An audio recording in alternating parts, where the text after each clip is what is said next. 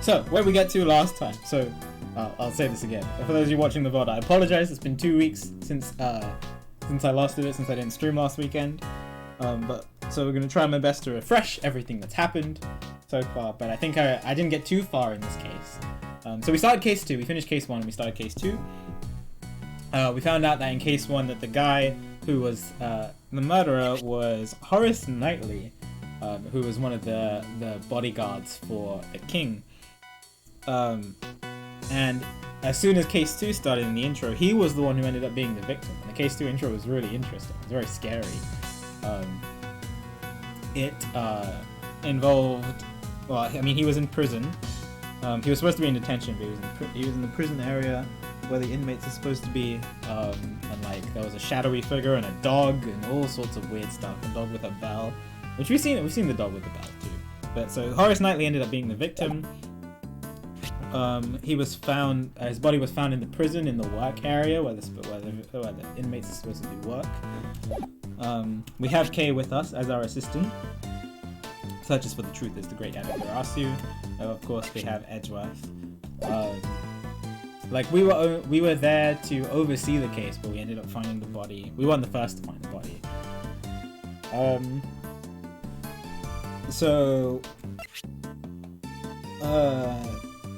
While we were investigating the body and doing a little look-see of the crime scene, this guy, Raymond Shields, came into the prison area, and he was supposed to be the defendant of Horace Knightley for his case on killing Ethan Rook from the first case. He's also Edgeworth's father's old assistant from before, when Edgeworth's dad was still alive, and he's pretty cool. So we were actually, well, I'll get into that more, but we were actually thrown off the case. So we're actually his assistant officially. We're his assistant working on the case, trying to find the truth, but we are no longer part of the case as a prosecutor. Jay Elbert, he was one of the prison inmates who heard the crime. He has a pet polar bear named Rocky. So he's a boxer, he just trains in prison. So he heard the crime, but he didn't see the crime because he was in his jail cell. That's important. So this girl, Justine Courtney, she's a judge, and she's also a member of the Prosecutorial Investigations Committee. So she and the other people decided that Edgeworth shouldn't be part of the case, and so that's why he was thrown off the case. And she's also a judge, and instead she put this guy, Sebastian De Best, on the case instead. So he's a rookie prosecutor, he's only 17. So he has taken over the case. So they've thrown us off the case, and so that's why we have to work with Shields in order to find the truth of why Horace Knightley was murdered. This guy, Simon Keyes, he's the one who is the suspect of murdering Horace Knightley. He is supposed to be Horace Knightley's friend, and he brought him his chess set and gave it to Horace in prison. But other than that, we don't know too much about that, I believe. Not yet. This girl, she's the warden. We don't know too much about her yet either, other than she was talking with one of the prison guards about this guy, Mr. Dogan, who is like held in his special area in the prison. So a blind former assassin appears at the sound of bells with his dog and knife.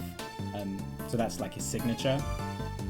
So he's being held in a separate area of the prison, and apparently we were the ones who put him there and prosecuted and stuff like that. I didn't notify Discord. Oh my god, I'm a bad streamer. You're right. Let me do that real quick. I also didn't tweet. It's okay, I'm just recapping.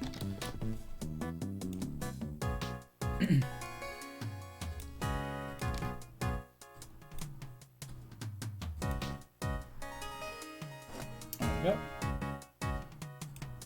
Okay, cool. So he's being held in this separate area of the prison, and we knew that the warden, Patricia, was talking about him to one of the guards in like a little bit of detail, but we don't know too much. And he probably didn't do it, but his dog was definitely there in the intro cutscene. So his dog definitely has something to do with it. We just don't know exactly what yet.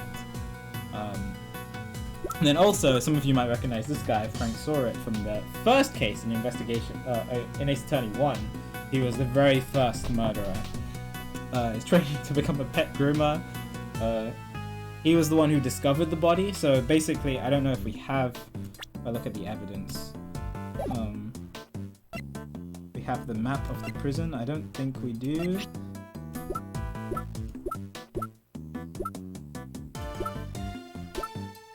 Oh, we do, yeah. So if we look here, so the body was discovered in workroom A, and Frank Sorit was in workroom B.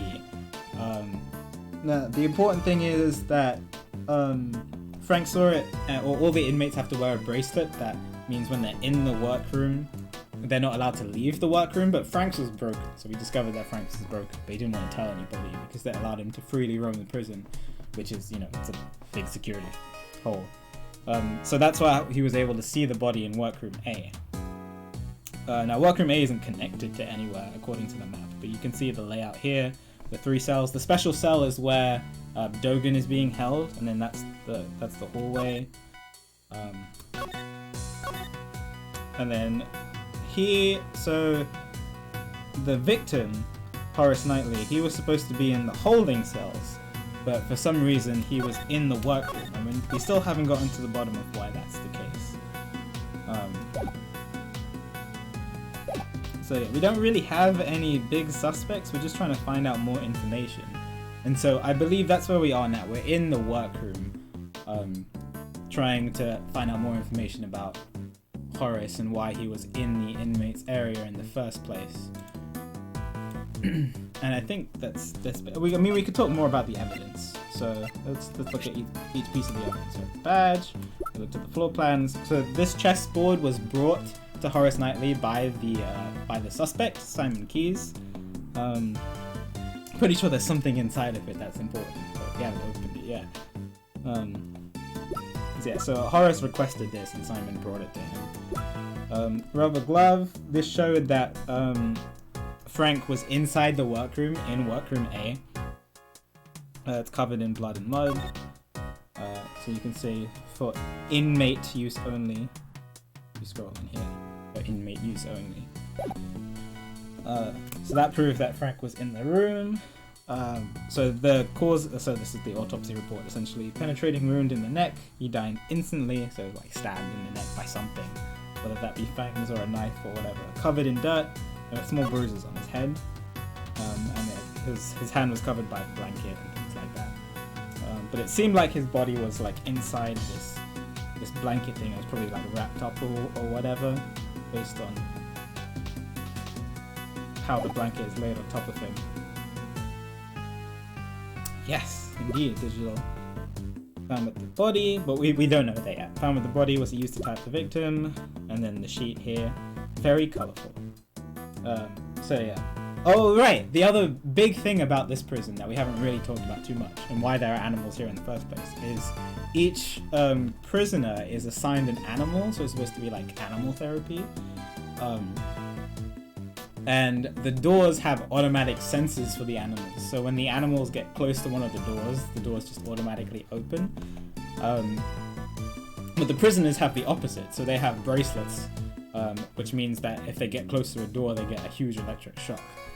So like it's all controlled by the warden and other people who run the prison. And the prisoners don't have free roam of the prison. Roll call 3 times a day, 7 a.m., noon, and 9 p.m. Body was not found during the 7 a.m. roll call. So we know that from talking to Frank too. According to Soit's testimony, the dog was biting the victim's body. Barks at me a lot because he doesn't like me. So yeah, we know that the dog has something to do with it, but we're not too sure.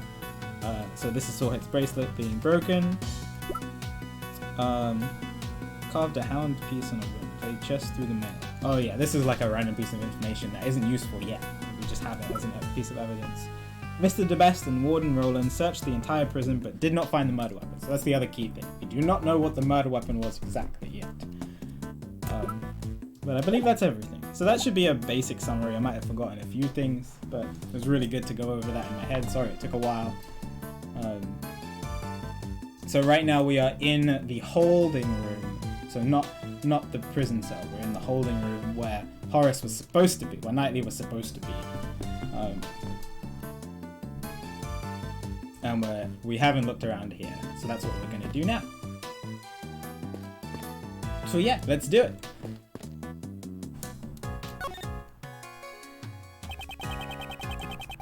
I won't rest until I have inspected every suspicious-looking nook and cranny.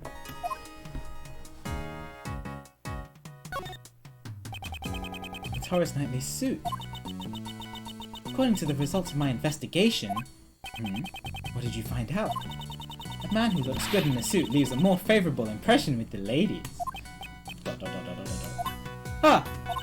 Next time I'll investigate men who look good in frills. Please don't bother. Thanks, Kay, for that useful piece of information. What is this newspaper? I do like wearing suits. I haven't had to wear a suit in a while because I don't have to go into work. But I do like wearing suits. This newspaper. It's missing a few pages. They appear to be torn out. Ooh. Dated the day before the murder. Several pages have been torn. Interesting.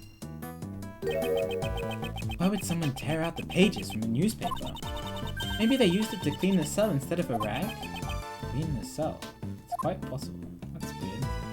Alright. I just want to look at what logic I have. It's just that. Okay. To make sure. I mean, I think that those are the only things I really see. I could look under the bed. Something seems off. Oh, wait, actually, the floor... Yeah, I just noticed that. Doesn't seem to be anything in the cell to wipe the floor with. Why is the floor like that? It seems strange that only the area in front of the bed has been wiped clean.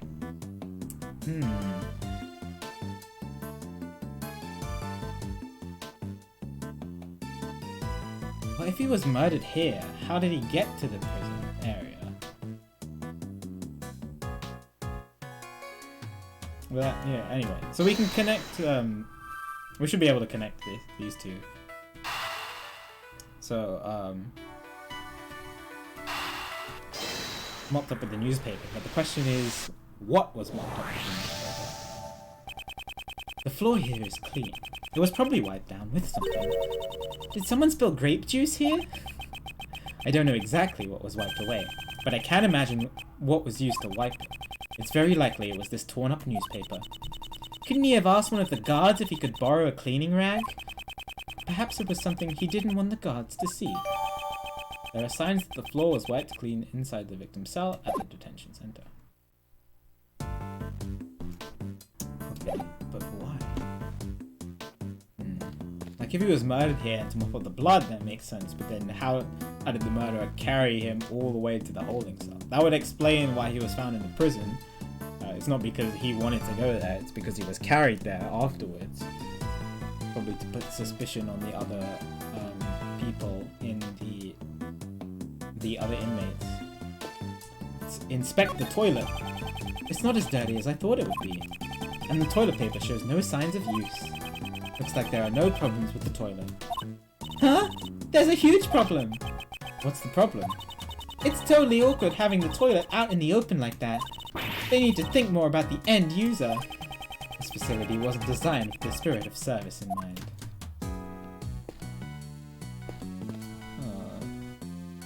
This is the sink.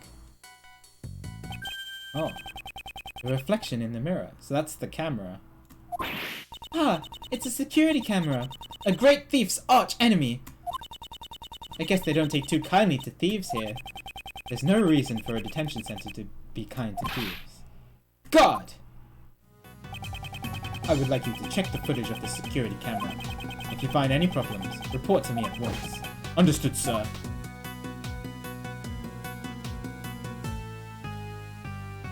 So the security camera would have seen things happening in this room based on how the mirror was positioned, which is cool. I guess we can't look at the toothbrush. Maybe the guard doesn't know.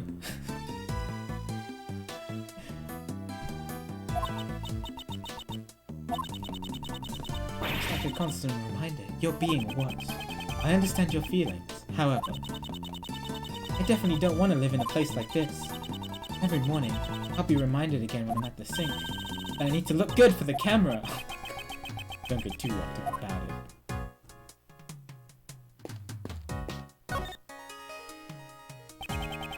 I won't rest until I've inspected every suspicious looking nook and cranny. Prison life for dummies? Wait, maybe I can read it better on my dear. Oh. The Great Escape in 80 days. Crime and establishment. The animals hack. Redemption? The Hound Whistler. The Wonderful Warden of...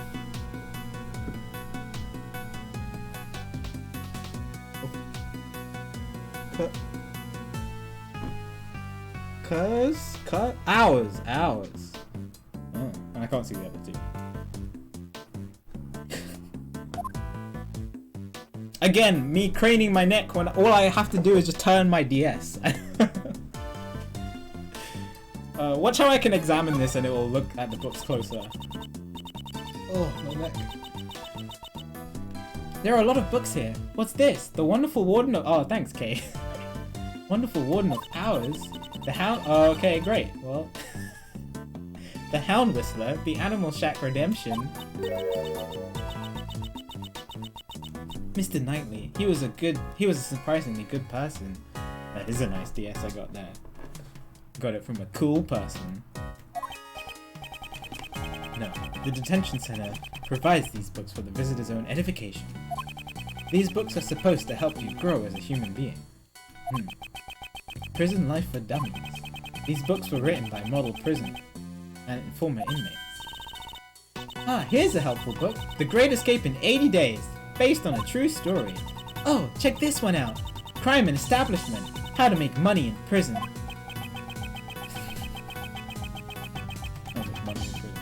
Problems with this detention center may run deeper than I thought. Then what is this supposed to be?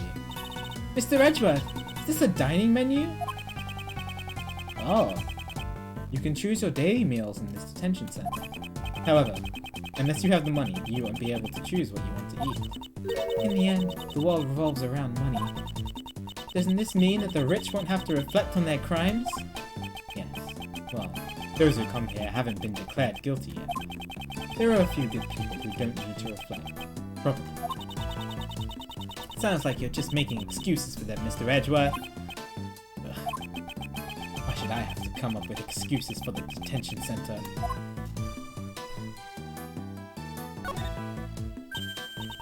Ah, there's something on the desk. It seems to be some kind of memo. Let me take a closer look. Oh. Oh, he was playing chess with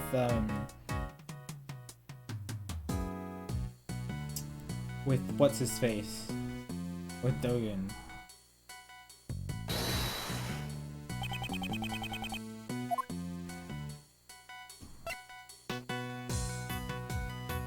There you go. Eureka! Eureka! This chess notation. I've seen it before. You're still thinking about chess. Focus on the investigation. Focus!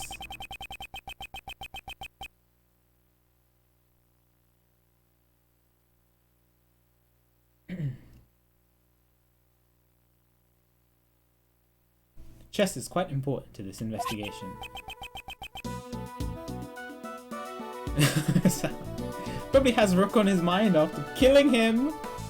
Okay, have a look at this. Are these the chess pieces from Dogen's cell? I don't know much about the rules of chess. The rules of chess are not important here. Look at the positions of the chess pieces in this memo, and the pieces in Dogen's cell. Do you notice anything? Ah! Oh, cool, right. That's a nice touch. But yeah, they are If you turn the board, the image, you can see it. I don't know anything about the different chess pieces, but if you flip the board around, the position of the chess pieces are completely the same. Yes, although the memo doesn't include this Cerberus chess piece. The positions of the other chess pieces are identical. What's going on here? I always play correspondence chess.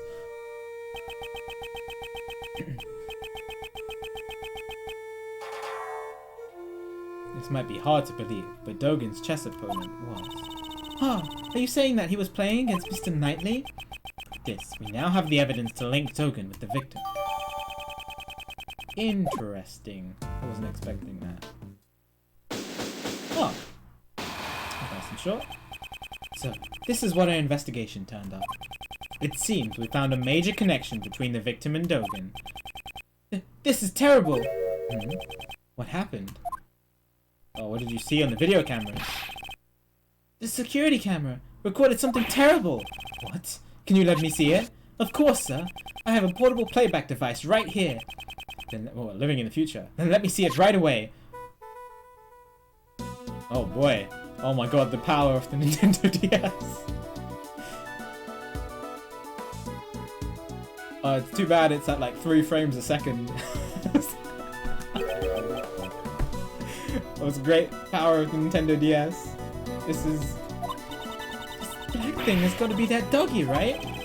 Up until this point, I thought this murder took place inside the prison. But it appears I was mistaken. The place where Knightley was attacked was the hold cell. So it was. Take that! But how did he get from the hold? How did the murderer get him from the hold cell all the way to the prison?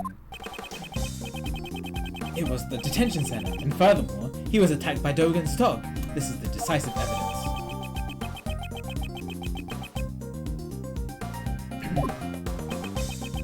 If Knightley was killed in this room, then this piece of evidence we found in the cell takes on a new meaning. Which piece of evidence takes on a new meaning if the murder occurred in the holding cell?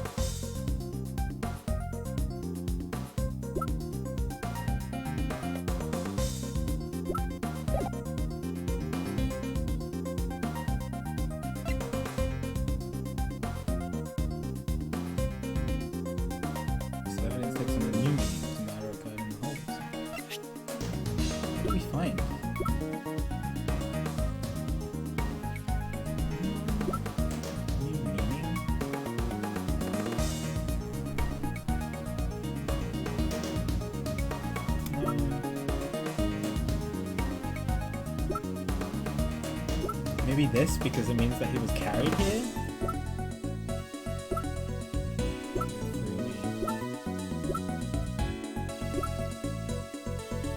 Find another weapon.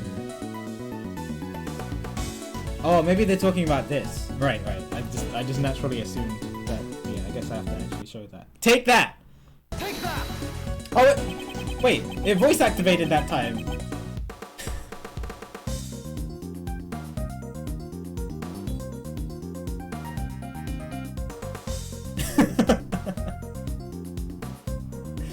I was ready to press it, and it actually worked that time.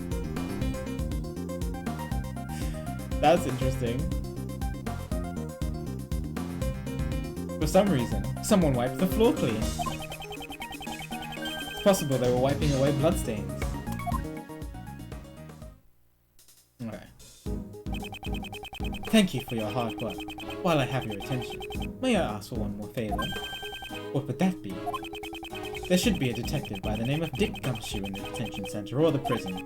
I would like you to give him a message. Tell him to check this room for traces of blood and give the results to me. Did somebody say luminol? Where is Emma? I guess she's still abroad learning. You should corner that old coot. No, not yet. We still don't know how Knightley and the dog moved from here to the prison. That's true. But once we figure that out, where should we check out next, Mr. Edgeworth? The guards here might know something about the murder. Let's see if we can learn any new details from them.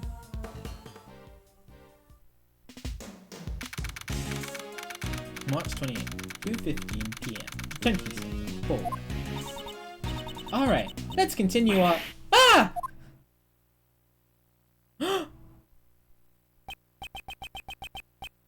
Oh my god, Lang is in this game! Let's go! All the stars from Investigations 1. Well, not all of them, obviously, but... Oh, sorry to intrude. Oh, baby! I love Lang's theme. Well, if it isn't Mr. Prosecutor and the little lady. Oh, I'm sure some people must have been sad that I stopped right before Lang's reveal. Last time. Fancy meeting you here. This man is Shilong Lang, an Interpol agent. About 2 weeks ago, he was in charge of investigating one of my cases. I would have thought he'd returned to his native country of St. Barbara. Agent Lang, what brings you here?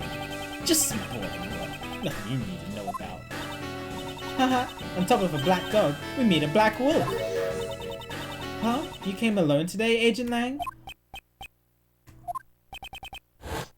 Usually, he'd have a huge police force with him. Mr. Prosecutor, seems you've been busy these past few days. These past few days? Is he referring to the incident with the Zheng president? I would have thought— yeah, he did get shot. In the leg, right? He's fine. He's a tough wolf boy. I would have thought you'd been involved in the security too. Ha! Our president doesn't even trust his own country's police force. Look at the results of hiring a private security company. It's laughable. Agent Lang doesn't trust prosecutors or the courts. That's why. He brings along a large force of capable policemen to thoroughly investigate the crime scene. Yes, if you and your subordinates had been there, the results might have been different. My subordinates, huh? There.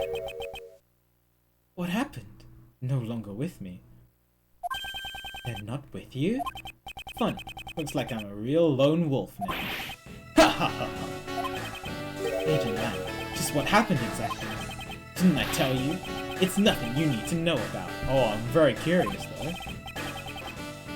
Is he still a head Interpol agent? Did he get fired? He did a good job.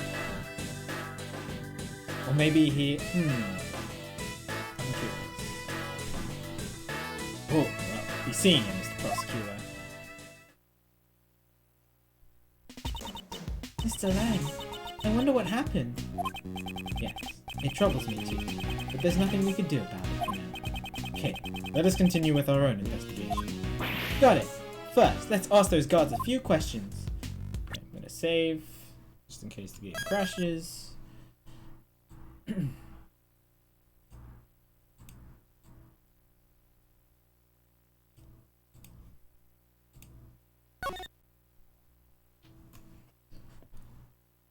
Safe one. No, but I'm trying to get in the habit of doing it more often. Just in case. Okay. What did Kay say? Where are we going? Mr. Lang looked kind of lonely without all of his subordinates. Indeed. It appears that the Republic of Zhengfa has its own issues to deal with. He has decided to follow the path that he has chosen. And the same goes for us. You're right. First, we must solve this case. After it's all over, we can go cheer Wolfie up. Well, I'll think about it. I don't even know where he's staying.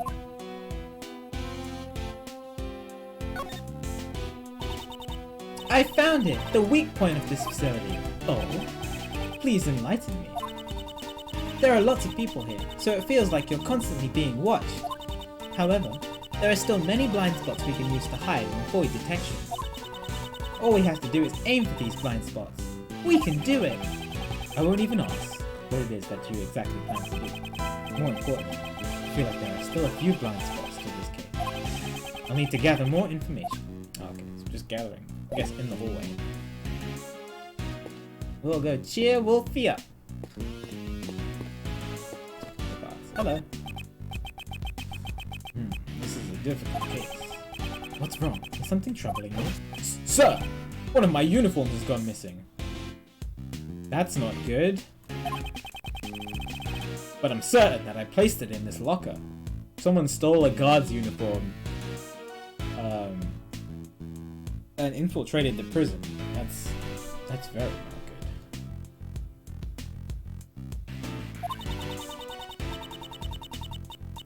Pi S.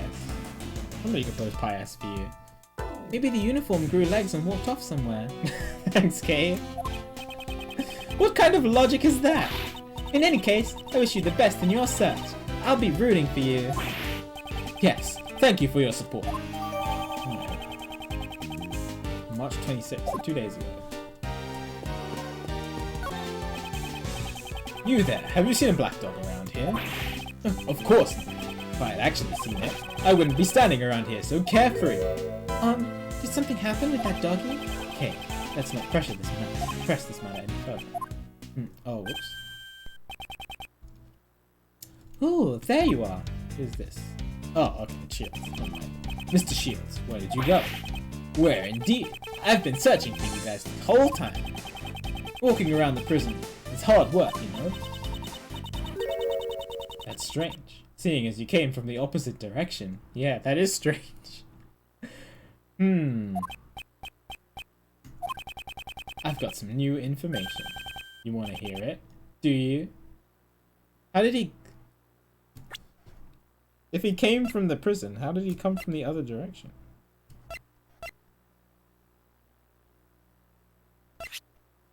Where's the map? Unless he walked all the way around through the warden's office. Well, I guess so. He could have done that.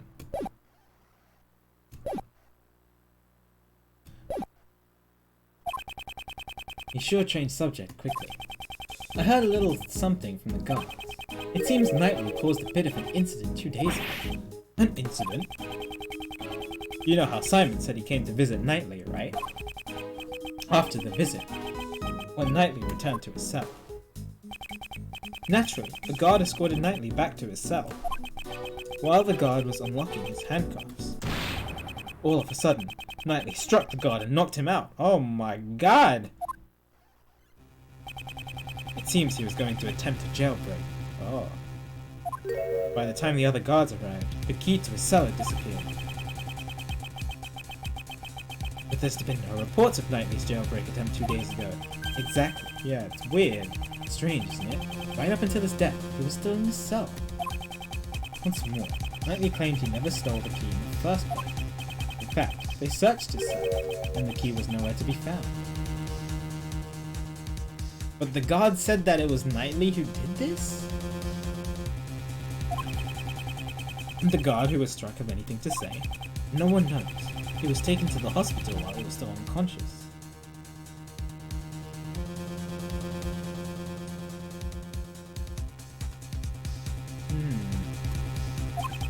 He's still there now, it seems. We need to go talk to him. In the end, we still don't know what happened. During the attack on the guards, the key to Knightley's cell was stolen. Current location unknown. The murderer must have had something to do with it. It's you! Tau point. That voice. Who is it? Oh, it's you. Okay. I forgot what voice I gave the best. What are you still doing hanging around here? Well, you see, this is my assistant. Are you here to object to our investigation and make me into a laughing stock? Sebastian, I believe obstruct is the word you're looking for. In a way, I think his expression was apt. A pleasure meeting you again, Judge Courtney. I know. You are Simon Key's defense attorney, are you not? Well then, let's skip the formalities and celebrate our happy reunion with a hug. Ready to swing. Oh, maybe not. Incidentally, I hear you mentioned an assistant a moment ago. Yeah, we're assistants at the Edgeworth law offices. Prosecutors are civil servants. To open a side business is to betray the goddess of law. As long as profit is not our objective, there shouldn't be a problem, right? Yeah, that's it. Mal's here is a volunteer worker. The purpose of my office isn't to make money. We're pro bono. What a wonderful heart you have, defending others without demanding payment. I do have an amazing charitable heart. More importantly, I'd like you to explain your reasons for arresting Simon Keyes. There's no need to be upset. Is that a challenge against me? No, I was speaking with Judge Courtney.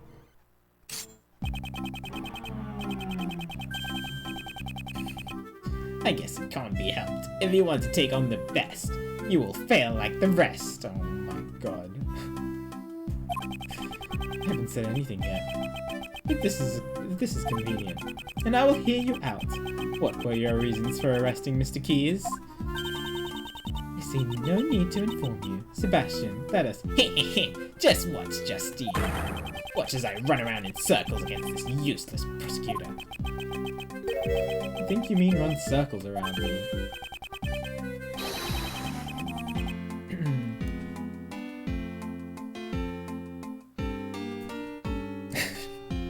It reminds me, I was in Angel's chat lurking, and there was like a friend, one of my friends, or one of Angel's friends as well, was, I think she was talking to Hasfar, and she wanted to say either draw, I'm going to draw the line, or I want you to toe the line, but got the two mixed up, and she said drawing a toe. I want you to draw, I'm drawing a toe right now. And I was lurking, I was like, I'm pretty sure that's not a saying. But nobody brought it up, so I unlurked just to tell her that it's probably not a saying. Just so that she doesn't accidentally use it again. Badlex, thanks for being subbed for 69 months. I hope you're doing well today. Nice amount of months. It's good to see you. I hope you're doing well. Appreciate the support.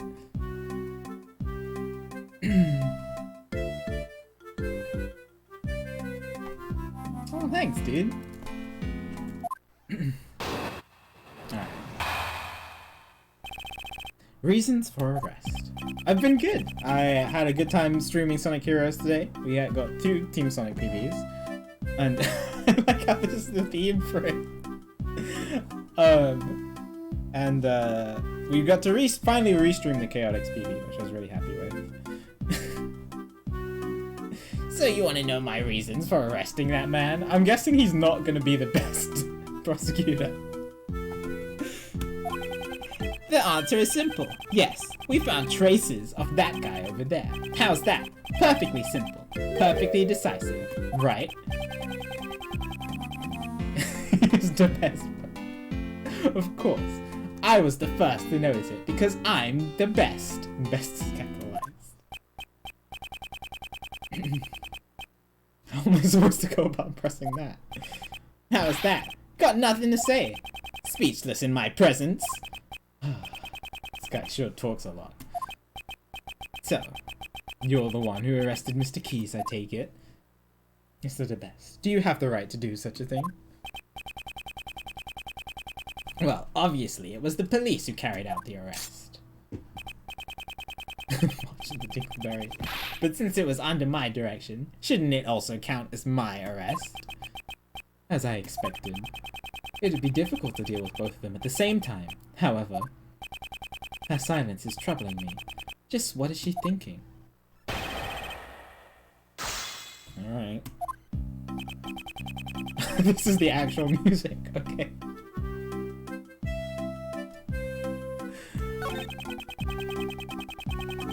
Traces of that guy over there. Alright. Hold it! Hold it! That guy over there? Question mark? That's certainly vague. Well, don't they say? The best hears one thing and understands 10. No? Who says that? You're just being lazy. Explain it more clearly. Sebastian. I think so, yeah, it looks like it. If it's alright with you, could you please explain it to them in more detail? Welcome back, Kondo. I'm sure that everyone wants to hear what you have to say. I hope you had a good lunch. How's the case going so far? We're talking to this guy. With the best testimony music. Alright, if you insist, Justine. We discovered that. Perhaps you didn't know, but the victim carried a chessboard with him. From it, we found that suspect Simon Key's fingerprints. Well done, Sebastian. I bless you on behalf of the goddess of law. It's like a mother and her child. Please amend your testimony. Are you alright with that, Prosecutor Edgeworth? Yes.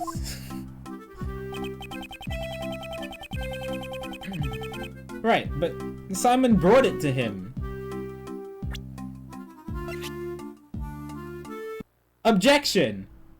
Objection! So of course it will have his fingerprints. Fingerprints found on the chessboard. Is that the ace up your sleeve? Ace in my sleeve? Oh, ace in my sleeve? What is he doing? Yes, the methods I use are always the best. This ace is my trump card. Well then, allow me to show you that it is not, in fact, a trump card at all. Yeah, right, Walter?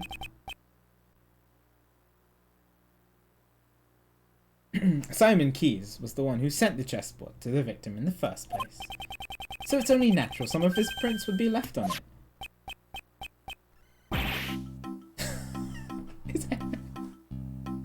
His hair stood up on end. Ah! It took way too long. These fingerprints are hardly decisive evidence. Perhaps your arrest was a little too rash. Rash? To begin with, this incident occurred in the detention center and the prison. To suspect Simon just because he isn't a prisoner or a guard is a little unreasonable. Nice chat. Huh? What? What's with him all of a sudden? I finally get what you're trying to say. Rash. You mean we were too quick to arrest that guy, right? He was stuck on that, yeah. Sure, I was the first to lay eyes on him. And I was the first to notice the evidence. That was even faster. But I am not rash. Sure, Simon Keyes isn't a guard or a prisoner, but... Why is she's shushing him? Sebastian. Judge Courtney. What are you doing, Justine? Don't butt in like that. Pardon me, Sebastian. Yes, your words on the suspect are very interesting. However, shouldn't you get to the best part first? The best part? Why didn't you tell them about your wonderful reasoning regarding the murder weapon? Good one, Justine. Nice suggestion. Mr. Edgeworth, listen to my first-rate reasoning. The murder weapon. Interesting. Will this reasoning explain why you arrested Mr. Keyes? Is that where the murder weapon was? Inside the chessboard? I'm sure it will meet your expectations. Judge Courtney just changed the flow of the conversation. Just what is she planning?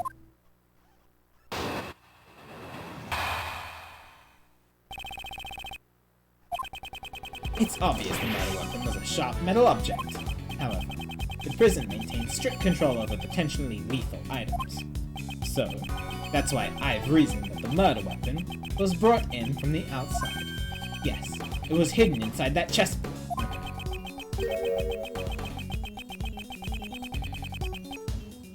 And since only the victim and the suspect's fingerprints were found in the chessboard, isn't it obvious who brought and used the murder weapon?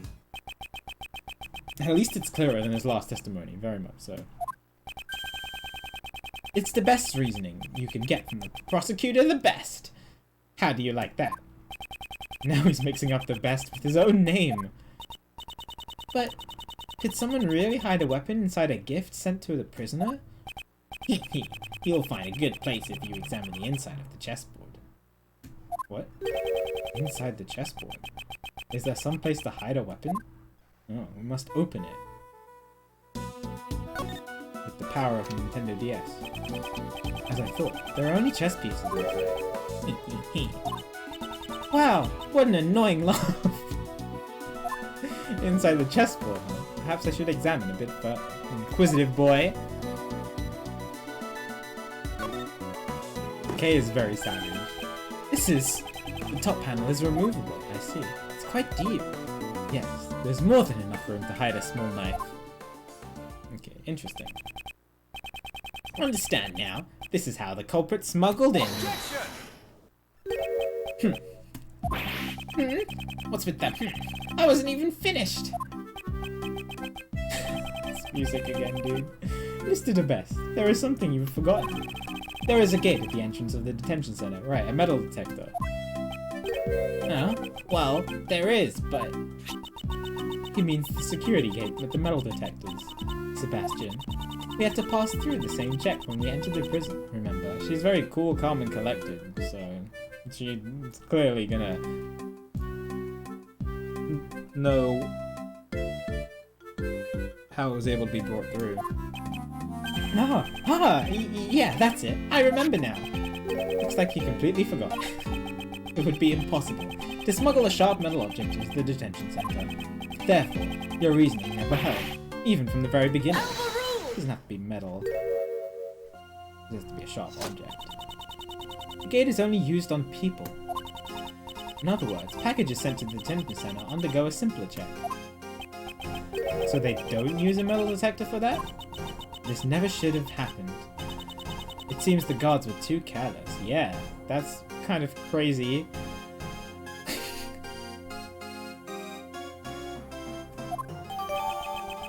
Just a little oversight. You can smuggle in a knife, you can smuggle in a gun. Portable folding chessboard belonging to Knightley. There is a hidden space inside the chessboard. Located at the entrance of the detention center on the prison. Right, Justine. Thanks for the assist. You're welcome. Now then, Prosecutor Edgeworth. Your cross-examination, if you please. Cross-examination? As if we were in the courtroom. Very well. His reasoning. Let's see how long it will hold up under pressure.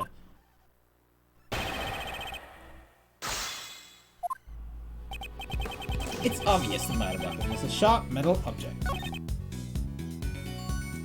Strict control of... Well, clearly they don't. Hold it! Hold it! Even with the strict control, there were still some items that can be used, right? Well, yeah. Things like grooming scissors. Of course, there's more to this. Right, Sebastian? Exactly! At the time of the incident, only one was being borrowed. Perfect. There was no reaction when we tested it for blood. Those would be the scissors Mr. Sawhead was practicing with. So the inside of the prison was completely clear of sharp...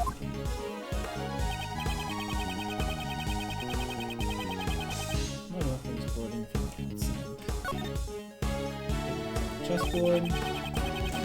The suspect's fingerprints were found on the chessboard.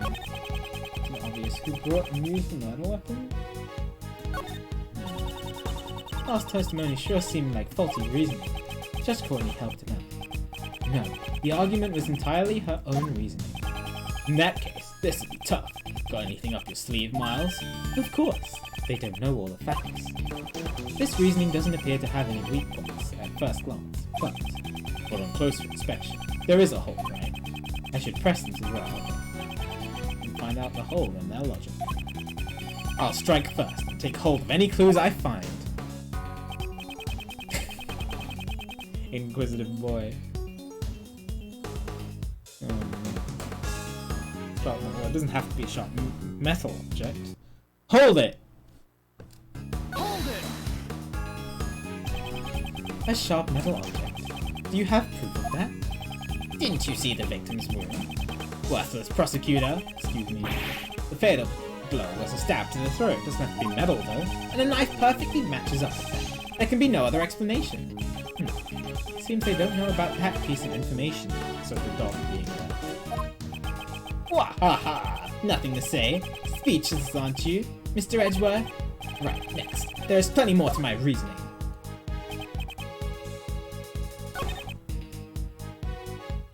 I can try presenting the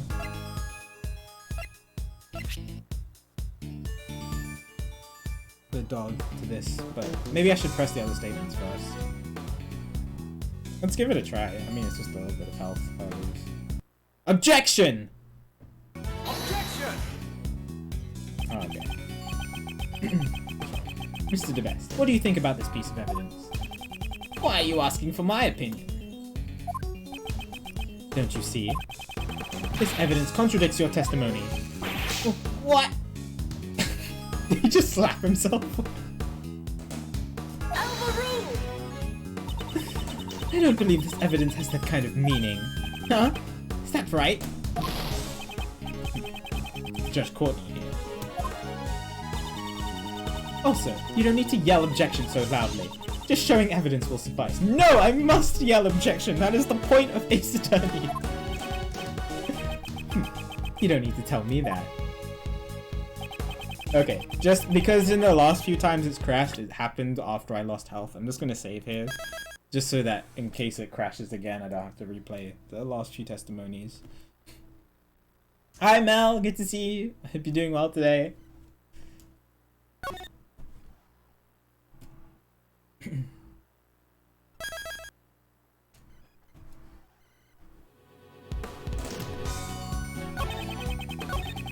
Okay, I've already pressed this.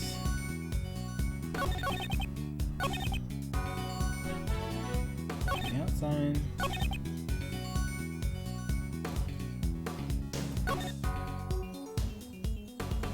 Let's press this one. Hold it! Hold it!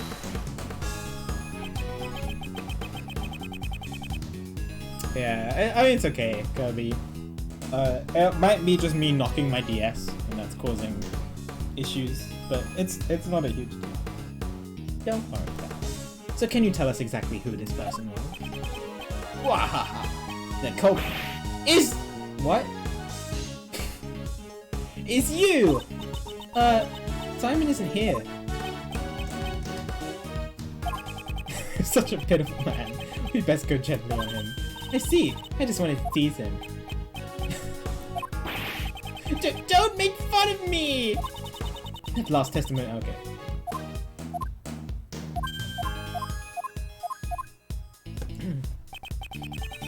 Okay, so it's not that. Guess we'll press the other ones. Hold it! Hold it! Did the game crash again? No, but I'm just being safe with saving. Can you be more specific about where it came from? Of course I can! Didn't come from inside the prison. Is he trying to sound smart? Simon Keys brought it in. That's what we mean. Mr. Edgeworth. Can't you even figure that much out? I'm disappointed in you. And you've disappointed me from the start. So Simon brought the murder weapon. But how, you ask? It's hidden inside that chest. Hold it! Hold it! No weapon was found at the crime scene. Not even inside the chest. So where did the murder weapon disappear to? I'd like to hear your answer to that. That's... Well, after his crime, the culprit must have hidden it somewhere in the prison. Is there a problem with the statement the best just made? Yeah. They looked all over and couldn't find the murder weapon. Where was that? The warden. Mr. the Best and the warden Roland searched the entire prison. The Best himself searched the entire prison. There is a problem. The murder weapon is hidden inside the prison. I don't think so. It's clear from this piece of evidence. What shows the murder weapon can't be inside the prison. Take that! Take that!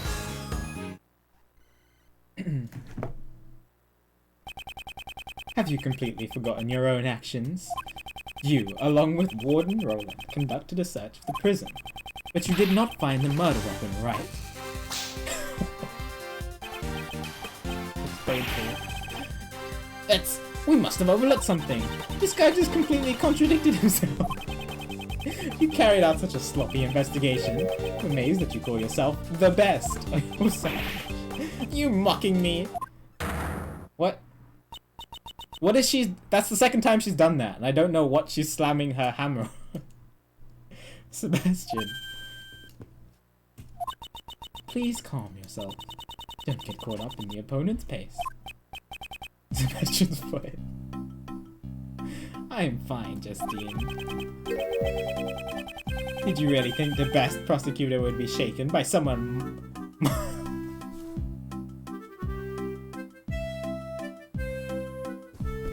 Oh my god.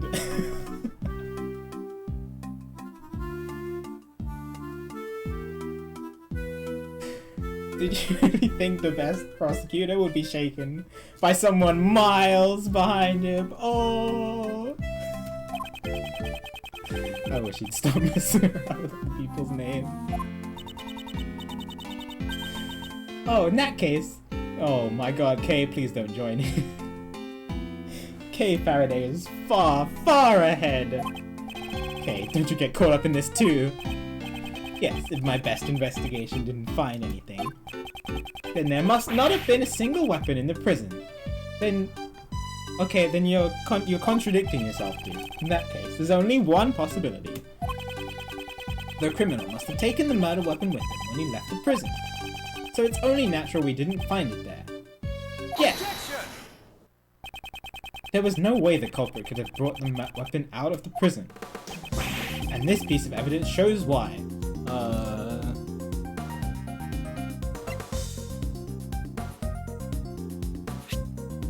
The security game. Checks, yeah, it checks, people. So, because they didn't leave with the chessboard, they must have kept it on the person if they were smuggling it out. It would have been beat by the security gate. Take that! Take Yeah, that! they did a good job. Have you completely forgotten your own testimony? That's twice you've insulted me! Oh, it seems you remember what I said earlier. But you do well to remember further. What is that? What? How have you forgotten already? This guy, he really doesn't remember anything. It seems that way. The detention center and the prison are equipped with security gates. Anyone leaving must pass through these gates. Equipped with metal detectors. Ah, that's what you... Looks like he remembers now. Yes, there's no way someone could have brought the murder weapon through those gates. So the criminal could not have taken it out of the prison either.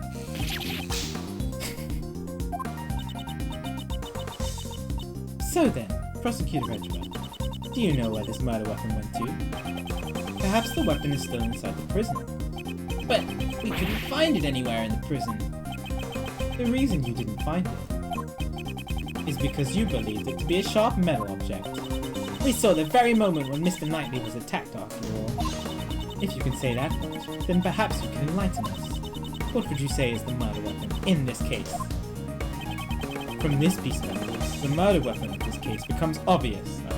Now we present the dog. Take that! Take that! Here is a footage from a security camera. It shows one of the cells in the detention center. See it with your own eyes. Alright, time for 3 frames per second again.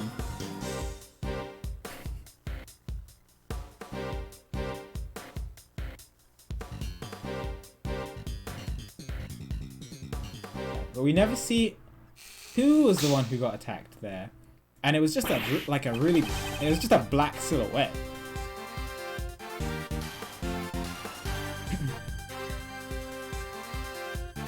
Diamond, no, don't worry. I've heard some stories of people verifying some runs.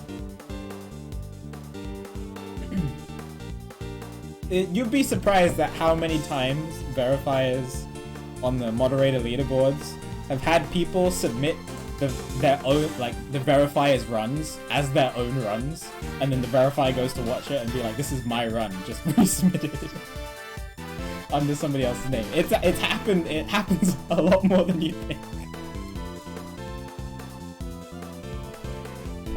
It's so silly. What? This is, it can't be! The tape clearly shows the moment the victim was attacked by a black dog. I believe this is sufficient proof, wouldn't you say? Well, I don't know.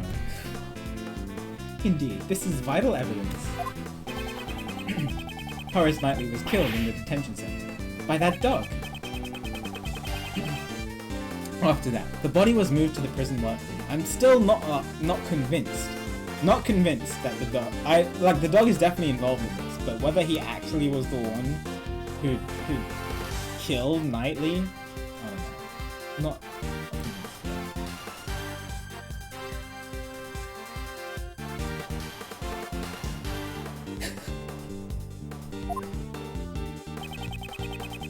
A witness claims to have seen a dog in the workroom where the body was found. Of course, a dog couldn't have planned this crime on its own. However, there is someone who could have. That's enough. Prosecutor Edgeworth. Judge Courtney. It's true that this camera footage is vital evidence. However, there is something else you must prove. Actually, you've already noticed it, haven't you? It's just as she says. There is still a huge flaw in my reasoning. That black dog is a prisoner's pet. How is it able to move between the detention center and prison? Ah! Oh, he didn't notice. What will we do, Mr. Edgeworth? I still don't know how the dog managed to move from one place to the other. I knew it! What? You all want to talk? You don't know either! If you do not solve this mystery, I'm afraid I cannot accept your logic. If this was a real courtroom, I would call for a recess now. Hi, Diamond, by the way. It's good to see you.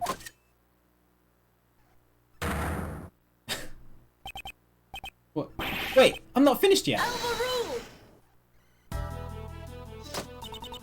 Court has been adjourned. Leave it. Excuse me? This isn't a courtroom. Well then, as I said, court is adjourned.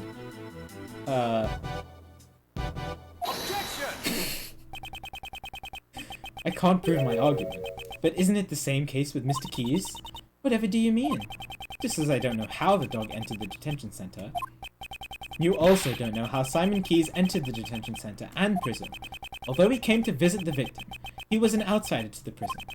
Don't you think it would be difficult for him to commit a crime inside the prison? She could be slamming it on the floor, that's true. Just be at an angle. But I guess, yeah. Judge Courtney, now the burden of proof lies with you. Show us evidence that Simon Keyes entered the prison. Haha! You want me to present evidence? I'm happy to oblige. Oh, what? Does she really have evidence? She's just been waiting. It's about time I told you. Now that I know the basis of your reasoning, Prosecutor Edgeworth, what is she thinking? It seems that you don't even know Simon Keyes' real occupation. If it's based on his name, if he's a locksmith, that would be pretty funny. Oh, okay, no.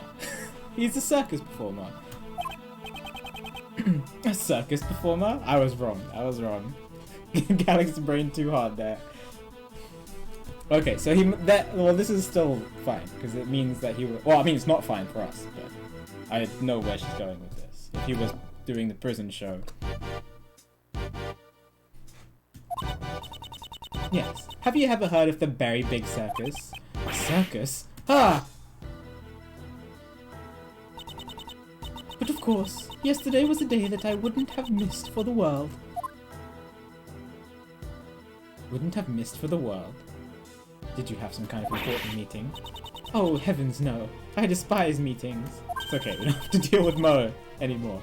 It was the animal show, of course. It seems you've realized. On the day of the incident, an animal show was being performed at the prison. And the show was put on by the Very Big Circus. So then, do you mean Simon is... Simon Keys entered the prison as a staff member of the animal show. That we know for a fact. Ugh. This woman. She's been concealing the fact this whole time. She only planned to reveal it after hearing my reasoning. Come to think of it. What are you doing here? She was just waiting.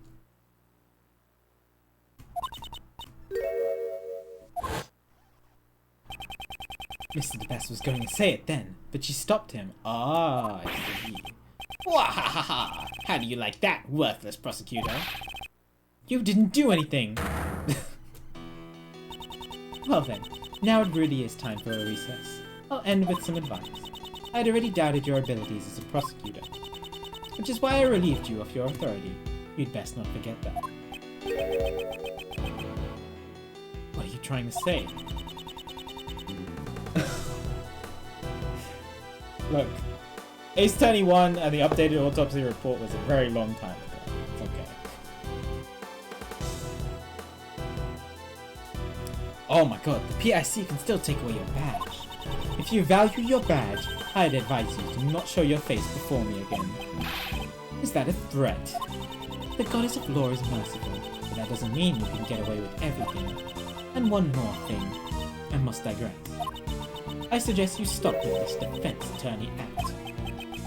It's none of your concern.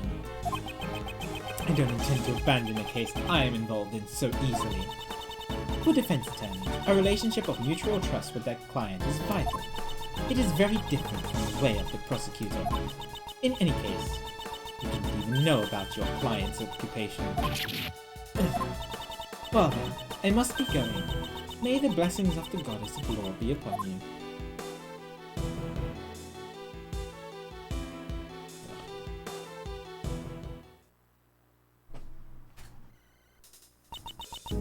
Did Simon lie to us?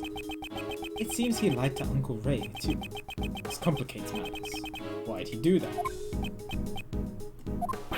Hey, Miles! Don't tell me you've got cold feet already. Courtney Pie is a handful. Be giving up is still uncool. A defense attorney's creed is to never give up. Remember, you're my assistant. Of course, I don't plan on giving up either. It's just, my theory that he couldn't enter the prison no longer holds. Looks like we'll have to investigate once more. Ooh.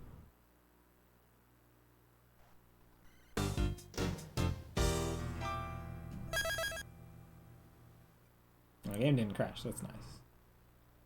To be continued.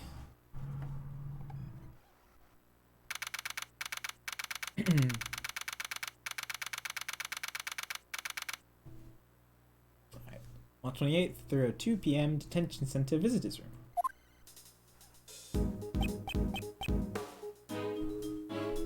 Is he okay? Why did you not mention that beforehand? No, but I did, what didn't I mention? That you're a member of the Very Big Circus. No, it's just that, you know, I'm not. I can't call myself a member yet. I'm just a new recruit. Regardless, that still makes you a member. Oh my god. He fainted. Okay, great. So why didn't you tell us that before? Are you still trying to talk to him even though he fainted? Oh no, he's awake now. Okay, okay. If I had told you I was part of the circus, it would have made me look suspicious, right? Since I also knew Knightley and all that. I didn't think anyone would believe what I had to say. Not even you guys. Okay? Didn't we promise we'd believe in you? But, Mr. Edgeworth, you're just kind of scary. I mean, yeah. Man, you're just terrible at getting info from people. Aren't you, Miles? It's none of your concern. Looks like we need to have a talk with him again. Oh, what did you do in the circus, Simon? I guess you could say I'm a wild animal tamer. I'm still just an apprentice, though. Wow, that's incredible! So you command lions and tigers to do your bidding, right? No, nothing crazy like that. No, wait, no. My partner is this little guy. Oh my god, it's the monkey! And that makes you a wild animal tamer? He's more like an organ grinder than a wild tamer. Yeah, Money the monkey. Oh my god, he's there! Hello! Hey, Money! Cut that out! It can be quite a handful sometimes. It is the same monkey. So this is the monkey from Ace Attorney 2, Case 3. Who at... There was a point in Ace Attorney 2 where I thought the monkey did it. It was a fleeting thought.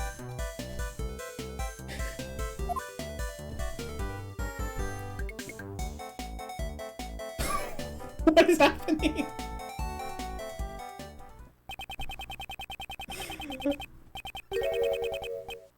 It's like a budget version of Ratatouille. I thought organ grinders controlled them monkeys, not the other way around.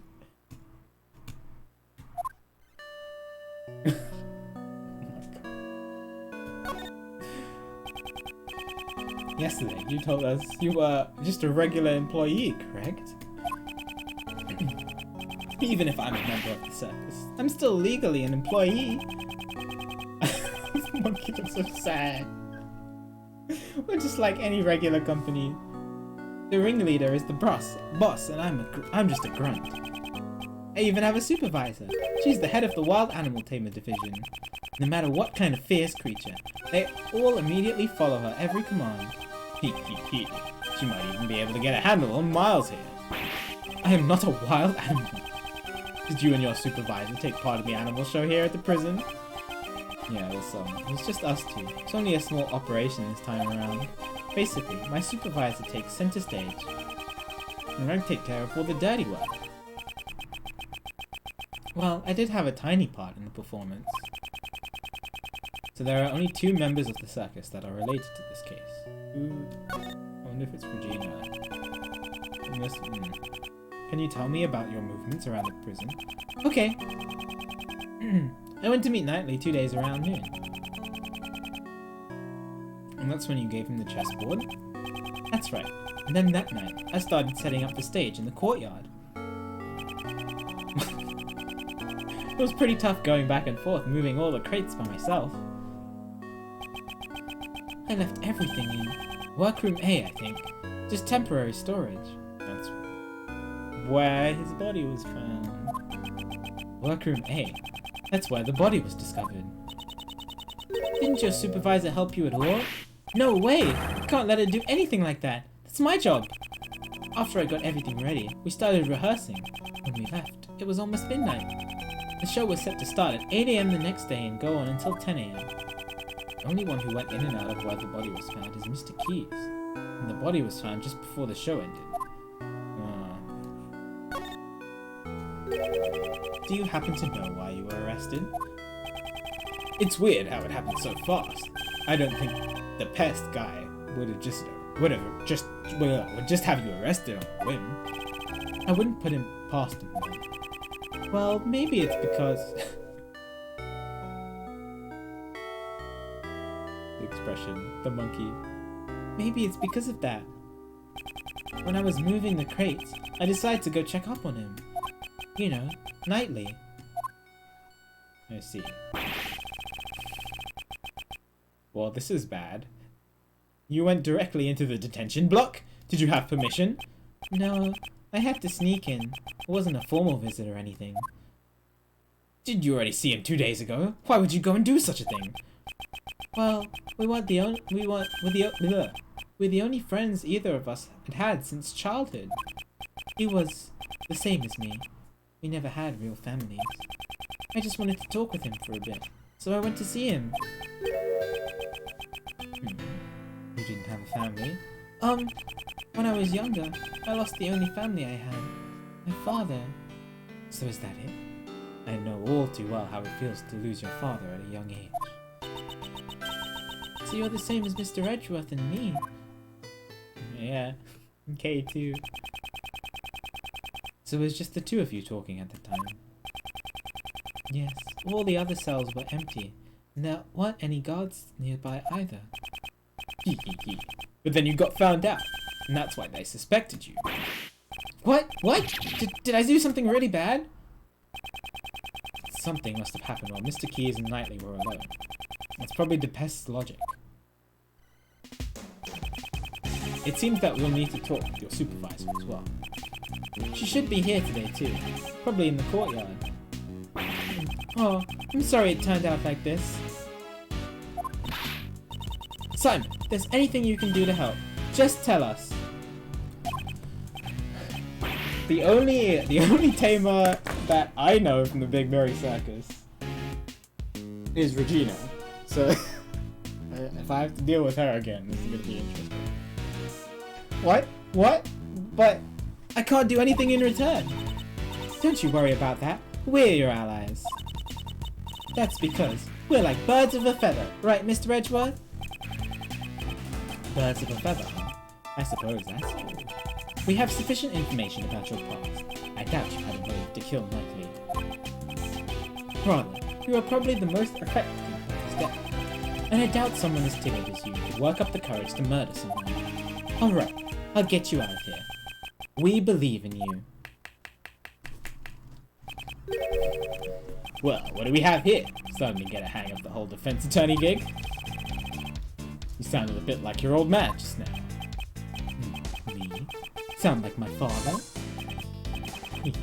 He would say the defense attorney's job is to be an ally to the deserter. If you're gonna ride that stallion into the sunrise, wait for me. I want in too. Mr. Shields, I think you mean sunset. Yeah, of course. It was just a joke. Want some candy? What? You offer Edgeworth candy? There's no biological father, yeah, but you're still a father of the true sea. No, thank you. Oh. I don't like sweets. Oh, really? What a shame. What's wrong with the sunrise? The legendary Adagarasu is one. Okay. Isn't the sunlight always exposes the truth? Good grief. For now, let's just head to the prison courtyard and see what we can find there. Please be someone that's not Regina. Please be someone that's not Regina. The shutter is open! Yes, it looks like that way leads to the courtyard. So what are we waiting for? Come on, let's get a move on. She's certainly in high spirits. Please be someone that's not Regina!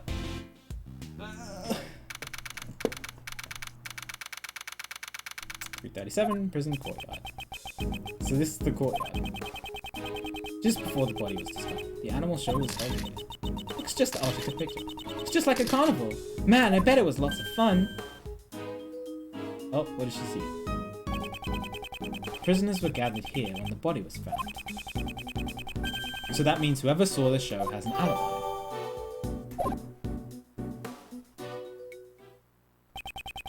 We should start by checking this area for... Ah! Okay!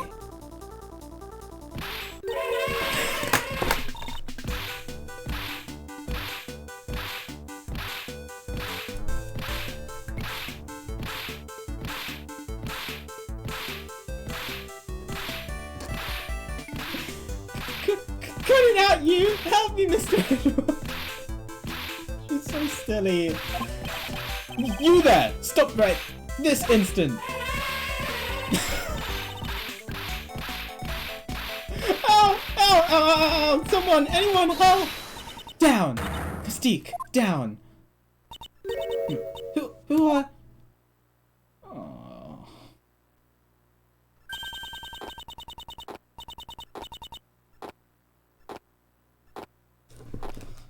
Okay. Looks like you found a new playmate. Good for you, Astique. It really is an all-stars cast. It wasn't playing around. It was about to eat me. It's an elephant. Huh? No way, that's impossible. This child doesn't bite. Often. Often, huh? People normally never get to play with the elephant up close. Isn't it wonderful? No, it's not. It's wonderful, right? It was simply marvelous, little lady. Mr. Shields. Really? Oh, that makes me so happy. So hey, watch where you swing that thing. Weren't you taught not to hit people with your trunk? Hahaha. Looks like Astique is friends with everyone. I am an assistant of this defense attorney. My name is Miles Edgeworth. Ah, I haven't introduced myself yet. I'm Regina Berry. Nice to meet ya. I am the Great Thief and Defense Attorney's assistant, Kay Faraday. It's a rather complicated job title. And the one playing with Mr. Elephant is the Defense Attorney, Mr. Ray Shields. It's not Mr. Elephant, it's Astique, the fantastic Asian elephant. Yeah, Killer, Lang, Regina, Soret. I mean, you also have Kay as well. Oh, you said Kay. Sorry, I missed Kay. I did the same thing as Omega, just with a different character.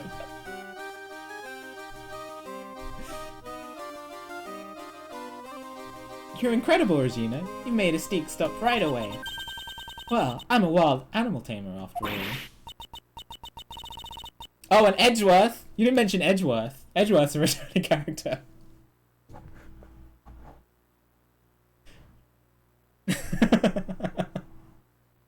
Really? Then you must be Simon's supervisor.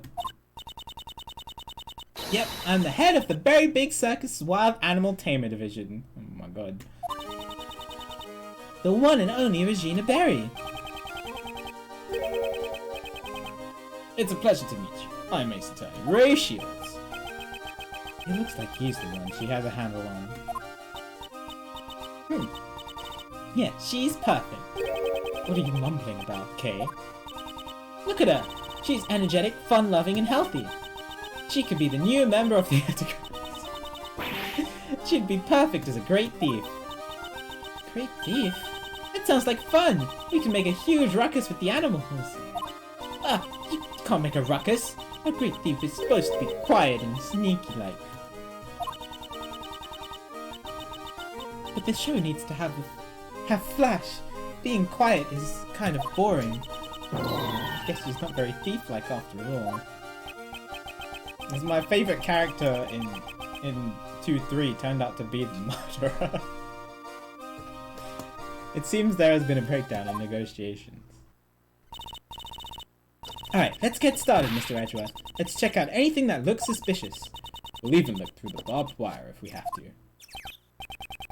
Next, we need to gather more information about the case. We should also try talking with anyone connected to the case. Well, let's talk to Regina. Let's get it out of the way. Head of the Wild Animal Tamer Division. Are you Mr. Key's supervisor? That's right. Very Big Circus was created by my daddy. But daddy died in a murder incident. Your dad is... But after that, our current ringmaster made the circus even bigger. The ringmaster is daddy's close friend. He's like a funny uncle. Wow, funny uncle. That's great, Regina. Yep, Uncle Mo established...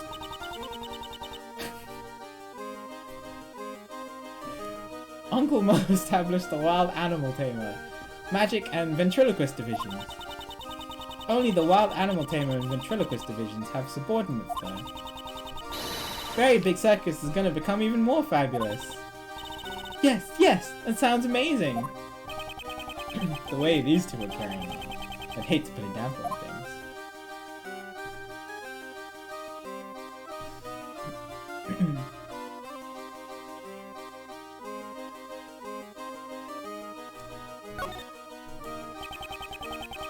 Oh, maybe CC, yeah. Can you tell us more about the animal show? It's an amazing show. It has a storyline and everything. What's more, it's a love story. Doesn't that sound wonderful? He. Very nice. Are you the heroine, Regina Pie? Nope. The heroine of the show is Mystique. I'd go to an animal show like that. Oh, that's not what. Okay.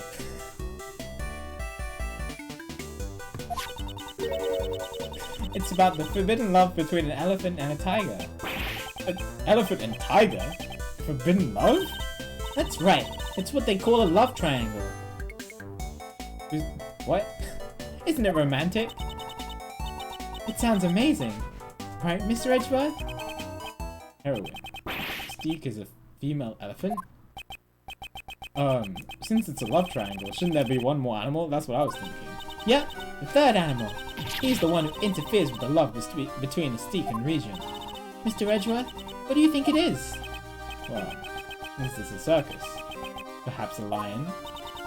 I think a crow would be nice. Hehehe. The third animal is a naughty little monkey. Oh, it's Money. The scale suddenly got smaller. Ah, Money the monkey.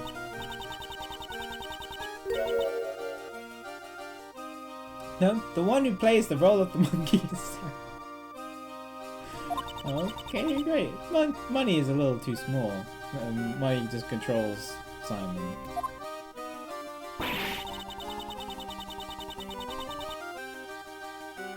He's like the villain who tries to break up the love between Mystique and Regin.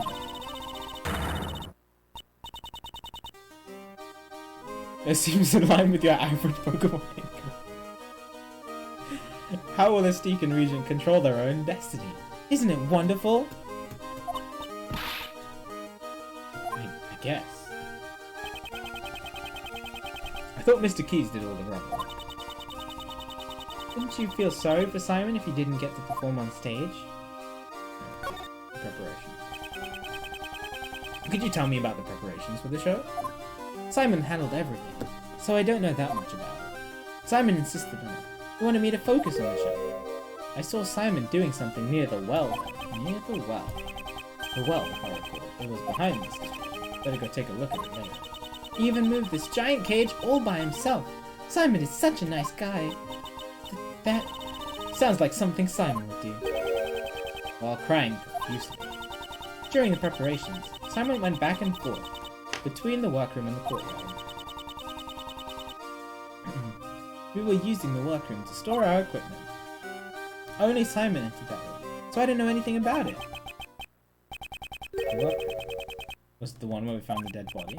So Simon was the only one who entered workroom A.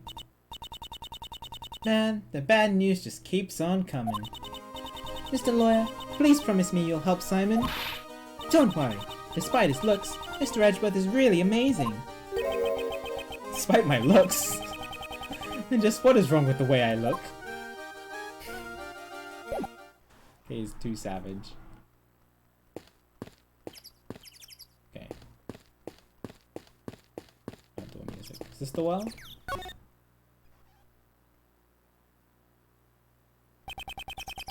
This crude looking well seems handcrafted. Was it built by the inmates? There are a bunch of tools lying around the well. 15 kg dumbbell. Long piece of rope and a heavy looking weight. It weighs 33 pounds. It says so right there. There's even a couple of pulleys. Okay, please stop touching other people's things.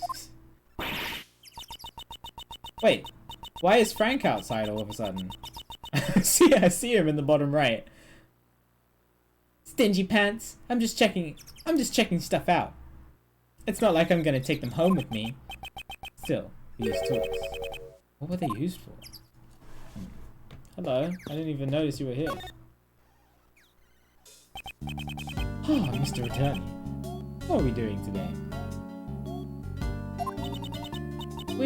Hey! We just met a few moments ago. Please do forgive me. Ever since I've come here, I've been working on refining my speech. That's not the only thing that needs refining. Right now, I'm helping out with the cleanup after the show. But if there's anything you need, please let me know. You'll have my full cooperation. Helping out the show. I'm in the middle of volunteering work right now. Volunteer work right now. As you can see, I am a model prisoner. I have been reborn inside this prison. Reborn? As a thief? The devil made me do it! How could you blame the devil? You're a disgrace to thieves! I have nothing to say. I still have much to learn. As a thief. But as you can see, I've exchanged my bracelet for a working one. I will continue to devote myself to being a model prisoner. Again with the model prisoner. Give it a rest already. Pet room. I'm training to pay my debt to society once I become eligible for parole. So you were training instead of watching the animal show? So there were only two people watching the animal show. Zorit and Dogen. What did you say? Why didn't you say anything about Dogen earlier? Well, if you asked any inmate at this prison, they'd all think twice before telling you. That person is like the ruler of this place. Around here, we call him the supplier. The supplier? If you ask him nicely, he can provide you with anything you want. Ooh. What? Is that allowed? Normally it's not allowed, but with him, it's another story. He supposedly has a secret route to procure these goods. Oh. Well, I mean, why is he just telling this freely to us? As the supplier, Dogen would be in a position of power. However, I put all that behind me. All I care about now is applying mud packs to the animals. Mud packs? I coat the animal's fur with my mineral-rich mud packs to give it a beautiful shine. To help with the training, I give them all to the animals in prison. Each and every one of them. Mud. Could be related to that piece of evidence. The gloves, right? The gloves had mud on them. I think. Yeah. I should present it to him. Oh, wait. I actually do need to present it. The gloves. That's the rubber glove I dropped. Where did the mud on this glove come from? Ah, that's the mud from my mud packs. At the time I was practicing applying my mud packs. Could you tell me when this took place on the day of the incident? Since the animal show had started, I'd say it was around 9 AM. The mud packs turned the animals' bodies pitch black, and my heart was pure white. I was totally engrossed with covering the animals in mud. Prison life must be taxing on his stress levels. Covered in mud from swords, mud packs, also covered in mud. Thanks to the warden's policies, I can undergo job training here. I owe her a debt of gratitude. Okay.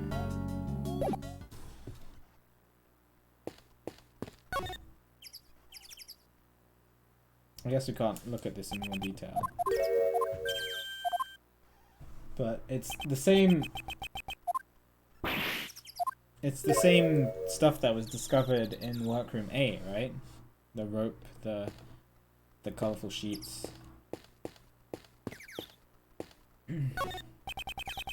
This is the stage where they put on the animal show. If I put on a great thief show, I wonder if anyone would come. I'm pretty sure the police would show up. It's a wicker crate. No, there are tires attached to it, so I guess it's a car. It kind of smells like animals. They probably use this instead of a hand trolley at the circus. Just once, I'd like to ride one of these bad boys down a hill. Ah, or maybe one of those office chairs with wheels. Doesn't that sound like fun? What is she talking about? That does actually sound like fun. It's the very big circus's Asian elephant, Astique. Supposedly very friendly with humans. Doesn't seem very friendly. It's your stern gaze, Mr. Edgeworth. Must think you're the boss. Are you comparing me to an animal? That's not what I meant. I think it approves of you. That doesn't make me the least bit happy. Right. Can we go this way? Danger! High voltage! These signs really do exist. On the other side, you can see what appears to be the detention center's garden.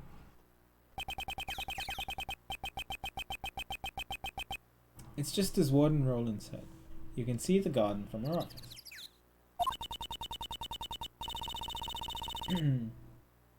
It's true. Smashed K in the head over and over again. If it weren't for this barbed wire, we could take a look at the garden on the other side. That is Warden Roland's prize garden. Doubt she'd let us in so easily. Oh my! The warden. It is indeed. Hello. There you are, Regina, darling. Ah, Miss Roland. I was looking all over for you. I wanted to have a little chat with you. Alright.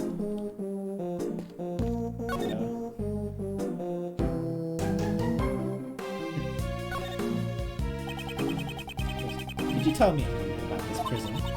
Currently, this place is my pride and joy, which I like to call our home. When I first came here, this prison was in a terrible state. Terrible state? You mean the prisoner's attitudes? There are no bad children in my family. It was the environment that was terrible. That's why, after giving it a lot of thought, I enlisted the help of the animals. Being together with animals will soften up even the most hardened criminals. Yo, Pooley, thanks for the raid. Much appreciated. I hope you're doing well today and you had a good stream. What were you up to? Hello, everybody from the raid. Yo, nice hype for the emote.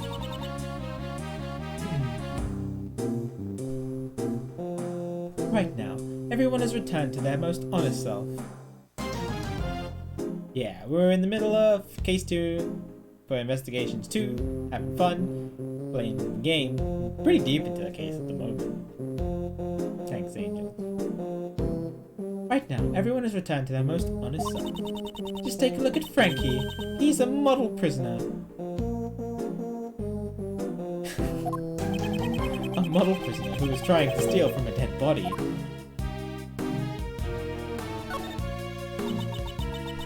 Oh, you were also playing some Ace Attorney. Oh god, I hope you don't get spoiled if you want to play this game in the future. This is about, well, it's the 6th game in the series one.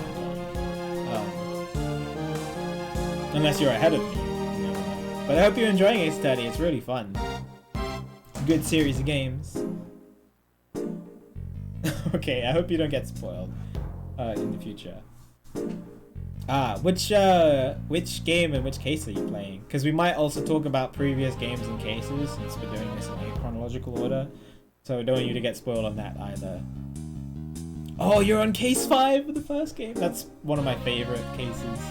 It's so good. I hope you're enjoying it.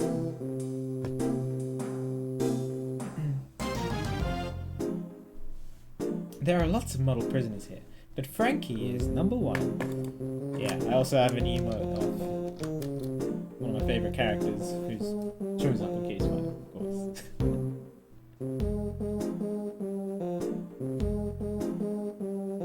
Alright, sounds good, Dooley. I appreciate it a lot. Enjoy the luck. I know, it's the face when she makes notes, but you know, not. There are still lots of model prisoners here, but Frankie is number 1. He's proactive with his job training and helps out with the chores. Don't the other model prisoners do job training and chores? Huh? Don't be silly. They all do, of course. It's just that Frankie here, he has his sights set on something different. Something feels strange. In any case, he's a very good boy. Please get along with one another. Something feels strange. What does Edgeworth sense? Oh, the music. The enchanting music. The prancing animals. The very big circus is fabulous. Hoo hoo hoo. If you come here, you can see a show once a month. Really? Then maybe I should... Was she just thinking about committing a crime? Once a month, you said. Is it always the very big circus? Of course! I'm Regina Darling's biggest fan. My darling Regina. She's just so fabulous. She kissed the fox on the lips. She's such a cutie pie. I could just eat her up.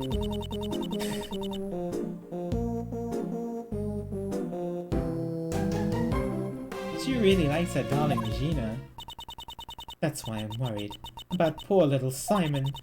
He is found guilty. Regina, darling, will be heartbroken. Mr. Lawyer, please take care of little Simon. If there's anything I can help with, please don't hesitate to ask. But really, I would have loved to show everyone yesterday. You did a wonderful job on the stage, Regina, darling. I'm so happy to hear that. Okay. Oh, sorry. Well, about that, just between you and me, not everyone came to see the show. Oh. Oh, right. I thought she meant other people. That would be Dogan and Sora, I imagine. There were 3 people who... Oh. Ooh, who's the other one? Who didn't see your show yesterday? Unbelievable, really. Excuse me, but did you say there were 3 prisoners who did not see the show? That's right. I took a count and there were 3 empty seats. And we even had the correct number of seats set out. Doesn't that seem weird to you, Mr. Edgeworth? It does. We had thought Dogan and Sawhead were the only 2 prisoners, who were not present in the courtyard during the show. That doesn't add up. Where did the 3rd person go? Further investigation is needed. Ah, I was having so much fun talking to you, Regina, darling, that I completely forgot. It's time to feed my baby. My baby? A baby? What?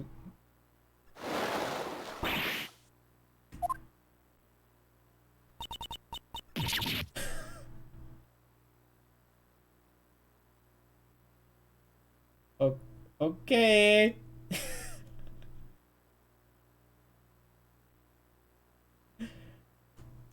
It's an alligator. Oh, Allie. Oh, very creative name. You look as cute as ever.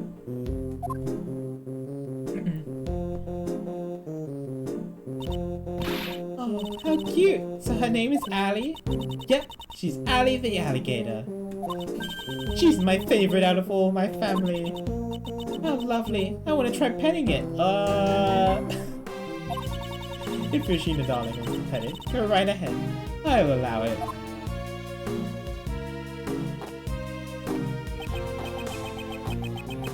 They seem pretty excited. We need to go check the prison cells, don't we? That's right. Let's look for the 3rd prisoner who didn't see the animal show. Or Regina comes back and... Oh, we go back to see Regina. She only has 1 hand.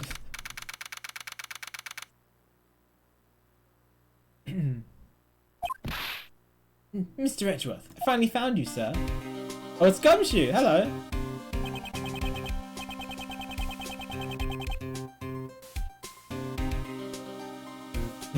That's fine. Detective Gumshoe, I take it the investigation is running smoothly. The judge and that prosecutor haven't shown up yet. Oh yeah! I also got your message, sir. What was the result of the examination of the victim's cell? You hit the jackpot, sir. Traces of blood were found on the cell floor. Oh yeah. There wasn't a whole lot there. Not a whole lot. Means the murder probably didn't happen there. Otherwise there'd be a lot more blood, because it's huge in it. This should prove that the murder occurred in the holding cell. Indeed, the probability has increased. Well, we cannot say that for certain. Could have been injured there, but probably not killed there. No. I thought you'd say that, sir, so I asked the lab guys to look into it a little further. They're running an analysis on the blood, so we'll know soon if it's the victim's or not. Way to go, Gummy! Good thinking. Detective, you've outdone yourself. What caused this sudden foresight? I'm actually a little hurt that you're so surprised by it, sir. I hope nothing bad comes of it. Bloodstains are wiped away inside the victim's cell. Still investigating who the blood was. You did a good job. No salary cutting measures today. Once we get the results, we can prove that the scene was the holding cell, which leaves finding out how that doggy managed to sneak his way in here. Just leave that to me, pal. Since that other prosecutor was in the room. We can investigate as much as we want. That's why I brought my secret weapon with me. Secret weapons? That's right, pal. They've gotten us out of a few jams before. Take a gander at Dick Gumshoe's 7 secret weapons. What, like the metal detector and missile and stuff? Looks like he'll come in handy. Want to take up his offer, Miles? Detective, please allow us the use of your secret weapons. Sure thing, sir. First, I'll give you a rundown. Oh, it is! Yeah! Secret weapon number 1, the trusty metal detector. Perfect for finding all kinds of metallic objects. As its name applies. But last time it was only 3, wasn't it? It was the metal detector, missile... Speaking of missile. Missile, and there was one other, I'm trying to remember. But we'll see what the other 5 are. Secret weapon number 2, everyone's favorite pal, missile. You can track any scent you want, especially the scent of food. I mean, obviously it was useful in Investigations 1, but I love one of my favorite things about Ace Attorney 1 was that Missile was literally just there to eat Larry's hot dogs. That was it. He's much cuter than Mr. Dogan's dog. And then, secret weapon number 3. It's, oh yeah, the fishing rod! I remember. Isn't that a fishing pole? Yeah, I remember. Now I remember. What are you trying to catch? No, actually, I just brought it by accident. Never mind that. What's next, detective? It is just 3. Why did you say 7 weapons? That's all of them, sir. What? You called them the 7 secret weapons. There's only 3 of them? That's all I have for now, pal. You can use the rest next time. I can't just reveal them all at once. Why do you think they're called secret weapons, pal? It doesn't matter. We'll just use the 3 that he's provided. Alright. Which one do you want to use? This is exactly like Ace Attorney 1-4. I love all the callbacks. Well, last time we took Missile first, so we're taking Missile first again. You want Missile, sir? Hey, pal. Over here, Missile. Hello. Ah, there he is. First, let's decide what scent he should track down. We are searching for the route Dogan's dog used to get to the detention center. So, this route would also have to be the same path used to carry the body to the prison. So if we have him tracking the scent of the body, that should lead us to the path. Ooh, look at that sniff. Don't you smell something sweet? Really? All I can smell is the scent of blood. Lord. It's a very faint scent. Like cake or something. How does Gumshoe smell that? Scent of cake from the body. Alright, Missile, get a good whiff of that scent, pal. Oh, he's on the move. He's moving. Come on, let's follow after him. Oh, he's moving. That way, it's Dogan's cell. He's heading towards that special cell. He's gone straight inside. Yes, let's follow him. Oh, Missile, don't get hurt. 4:24 p.m. Special cell. This is Dogan's cell. It looks like he's absent at the moment. What about the dog? Maybe he's being interrogated? What's in here? Shh! I think he's found something. Oh.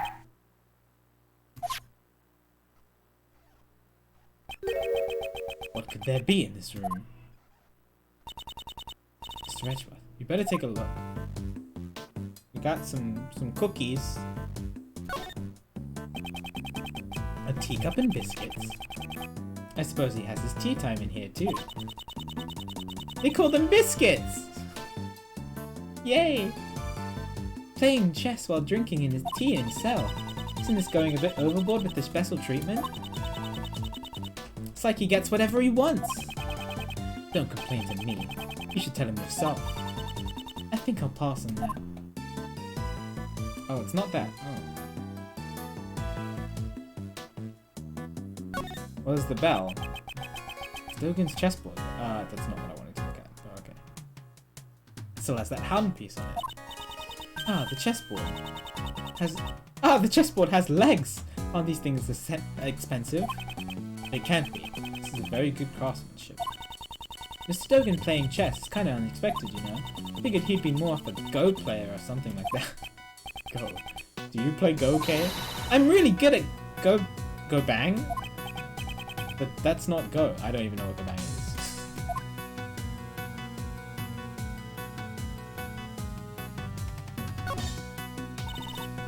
Look at this, Mr. Edgeworth. There's a small chisel here. Not well versed in woodwork, but this seems to be a pocket-sized chisel. Pocket-sized chisel? Must be convenient to have one where you go. Is that from a thief's point of view? No, it's from a great thief's point of view. She didn't even skip a beat. I want to look at the bell. Look at this, Mr. Edgeworth. Okay. Maybe that's just part of the chisel.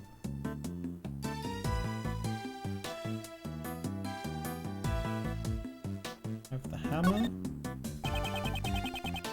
It's the chisels Dogan uses. More than enough for him to murder someone with.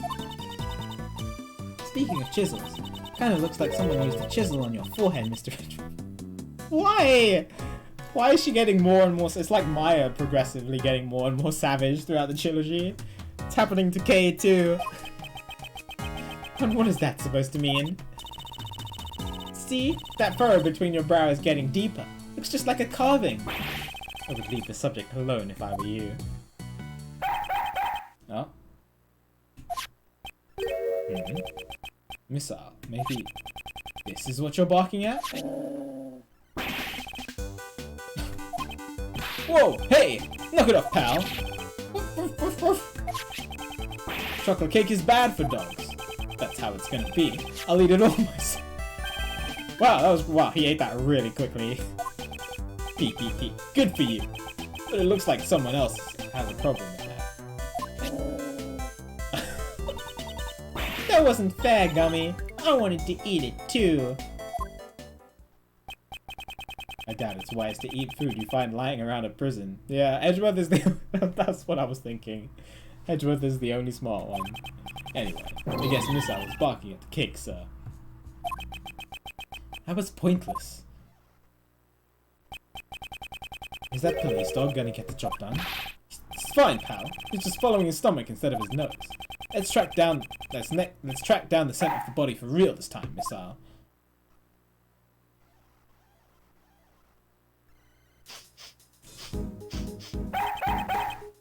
Alright, here he goes.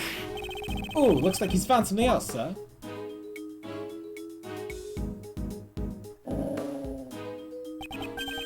Now it's this cell. This would be Mr. Elbert's cell. I'd like to examine the interior, Detective. Call a guard. Roger that, sir. Good work, Detective. By the way, is J. Elbert still being held in the disciplinary room? No. He should have already returned. He was present during the new enrollment. Oh, he may have been assigned to work somewhere. I see. Well then, may we examine the cell? Yes, sir.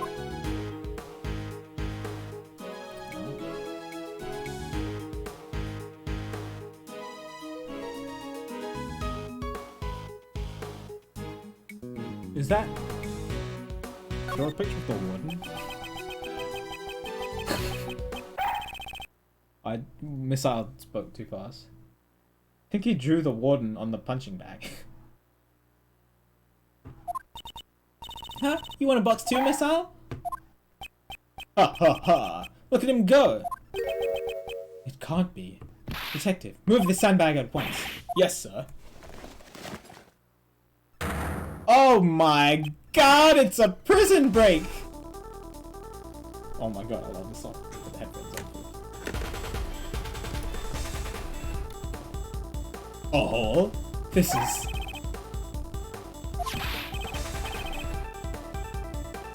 Hey, Missile, come back here! Missile goes straight through the hole, and apparently K is as well. Hold it! I'll stop them, sir. It's too tight for me, sir. Detective! It can't be helped. I'll have to wait for her to contact me.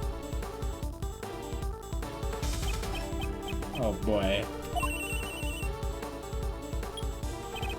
Hello, Kay? Are you alright? Don't get so worked up. Right now I'm in the detention center. Oh my god, secret tunnel. The detention center?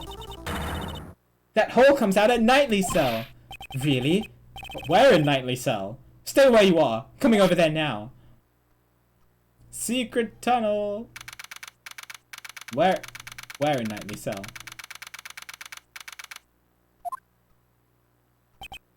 Kay, Mr. Edgeworth. Hee hee hee. I really helped out, didn't I?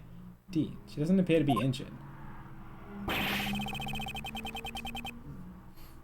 Floorboards have been ripped out from under the bed. I wanted to look under the bed! I said that! I wanted to look under the bed and then we noticed the frickin' floor mark. Wow, nobody noticed this? Okay.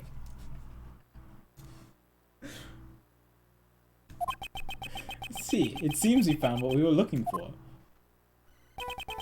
The passageway between the detention center and prison is blocked by solid doors. However, there was a secret underground tunnel beneath it. Dude, what if the murder weapon was just under here? Nobody looked under the bed. We're following a sweet scent and arrived here. That means... Wait! Are you telling me that the Best and the Warden looked through the entire prison and didn't find the murder weapon or the secret passageway? Are you kidding me? The scent must have come from Knightley's body.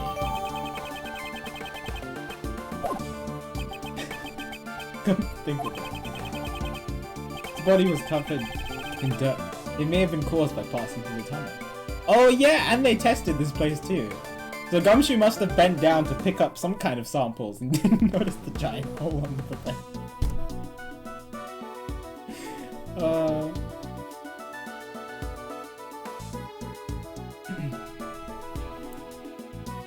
His body was covered in dirt.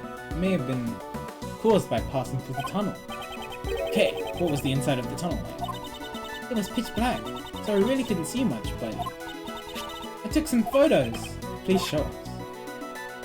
Oh my god. Okay, well there are hoof prints. I don't know if those are missiles. Coffee cup and eating utensils. Spoons and forks. Were these used to dig the tunnel? Wow, it's so cliche. More importantly, what are these footprints? These footprints. Could they belong to a dog?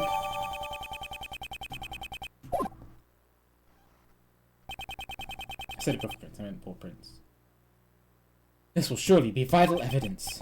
However, before we consider that, we have a big problem. A problem? J. Elbert could use this tunnel to move around freely.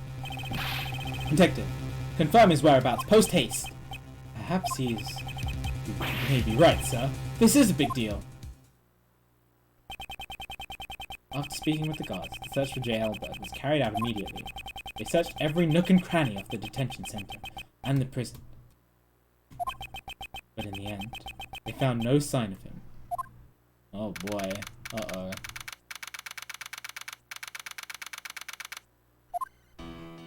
Did you contact the police? Yes, ma'am. We've already done that. We set up a security perimeter around the prison, ma'am. Right. This is the first scandal in our prison's history. We're so sorry. She's completely different from before. Mr. Edgeworth, was it? Thank you for finding the escapee's tunnel. But it's a little too late. Mr. Elbert has long since left here. I don't believe he has gone beyond the detention center. There are security gates located at the exit of the detention center. I believe it would have been difficult to get through those, wouldn't you agree? Maybe he has another tunnel. We certainly can't deny that possibility. However, there's no use in you being here now. I won't rest until I've suspected every little nook and cranny. Inspector, suspected. Please return to your investigation. Yes, we'll do that. You guys get back to your post too. Yes, ma'am. Detective Gumshoe, sir. We've got the results of that blood test you requested. Good work, pal. These are the forensic results of the bloodstain found in Knightley's cell. So what's it say, Mr. Edgeworth? The blood is confirmed to have been Knightley's. Okay. Good to know. So he was definitely attacked in this cell. Hee. Hey now, it's good news. We found the bloodstain in Knightley's cell and discovered the tunnel the dog used. Furthermore, the security camera shows footage of a dog attacking Knightley in his cell. We have all the evidence we need. It's time we ask Dogen a few questions. Dogen, did you say? Please use utmost caution. That man even has henchmen outside of the prison. Outside the prison? Is this related to his secret trade routes as the supplier? The police have been searching for Dogen's henchmen for ages. I've also been helping them, but... So that means back then. So we still won't talk. Right, yeah, they were talking about Dogen. We had evidence transferred from the precinct? Yes, we borrowed all the evidence concerning Dogen. I've been interrogating him personally in my office. No matter how much evidence we have of him, we can't get a single word out of him. Warden interrogates himself. I go that far. Lose your focus and we'll eat you alive. Be on your guard. Whoa, you've made Uncle Ray a little nervous. He does have his very threatening aura. Very scary face. He's back. Prison special cell. Judge Courtney, what are you doing here? Questioning a prisoner. Did you forget that we're investigating as well? Or rather, have you forgotten my warning? If you value your badge, you should not have appeared before me again. I'm sorry if you thought that I would abide by those words. I won't overlook something important just to heed your warning. I've come for a testimony about the truth of this case, which you have overlooked. You mean to say you require my humble services? As I promised, I've returned to prove that you are the culprit. Interesting. Hello. Before that, you should first listen to our reasoning. You can say with confidence that Simon Keyes is the culprit. Only Simon Keyes could have moved Mr. Knightley to the prison. And we can show proof of this fact. But first, I'd like to hear your resolve, Prosecutor Edgeworth. If our reasoning is correct, will you submit it to us? Your prosecutor's badge? Oh boy. You'll deprive him of his badge? Is that a threat, pal? No, it's not a threat. Rather, an act of compassion. Normally, I wouldn't even have taken notice of you, so you have no right to investigate. However, if you are able to show proper resolve,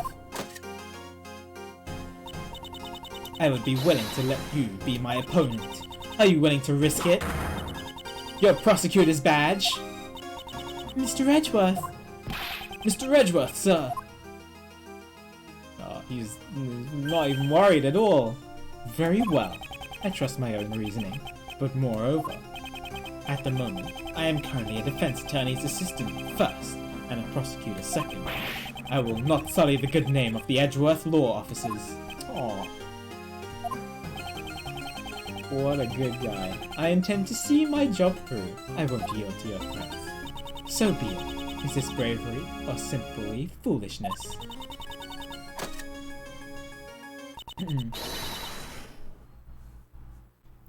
On the goddess of law's behalf, I shall be the judge of that. Sebastian, allow me to... Yeah, I got it. I'm counting on you, Justine. Oh boy, it's Justine now. I think Edgeworth is probably my favorite character. I love Gumshoe, but getting to know Edgeworth and controlling him and stuff like that, I really like him. Probably my favorite character. I presume you know of the incident Mr. Knightley caused the day before yesterday. He attacked a guard and stole his keys. Oh. Oh yeah, Knightley. I thought she said. I got confused with keys and keys. yeah. I thought she said keys, didn't I? Afterwards, Simon Keyes stopped by his cell with an animal cage from the show. During this time, Mr. Knightley was able to use the stolen key to exit his cell. I just realized we didn't use the other 2 secret weapons. I guess we only needed missile. He then hid in his cage while it was moved to the prison workroom. So Mr. Keyes went to his cell after all. After hearing you talk about the security camera yesterday, we investigated it ourselves. Why don't you have a look? Oh. I have here a printout of the security camera footage. Interesting.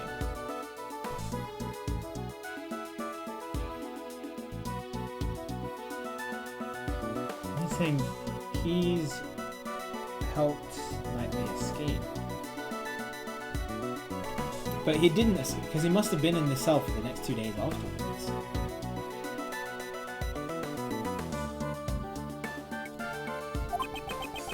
This is the moment when Mr. Keyes visited Knightley. Exactly. As you can see, the cage creates a huge blind spot in the cell. By using this blind spot, Mr. Knightley could have entered the cage. That is our reasoning. Blind spot? That means the camera doesn't actually show him entering the cage. This time, there's still the possibility that Knightley never left his cell. But why would he be hiding inside an animal cage? Mr. Knightley was planning to escape from prison. Oh, prison escape? That's so cool! First Mr. Elburn, and now Mr. Knightley.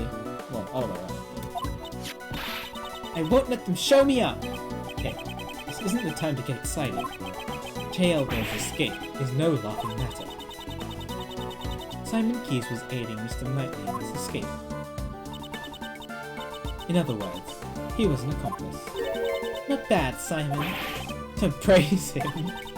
The cage was transported temporarily to the workroom. Originally, Mr. Knightley was to remain hidden until the end of the animal show. He would then be carried out along with the cage. I presume that was the plan. However, midway through the plan, he was betrayed by Simon Keyes and murdered. Judge Courtney's reasoning does appear to make sense. However, there must be a hole somewhere. I must not overlook anything.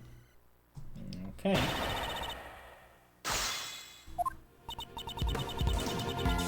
I'm gonna save because I don't want the game to crash. There's a hole in the cell, that is true. But we must find the holes in Hella Logic.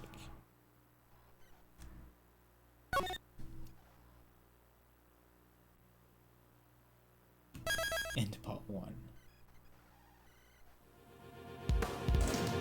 You know, if the incident Mr. Knightley caused the day before yesterday. Stole his keys. I don't know what to press here.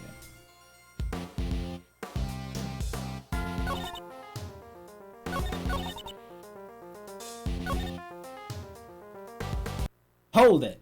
Hold it! Do you have proof Knightley stole the keys? It is the only explanation as to why Mr. Knightley would have attacked the guard. We will know for certain the moment the guard regains consciousness. Is that really true? Should I ask Judge Courtney for more information? Yes. There is one point in your reasoning that is odd. If Knightley did indeed steal the key, I'd expect to try to escape immediately. Was it really necessary for him to wait for Mr. Keyes to help him escape? He simply chose the method with the highest probability of success. After stealing the key, he concealed it on his personage. As he waited for the opportune moment, that is what I believe. But he didn't have the keys on him. Current location unknown. He concealed the key. Judge Courtney, such an oversight is unlike you. Knightley could not have concealed the key, and I can prove it. Knightley did not hide the key, and the proof is the key is its whereabouts are unknown. Take that! Take that! Unless she's gonna just say, here's the keys. This is a debate. The trap. Haven't the guards informed you yet? They searched Knightley after he attacked the guard, and the key was nowhere to be found. Since the key's location is unknown, your logic doesn't hold. That is not an issue. There is an explanation. Mr. Knightley had the key. It simply wasn't found. The reason being, he concealed it inside the chessboard. The chessboard? You mean the one that concealed the murder weapon? Come on. How do we know whether or not the murder weapon was really there? What? Take some responsibility for your own words. That was all Sebastian's idea after all. So, those two don't always agree on their reasoning.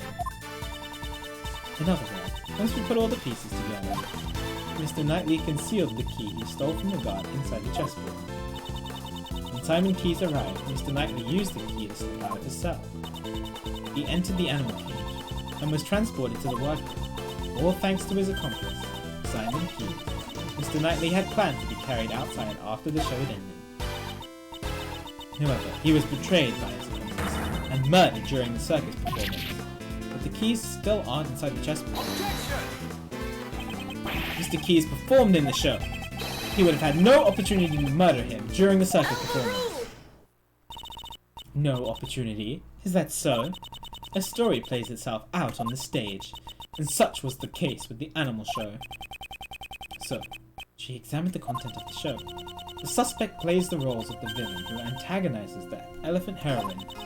In the final act, the villain is defeated by the heroine's love. All ends well. At that point, the suspect, in the role of the villain, is blown away by the heroine's burning love and makes his exit. Blown away by the elephant? Was he hurt? After being blown away, the suspect disappeared from the stage. The suspect was absent from the stage for about 15 minutes. Are you saying the crime was committed during that time? I asked her. Even in such a short period of time, it would still be possible to carry out the murder. Don't you think so? So, he committed the crime in 15 minutes, and then returned to the stage. That may have been possible, if the crime scene had been the prison. Judge Courtney, the actual crime took place in the detention center. I'm afraid I cannot accept that camera footage alone as evidence. We have more than that. As for evidence, I have it. Well then, please show us your evidence. Where is the evidence that shows the scene of the crime was the detention center?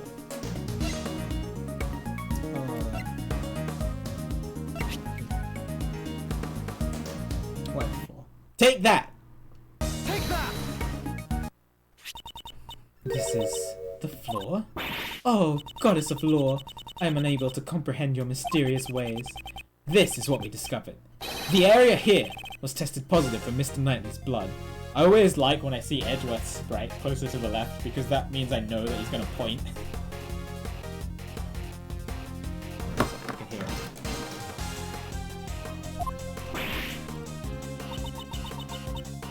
This blood test, can it really be trusted? To begin with, how were you able to conduct a scientific investigation?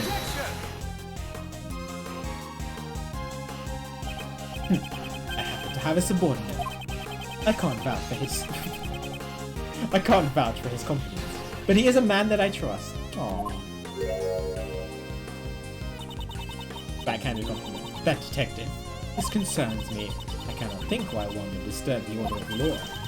The prosecutorial investigation committee's influence goes as far as the police department. Ha ha ha ha. The gummy's in trouble! What else is new? It's fine. Forgive me, detective. I'm afraid something bad may come of this.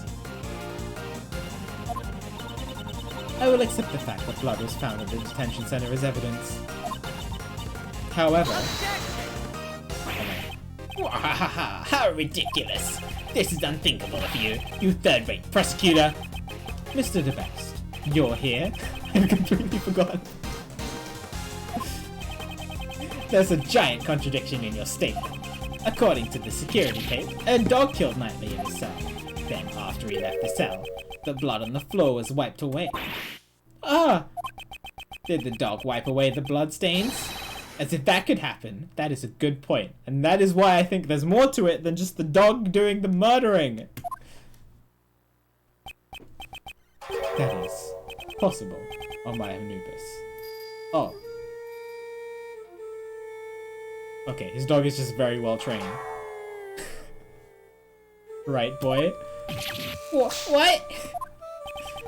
That was one of the tricks I taught him while I was still in the outside world. How to wipe up blood? Oh my god. He makes sure to hide any bloodstains he makes. So as not to leave behind any evidence. Wow. I was saved, if only by chance. Shouldn't you have taught your dog to shake or something? Anubis also performs that trick very well, but the shake I taught him is a little different from others. First, he bites the victim's hand. Oh my god. Stop! Stop! Stop! I don't want to hear anymore! I see. I understand. Prosecutor Edgeworth. It appears you've gathered a good hand. I'm glad you understand. Oh. My argument isn't over yet. Oh my god, just sit down, dude. Objection overruled. Hey now, that's a little harsh. Sebastian, would you allow me the privilege of explaining? Sure, Justine. Do you finally realize? The murder occurred in the detention center. Therefore, that assassin's pet dog. My opinion has not changed. Unless I can understand how the dog was able to enter and leave the crime scene. I'm afraid I cannot accept your logic, Prosecutor Edgeworth. I've been waiting for you to say that. Now, let me show you. This evidence shows the route the dog used to go between the detention center and prison. Oh baby, this is our race. Take that! Take that! Again, I still think there's more to it than just the dog doing the murder. This photo must be. I just don't know who. It shows a secret tunnel hidden in the prison. That's impossible! I know Knightley and Dogen played chess together, but it's not like Dogen would murder him because Knightley beat him at chess. Right? That's impossible! A secret tunnel? Secret tunnel? That tunnel was dug by the escaped prisoner, JL. Maybe Quando. It begins in his prison cell, and is connected to the holding cell of the detention cell. Namely, the victim cell.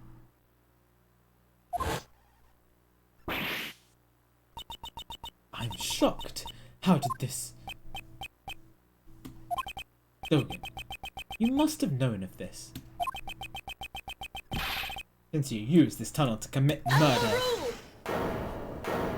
Oh. In the name of the goddess of law, I hereby reject Prosecutor Edgeworth's claim. What do you mean? Evidence is everything. That remains true here, just as in the courtroom. Isn't that right? I have evidence here. Horace Knightley's autopsy report. Oh my god. Updated autopsy report? Autopsy report? Since when? Why are you surprised? This was delivered straight from the police a short while ago.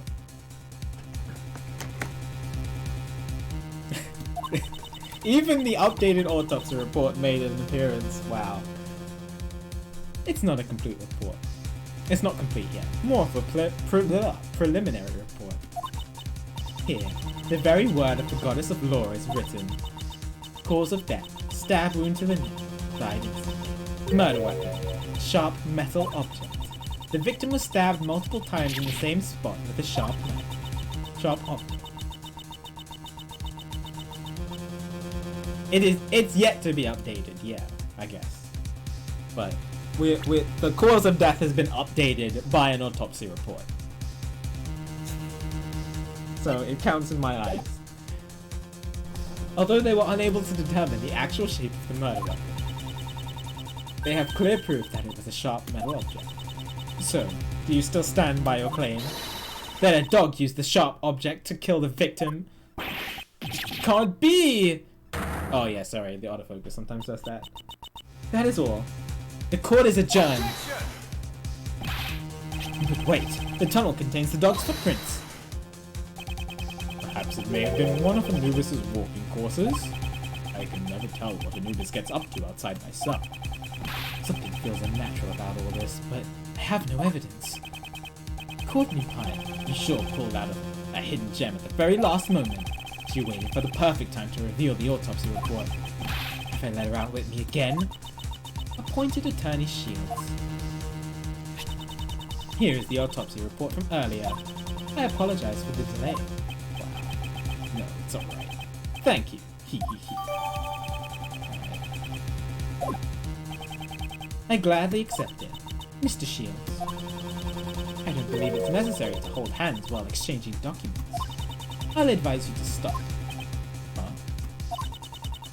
Persist any longer, and I shall call on the strength of the Goddess of Law. Oh, be careful. Justine, well done. Just as I planned, of course. I only acted in accordance to your instructions. The autopsy report came straight from the police. Can't refute it. However, if the murder weapon wasn't the dog, Dogen will be cleared of suspicion. The merciful Goddess of Law so decrees. You choose to yield now, your badge will not be taken. What will you do, sir? She says that, but my answer remains the same. Judge Courtney, it is as I said before. I will see my job through. I will not yield to threats. So even now, you still refuse to give up. If you want to keep your badge, this may be your last chance. Right now, I am a defense attorney assistant. What I protect is not my badge, but my client. The Goddess of Law grows weary of your sentiment.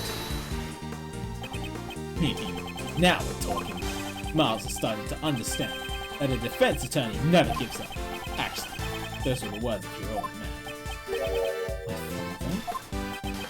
It really is in my blood. You're the spitting image of him right now. Aw. You said it yourself. You've changed since you were tainted by one comment. It's only now that I've actually come to believe it. Heck yeah! Mr. Shields. Well then, Miles. Now's the time to put those skills to the test. Think beyond your limits. If the murder weapon was a sharp object, does that really negate your reasoning? The murder weapon was a sharp object. That's it! What's it? There were Oh, the chisels! Oh! I mean, if the dog is trained to clean up blood, it can be trained to use a chisel. There were 5 chisels placed inside the special cell. Dogen is a former assassin. It's quite possible he could kill someone with just a chisel. In that case, the weapon that killed Horace Knightley was... Is that all? Well then, I suppose you'll be giving... Evidence is everything. Didn't you say? The murder weapon was a sharp metal object. However, such a weapon is yet to be found. What? So what are you trying to say? The only decisive evidence is the actual murder weapon itself. And that was in plain sight this whole time. The real murder weapon is... Dogen's chisel. What did you say?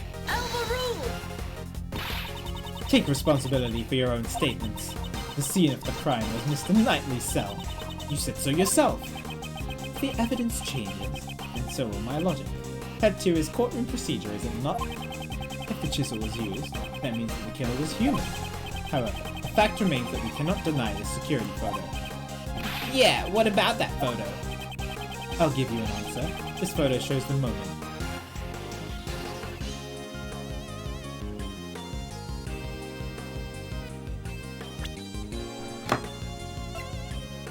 Talking about the video.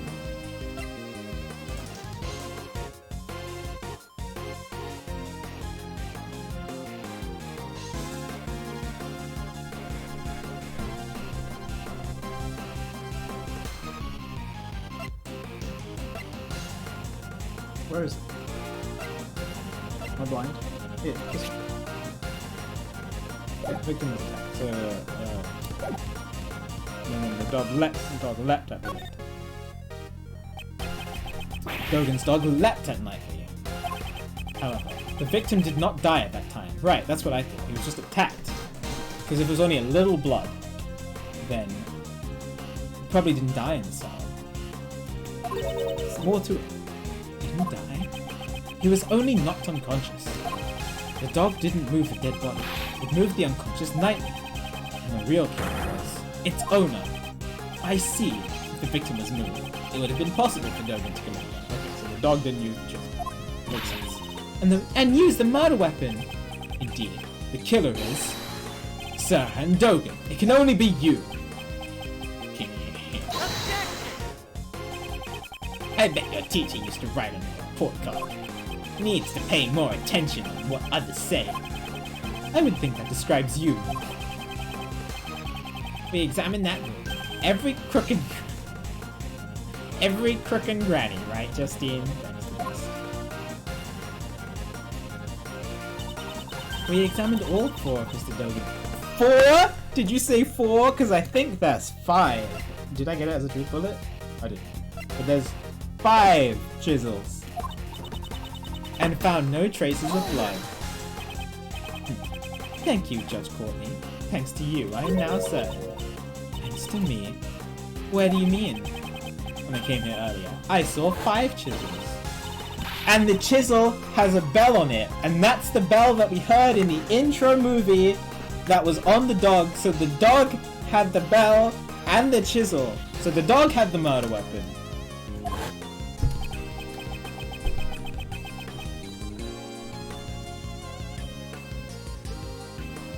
So the one that disappeared was the smallest one, presumably for portable use.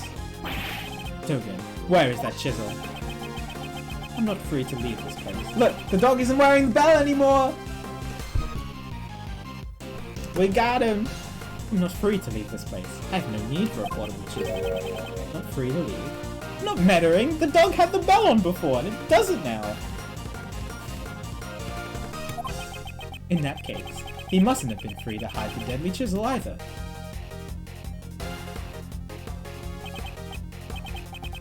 Dogen, you just dug your own grave. Oh yeah, the intro cutscene, but that's just because it's in the game. It seems you know something. Would you care to show it? Dogen couldn't leave, so the place he hid the chisel is... the cell. Yeah, because it was here. Take that! Dogen is a prisoner, so he can't leave his cell freely. Perhaps he could have sent his dog out to dispose of it, but he would not have been able to confirm the weapon's location. So what does that leave? Above all else, special metal tools are allowed in the cell. Even if one chisel were to appear here, no one would suspect a thing. You'd be a fool not to take advantage of that. I see, of course. It's always safest to do something yourself. But I examined everything. I didn't find any hiding places in the cell. I am certain that the murder weapon is here. The reason you haven't found it is because it was cleverly hidden. He examined everywhere, except under the murder victim's bed. That's okay. Not that important. You say I hid it. Where exactly? Think. Where could he have hidden it? I have to remember everything up to this point. There must be some clue. Look, he's got the bell on here! Come on! I got it! What does this mean? What I think it means? Let's get going, Mr. Edgeworth!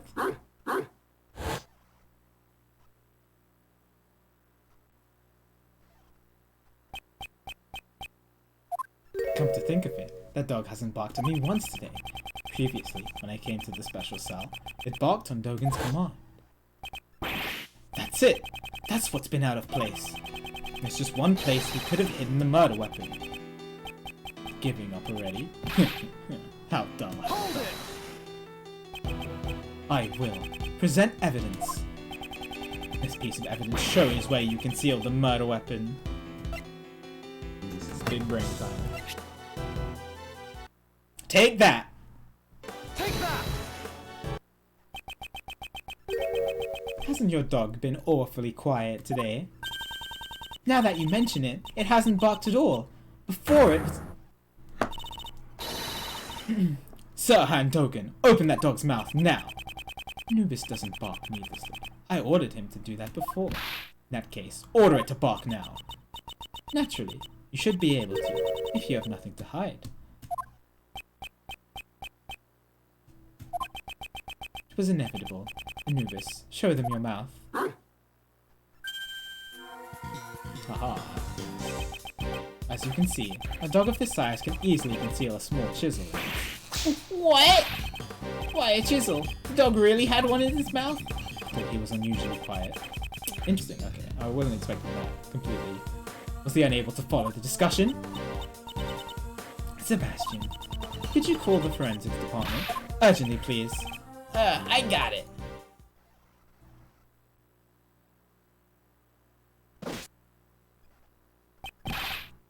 A reaction!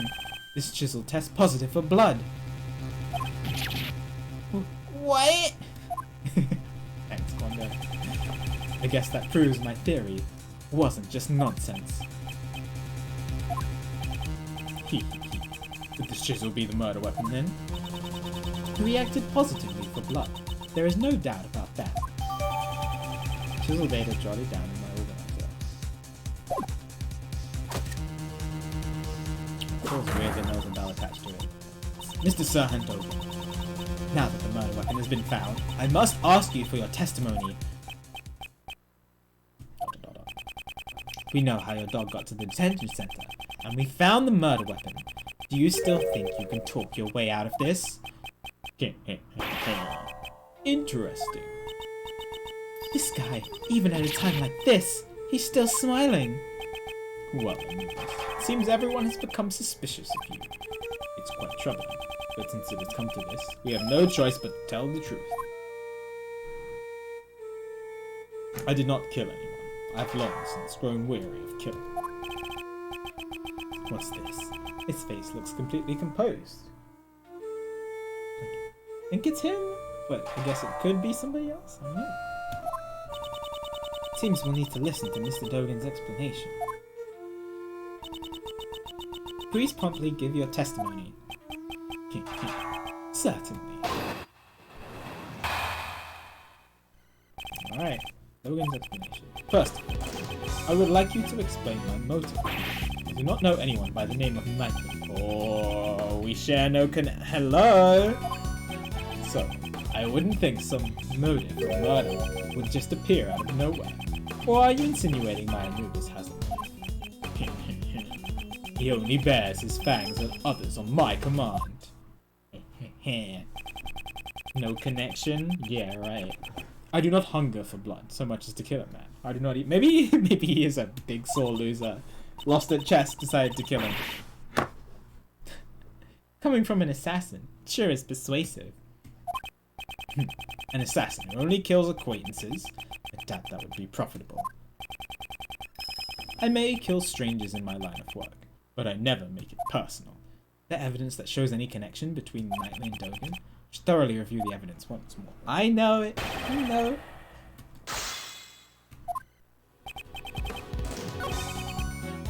Yeah, no connection. Where is it?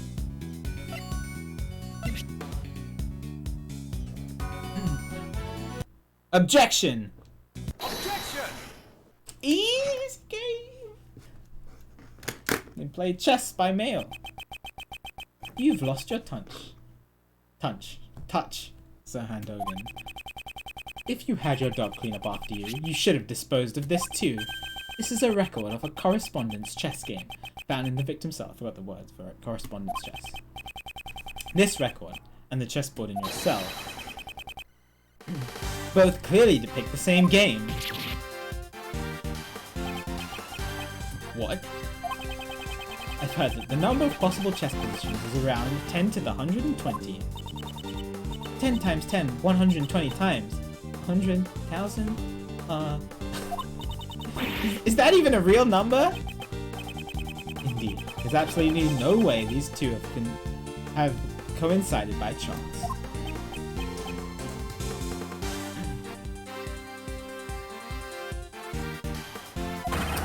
Should. Tier 3. Tell us your reason for killing Knightley. Unless you intend to explain this as a coincidence. It is indeed. Well, Don't they say that the truth is stranger than fiction? It is as you said. This is merely a coincidence. But there's no way that could have happened. My correspondence chess opponent was the victim in this incident. What a horrible coincidence. Aren't you shocked too, Anubis? The chance is so low, but it's still technically possible. Looks like I have to tell them the truth, Anubis, my boy. The animal show, or something. That was when everyone left. Anubis brought the body to my cell. He had already been stabbed in the neck with the murder weapon.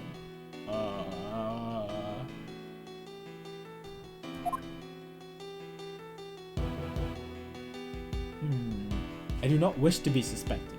Why had Anubis carry the body to the workroom?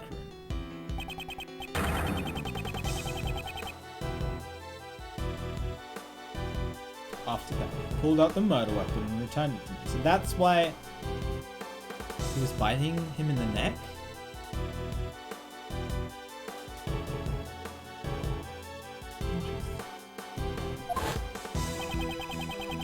So you're saying the one who pulled the weapon out was Anubis? That's right. If I pulled out the murder weapon here, the blood would have been a problem. Mr. Edgeworth! Isn't this what that saw hit guy said? Right. A large black dog Was biting into the neck of the victim. What did you say? It was a truly hellish scene. That dog killed him. I see. So that means Sohit witnessed the moment the murder weapon was pulled out. Oh yes, that prisoner's testimony. It surprised me when I first heard it. Not often when Anubis makes a blunder like that. Now, I believe that explains my actions. I did not kill him. All I did was remove the murder weapon. Now, will that be all? Anubis is getting tired. Objection! That was Ray. Whoa there, just a moment. Mr. Dogan. Mr. Shields? Isn't there one thing you haven't explained? Why would you need to pull out the murder weapon in the first place? That's right. I understand why he moved the body to draw suspicion away from him. But he didn't need to retrieve the murder weapon. It's a good point. I thought him just a fool, but how quickly his scent has changed. Care to elaborate, Mr. Dogan? It was because of this bell. The bell attached to the murder weapon. And the bell on my dog's neck. They share a distinct shape, wouldn't you say? The assassin Sirhan Dogan's trademark. An assassin's trademark? The blind assassin, Sirhan Dogan. He always appears at the sound of a bell. The sound of a bell ringing in the dark of the night is said to be the last thing his target hears.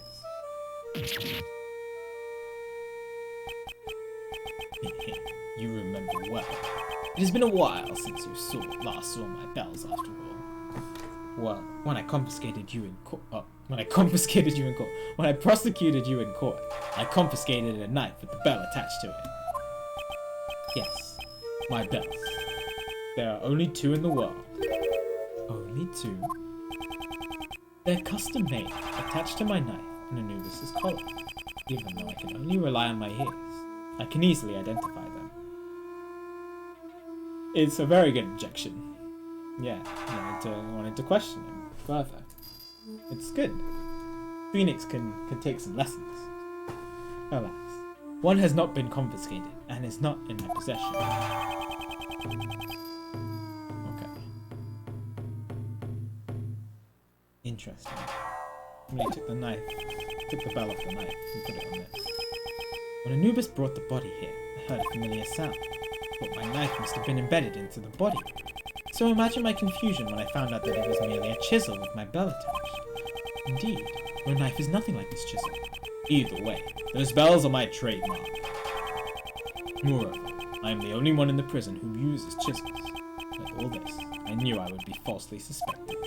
So I removed the murder weapon and hid it. Hold it! So, you're claiming that you only moved the body? Did I tell you? That chisel isn't mine. If you think I'm lying, go ahead and check for my fingerprints. Sebastian! Eh? Me? But how do I check for Forensics. Yes, ma'am.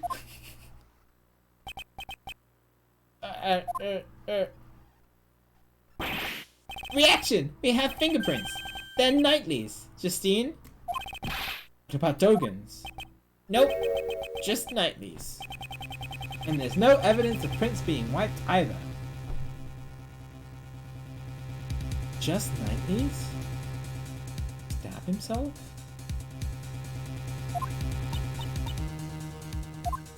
Only Knightley's fingerprints? It can't be. Should we re-examine it? See now. The best is wearing gloves. It could have been him. He never even touched that chisel. Because I ordered Anubis to carry it in his mouth. In other words, fingerprints belong to the chisel's original owner. It's Knightley's. And Knightley had the bell, which means he had the knife.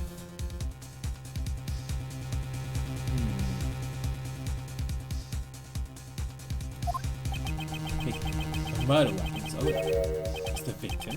That's his best. At any rate, I did not touch the murder weapon. In other words, the killer could not have been me. Isn't that right? Oh, I have nothing to refute that. How could this... Is he really not the killer? Could Dogen's testimony actually be true? This can't be. I don't really have a suspect, to be honest. I don't think it's Frank. I don't think it's Jailbird. Or the other prisoner. Guess maybe the warden is hiding something? Maybe that could be a motive. Maybe the warden is trying to frame Dogen. Because she can't convict him.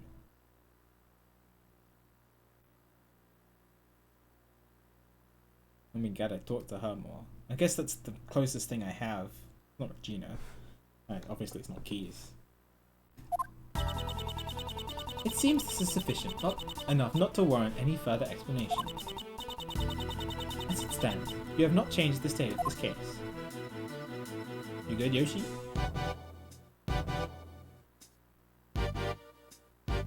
Oh my god, yeah, I couldn't breathe.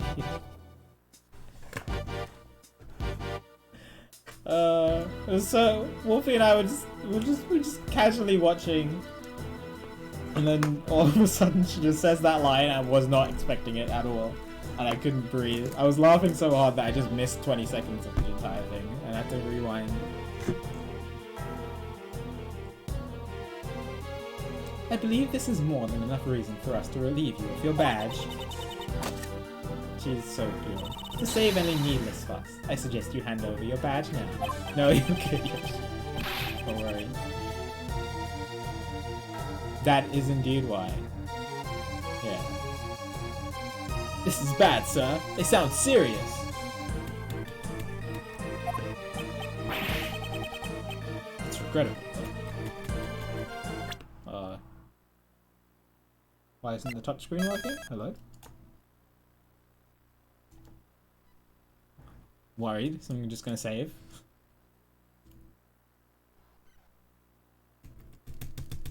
Hello?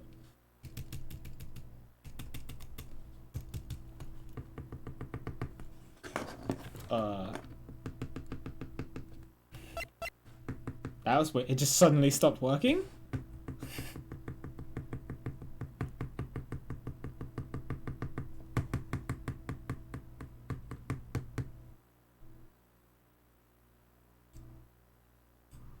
Turn it off and on again. I could try, yeah.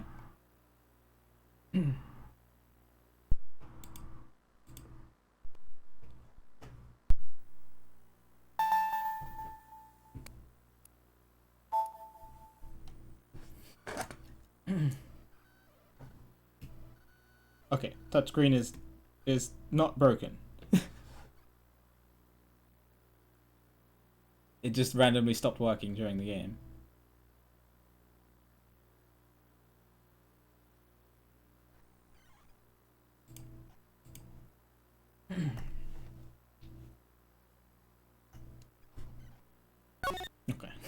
That was weird. That was so random.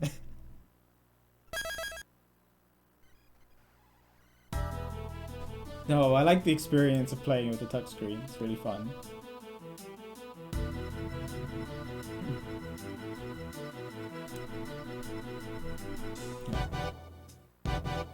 It's regrettable, but without those prints as decisive evidence, I'll have to rethink my logic from step one. But there are still many unexplained things. Why would Mr. Knightley be carrying a chisel? It could be used for many things, perhaps even prison escapes. Well then, how did he carry it into the prison? I mean, the prisoners aren't even allowed cutlery. Right, Mr. Edgeworth? Maybe the chess...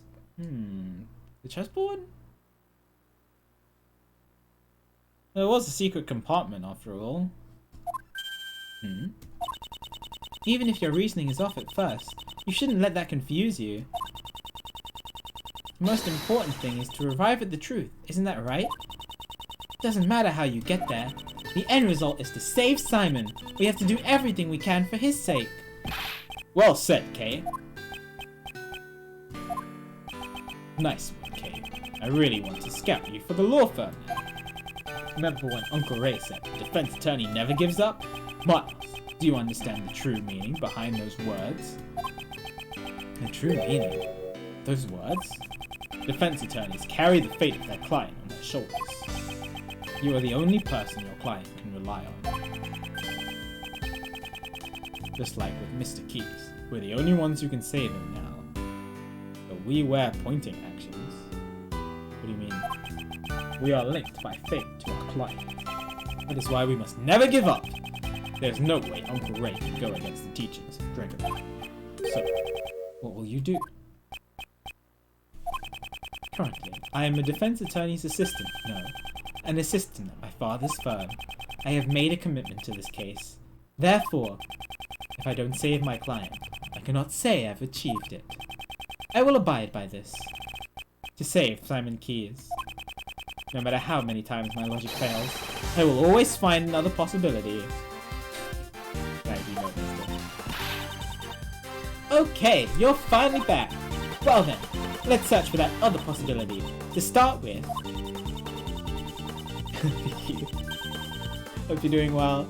Do you think there was a way Mr. Knightley could have brought the chisel into the prison?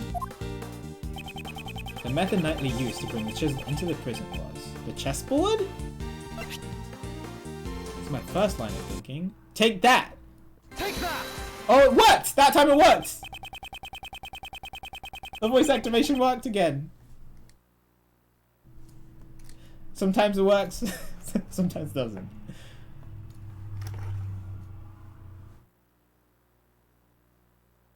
Yo, a number! Thanks for the gifted sub. Much appreciated. Enjoy the emotes, Carrie. Appreciate the support. Super nice of you to do.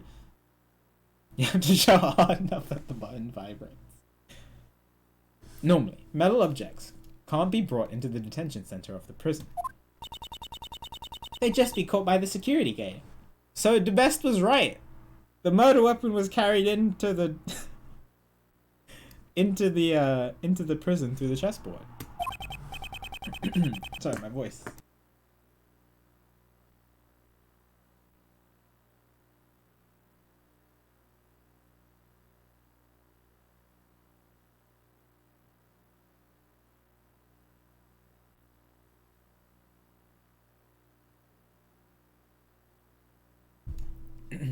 However, there is one way to avoid this, very much PQ. And that is, if they sent in a package to the detention center. That gate is only used on people. In other words, packages sent into the detention center undergo a simpler check. So they don't use a metal detector for that? Right. Knowing this, Knightley asked Simon to send him a package. Namely, a chessboard containing the chisel. Well, this has solved one of our problems. The fact that the chisel was not Mr. Dogan's, but Mr. Knightley. Given this, one major issue remains. The security camera shows a dog attacking the victim. As long as that exists, I will maintain that Dogan is the killer. that Doe can never touch the bird well. I'm stumped. We also desire a conclusion to this matter. Mr. Edgeworth, we can use one of my secret weapons, sir. Secret weapon number...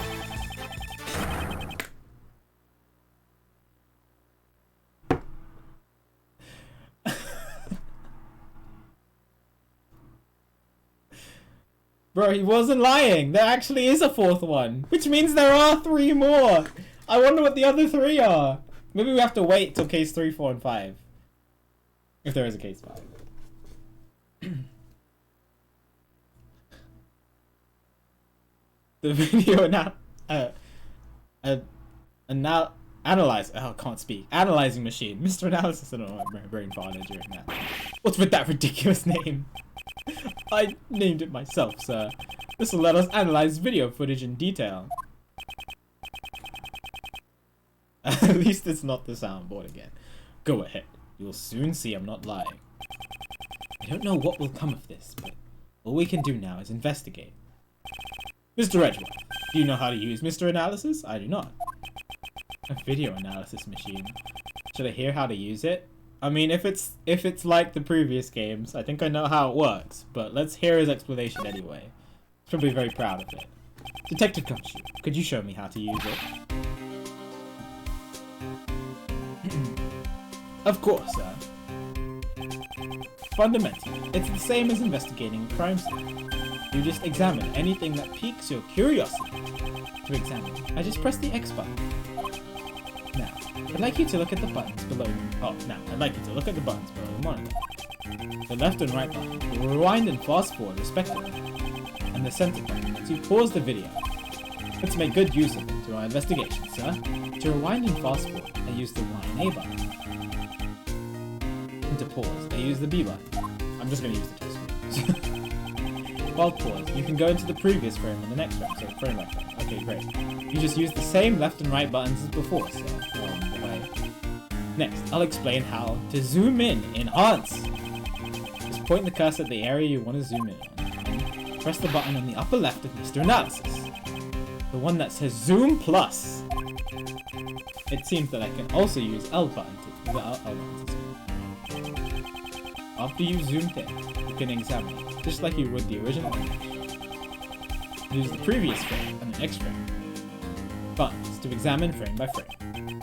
But you can't actually play back the video in this mode, so keep that in mind. Okay, that makes sense. What should I do if I want to zoom out? Just press the top left button again on Mr. Analysis again, sir.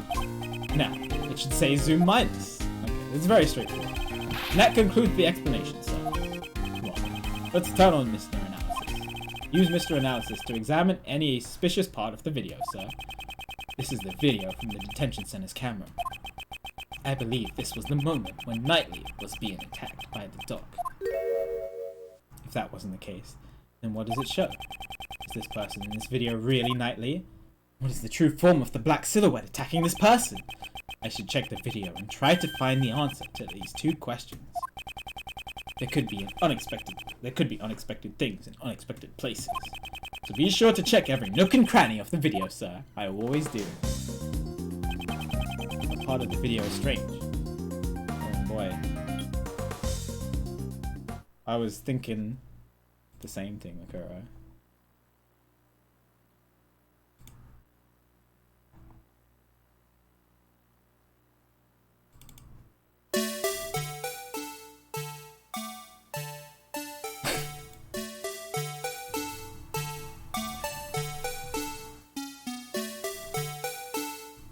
Can I switch the displays? Oh yeah, hang on, that might take a bit of time though. Then I'll have to switch it back.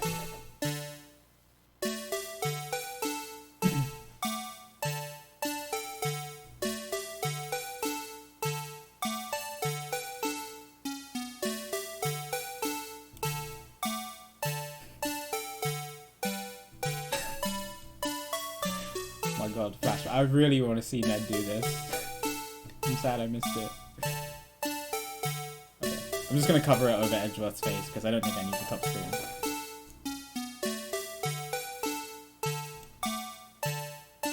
Alright. But yeah, that way I don't have to do both screens.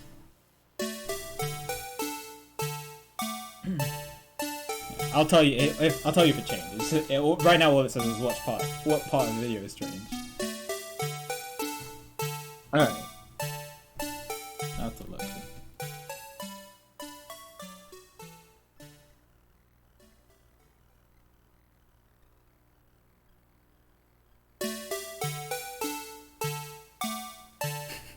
Oh my god, it is giving me flashbacks.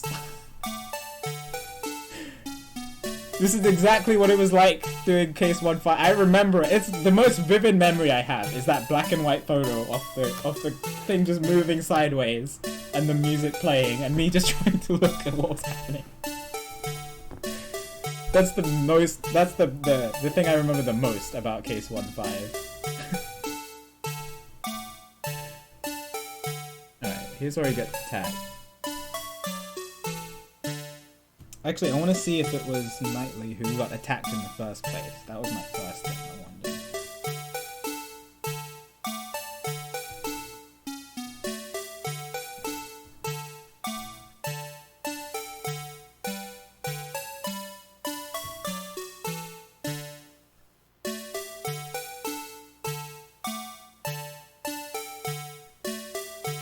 Oh, no. I thought it was... center it. Oh, I could only do the 4 quadrants. I see. Okay.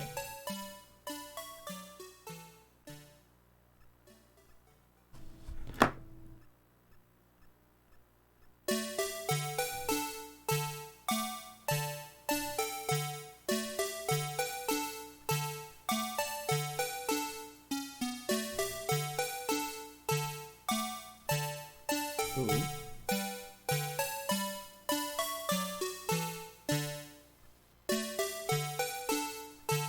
Around.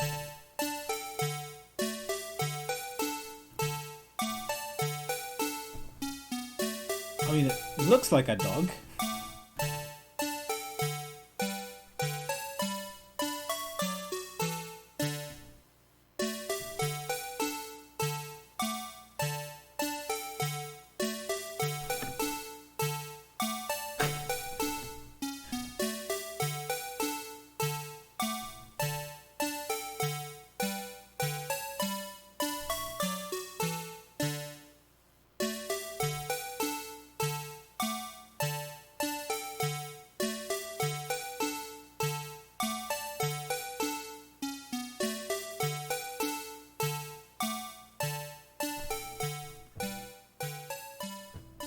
What else could it be?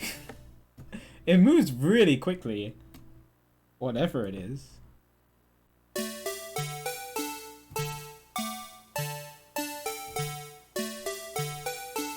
I mean, it looks... It must... What else could this be?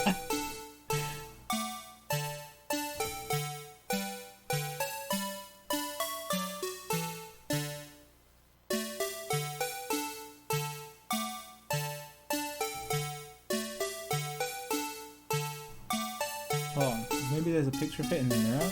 Aha!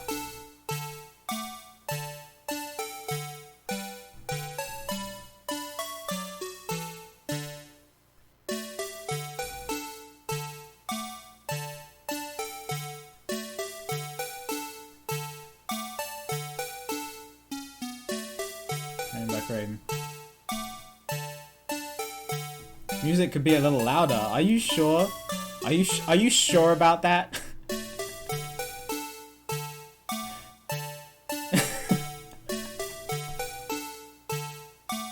Are you sure about that one?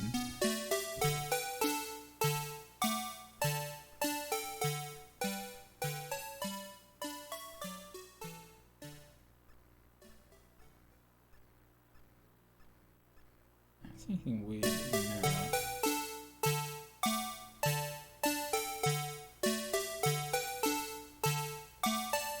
Oh, there's more. Okay.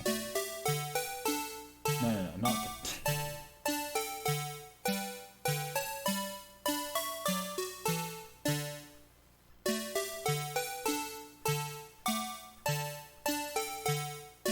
Wait.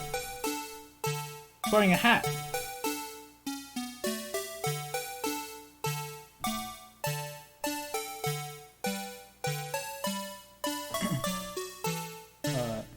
You can't see anything. Hang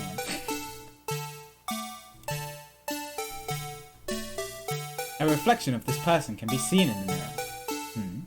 Is that a cap on his head? Actually, looks kind of like the caps the prison guards were wearing. Right. So it might have been the guard. That was the first thing I was wondering. I was like, wasn't he supposed to be wearing a suit? Kind of looks like a. I wasn't 100% sure if it was Knightley. That was the first reason why I wasn't 100% sure. Because, oh my god, that smug face.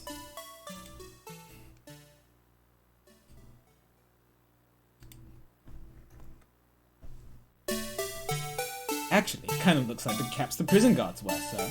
You don't think it was a guard who was attacked? Have you received a report of any guard being attacked by an animal? No, not that I've heard, sir.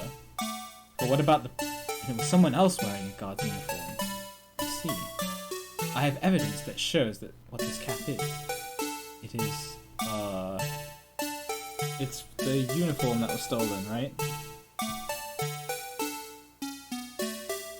Take that! Oh, it did that without me having a touch too. Okay. Is that the end of the video? Can I finally pause this song? Okay. Yeah, I was just making 100% sure that that was the end. Watch how I still have to analyze the video. Whoops, I'm moving the wrong screen.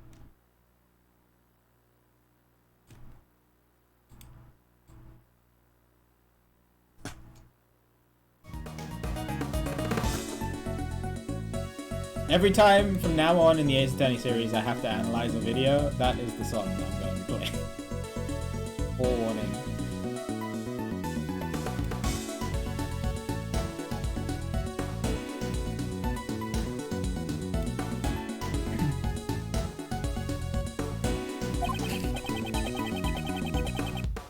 Oh, we did hear that a guard's uniform was stolen. Putting two and two together, I'd say this was a disguise. For the purpose of a prison escape. Disguised as a guard? This sounds like it could have been successful, sir. Oh, speaking of prison escapes. Hello. Indeed. That person certainly was successful. If the person in this video is not Knightley, then perhaps that black shadow is not a dog either. You should be able to see its real shape, sir.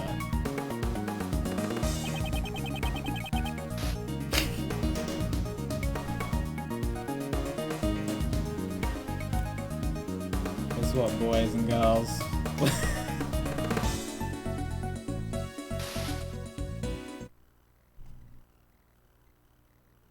This is why I wanted to make absolutely sure.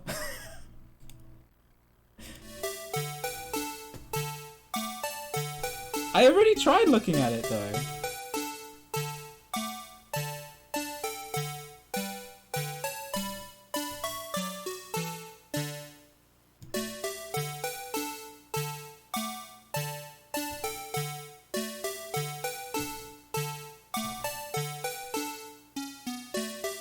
I could indeed, yes.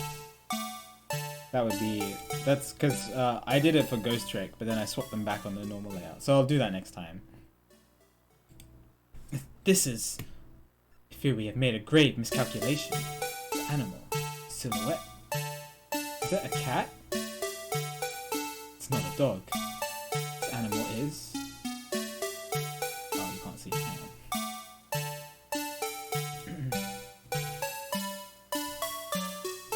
Alright, there better not be more of the video.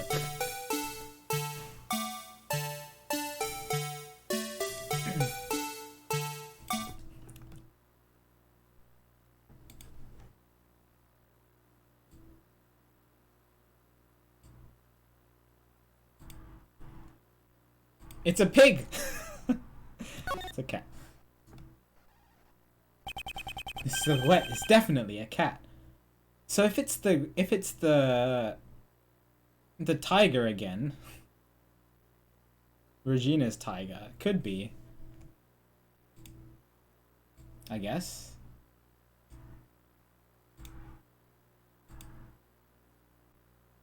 Buck, please. A cat?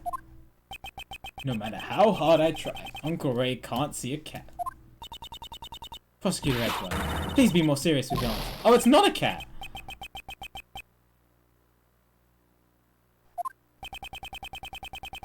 Oh my god. Okay, it's not asking me to look at the video again. Apparently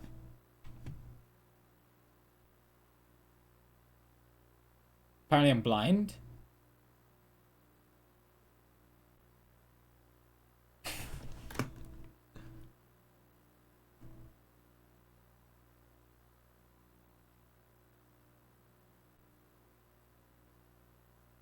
Well, it's definitely not a pig. A bear?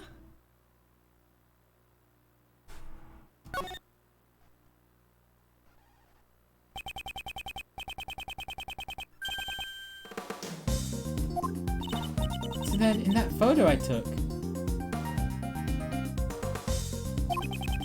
those footprints must have belonged to this bear. Yeah. It's a bear? Oh, no. The frame that I paused on made it look like a cat. Did you say a bear?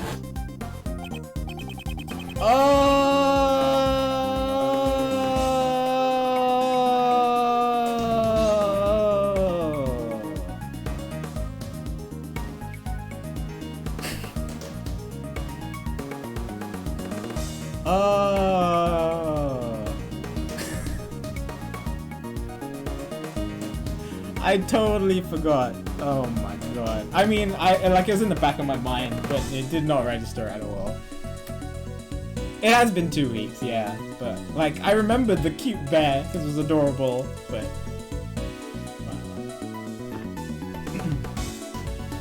that man is the first to come to mind. I see. We were all under the impression that the person in this video was Knightley. But it's his cell after all. Why would it be anyone else's? That line of logic no longer holds. Remember the tunnel under his bed? It's possible whoever used this tunnel is the one in this video. It seems it is time to answer that question.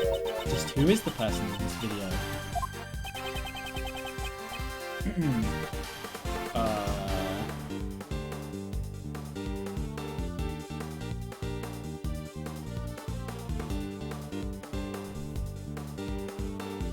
Well...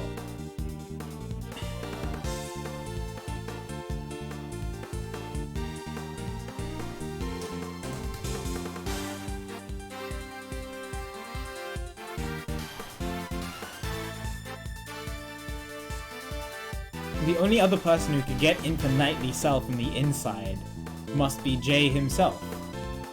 But then I'm like, did his own bear attack him?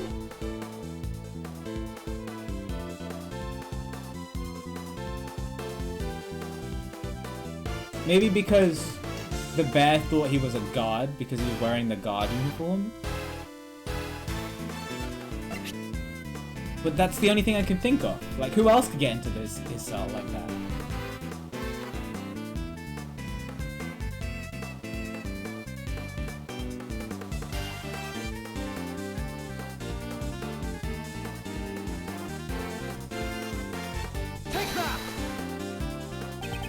The person wearing the guard's uniform is the escaped prisoner, J. Elba. The probability is extremely high. His pet is a polar bear. But the bear hair is black. We have evidence that can explain this matter. Well, to me, it's just a silhouette, right? The reason the polar bear became black is I have evidence for it.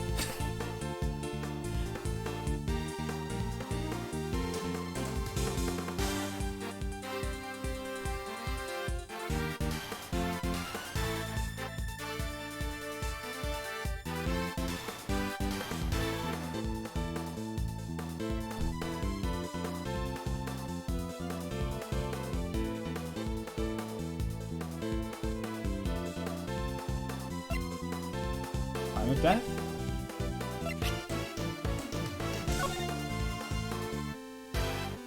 No, wrong. Never mind, ignore that, scratch that.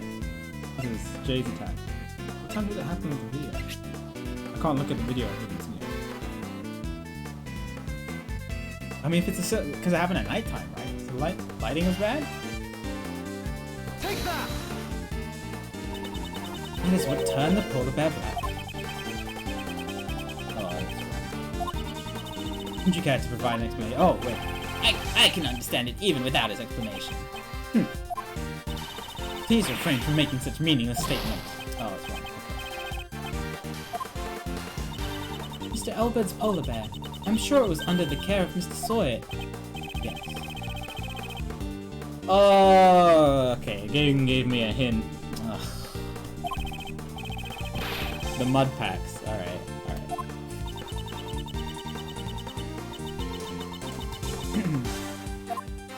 Game is backseat gaming! That's big brain. Wow. I would not have thought of that for a while if the game didn't tell me, well, point me in the right direction. Where is it?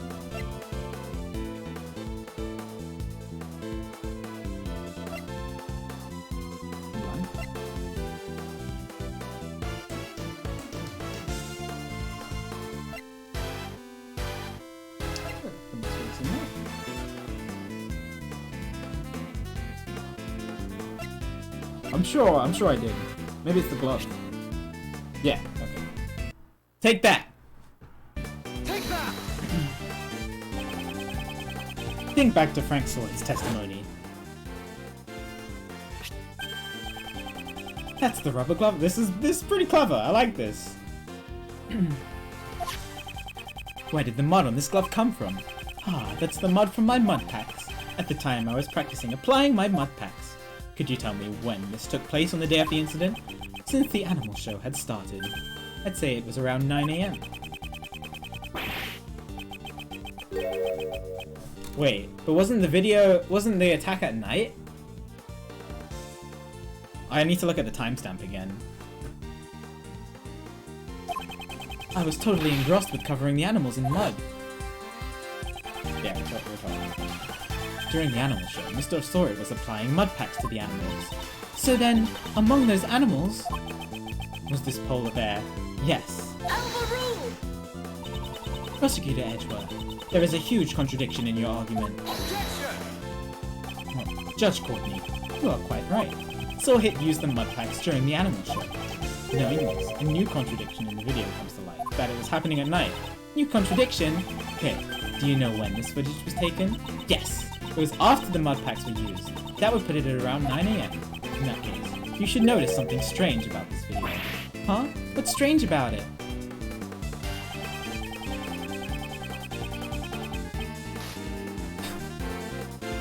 I'm not gonna do it again, because it's the time. Oh, 6:42 in the morning. Okay. I guess. I don't know if they're using 24-hour time. I'm not doing it again, because I'm pretty sure I know this. I'm pretty sure this is the right answer. Take that! The time Sawhit recovered the polar bears in mud was around 9 AM, which means the video should have been taken at 9 AM. However, the timestamp reads 6 AM. On that day, the prisoners went to the courtyard to watch the animal show. At this time, only 3 people remained behind. Dogan in the special cell, Sawhit in the workroom, applying his mud packs, and Jailbird. And the one who put his escape plan in motion at that moment, J. Elbird. Elbird left the polar bear in Sawhit's care, and entered the secret tunnel.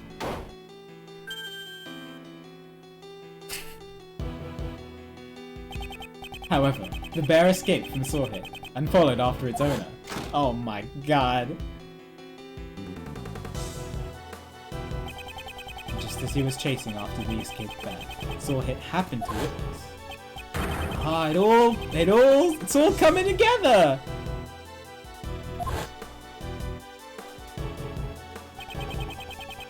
Sawhit's testimony is correct. This video must have been taken at around 9 AM morning. However, the timestamp is off by 3 hours. Why would the timestamp be off like that? Detective Gumshoe, I'd like you to examine the security camera.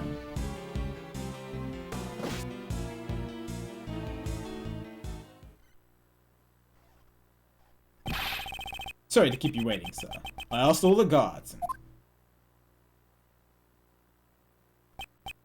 It seems the camera's power was cut off for a moment. throwing off the timestamp. Dude, the cameras in the prison were off as well? What is wrong with this prison? What? The camera is an old model, so if it loses power, the clock stops as well. In that case, this means the camera's power was cut for 3 hours. Jesus Christ. Okay, well now we need to look at the timestamp of when words, what are words? Of when Keys went to go visit Knightley. Wow, that took me ages to say. While I'm at it, I've got some more information for you, sir. You heard that Knightley denied stealing the key, right? It seems nobody would believe the words of a criminal, but Knightley testified. I was knocked out too.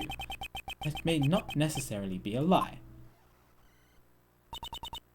My, there you all are. This is my biggest suspect right now. Making progress in your investigation. Can I be of any help? Actually, there is something we must report to you. The escaped prisoner, Jailbird, is most likely still inside the prison. He has disguised himself. Here is the proof. Person visible in the security video is Albert. Or perhaps he's still in this very building.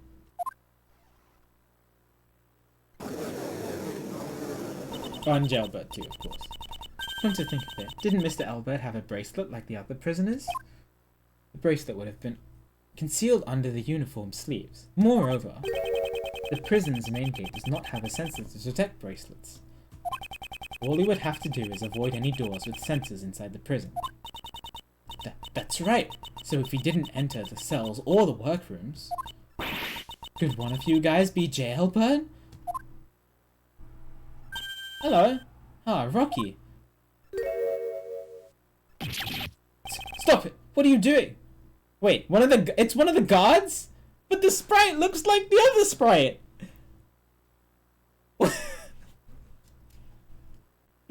The game debated me!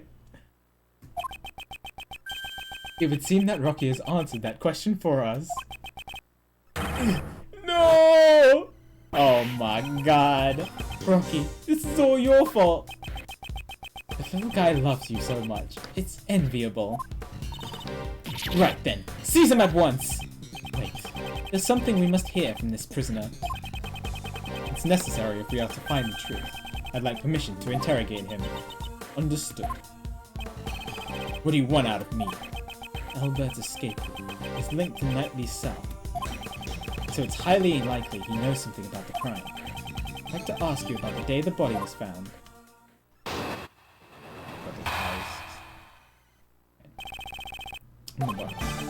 So it was you guys. You were the ones who found my secret tunnel. It took me ages to dig that. The day the body was found was the day I had planned to escape. I was in disguise. Then Rocky followed after me, but he was all covered in mud. I panicked and returned to my cell.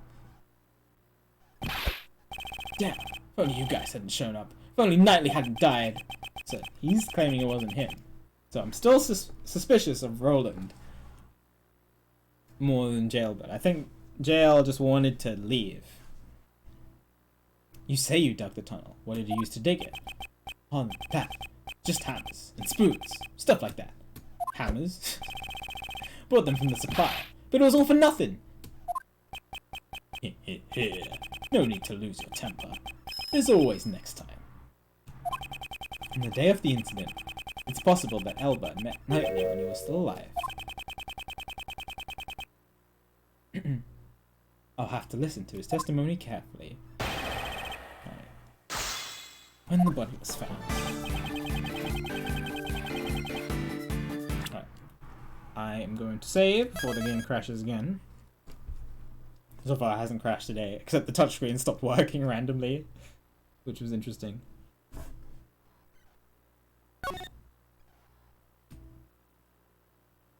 Yeah, presto theme.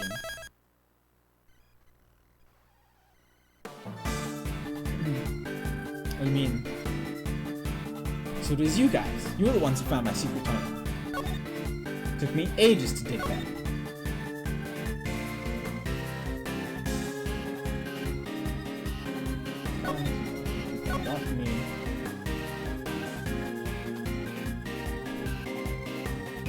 Apparently someone broke myself.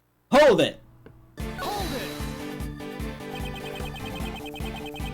You didn't consider just making a run for it? I would have if I could, but the mud would have given me away. It's not like I'd get another chance like this. So I had to proceed with caution. In the end, he was exposed by his own bear. It's possible that Elbert met Knightley before he died. You should listen to his testimony carefully and view the evidence.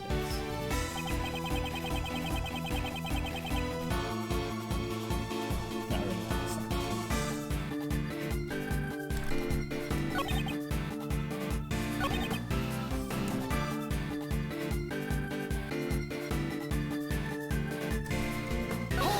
Press more things. Nothing's ringing any bells. Did you obtain the guard's uniform from the supplier too? Yeah, that's right. Seems you got it by threatening a guard. That guy went and stole it from someone's locker. So when you went through the tunnel, you were already dressed like a guard? No, to ensure that the clothes wouldn't get stained with mud. I carried them. I see. Once I got out of the hole and changed clothes, getting out of the cell doors was simple. That's why. Rocky ran up and jumped on me. That must be the moment the security camera captured. I see. Could you add that to your testimony?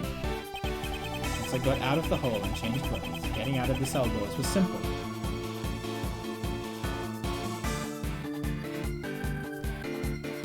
But the keys are missing. Unless he has the keys on him? Objection! Objection!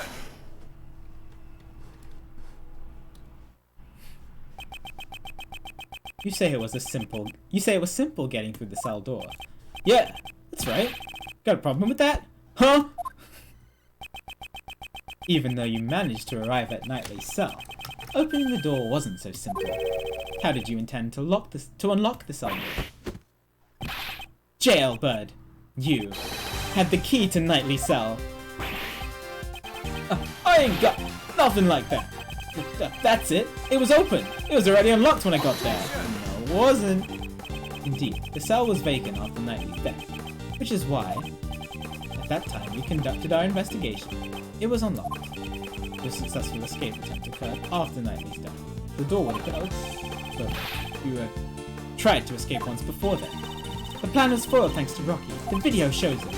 Yes, that was during the animal show, before Knightley's death was known, and the cell door was locked, because no one knew he was dead. Without the key to Knightley's cell, your escape would have been impossible. That means it can't be. It's exactly what you think. In the case of the stolen key, the culprit is J. Elber. You were the one who attacked the guard, weren't you? Oh my god. The guard. And Knightley too, in order to steal the cell key. It wasn't me! I don't know any Knightley! After stealing the key, you returned to your cell as a precautionary measure.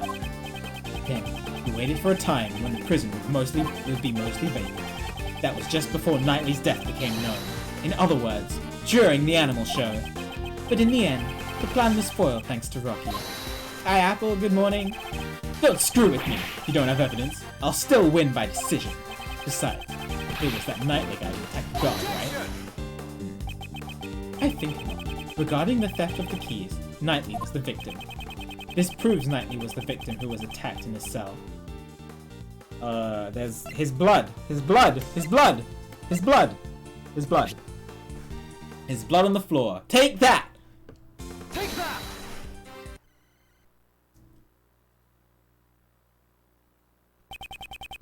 In Knightley's cell, there were traces of his blood, which had been wiped away. I believe this is more than enough proof Knightley was attacked in his cell. You attacked those two people and stole the key, didn't you? Damn! It's going well, Apple. I'm having fun. We're getting to the final-ish moments of the case. I'm finding out a lot of stuff at the moment. I never thought you'd find the bloodstain I wiped away with the newspaper. Why would you go through all the trouble of wiping the bloodstain? On the hands of Knightley and the guard. There were obvious signs of a scuffle, you know. The bloodstains were the tunnel. They'd find out there was another attacker. If anyone looked around the bed, the tunnel I dug would be discovered. I mean, we all looked around the bed and nobody found it. So you were trying to buy more time for your escape attempt? But I'm afraid to say your plan still ended in failure. Now then, hand over the keys to Knightley's cell.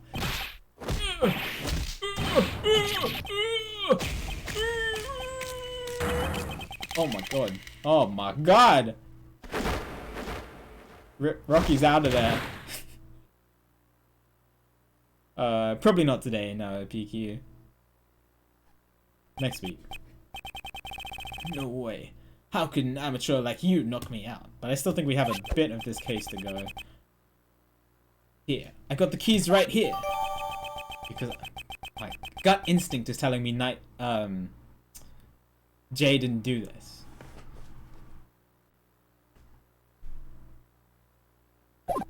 I think it was Roland. That's my gut instinct, and it's just because of the motive to try to capture Dogen. But I'm not, just a little inkling. Hold it! If you have that key, then that means... That's right. Judge Courtney. You reasoned that Knightley stole the key and used it to leave his cell. From there, he entered Mr. Key's cage and was moved to the workroom. However, the very foundation of that hypothesis has collapsed. Ah! How? I see, in that case. There was only one person who could have moved Knightley. The criminal must have been someone who knew about the secret tunnel. Hey! Are you suggesting... Jay Elder, you're under arrest, pal. Whoa, wait, I didn't do nothing! Sure, I knocked out those two guys. Then, I stole the keys. And after that, I waited for the perfect time to enter that guy's cell. But the cell was empty then. There was no dead body either. And also, how could I have gotten into the workroom? I couldn't even leave my own cell, right? It's true, you only had the key to Knightley's cell. There's a few holes in it, but there's also Dogen's dog. What? Impossible for the dog to carry the body from the cell to the workroom. I see. So you're saying there was an accomplice? The crime would have been possible if Elbert and Dogen were working together. Perfectly plausible. Somehow, Elbert managed to carry Knightley's body to his own cell. And then, the dog must have carried it to the workroom.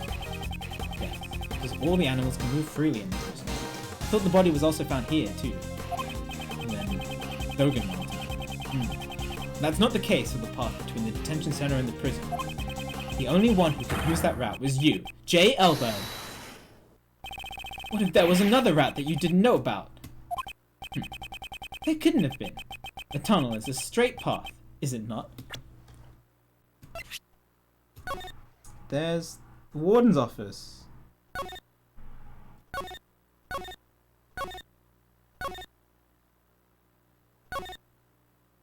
Through the courtyard. Could be.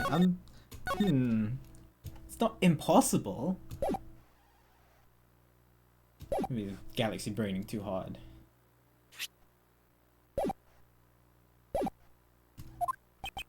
Yeah, seems like it. Didn't have enough time to dig any more than I did. Tal IQ.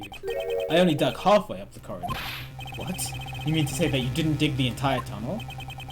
When I got to that cell, the tunnel was already there. What?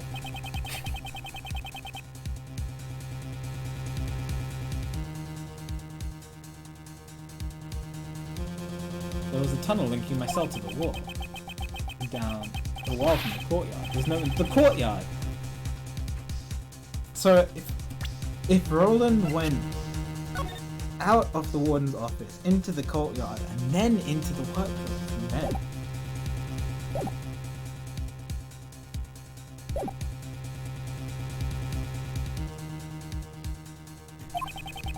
I just continued the tunnel with my digging. That adds up. Oh, Angel sent me Tal Smug too.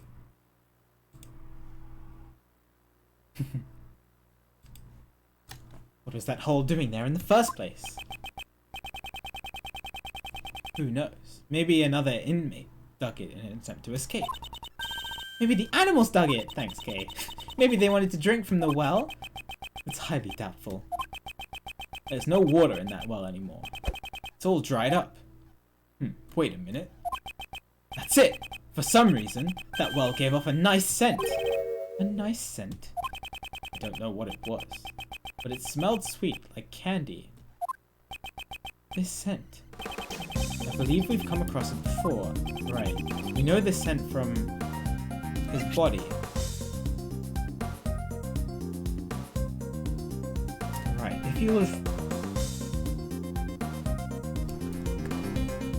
Yeah, so we found... Okay. We found the sheet and the rope in the courtyard, as well as the workroom. But if that's where... If the body was taken to the warden's office... I'm trying to figure this out. No, not from... So, Roland could have escaped from...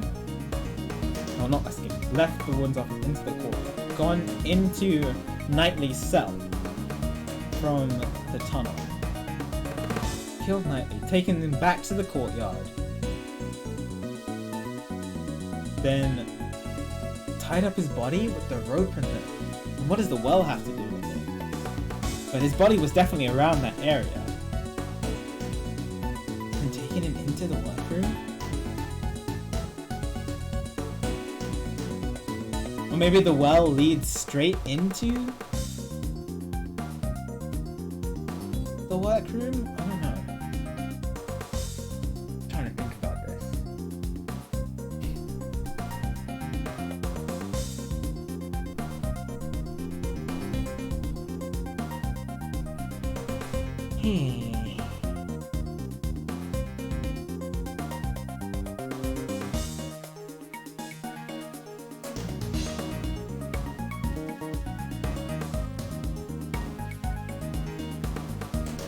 Trying to point the chat box. Yeah. Sorry, and I'm like really trying to think about this.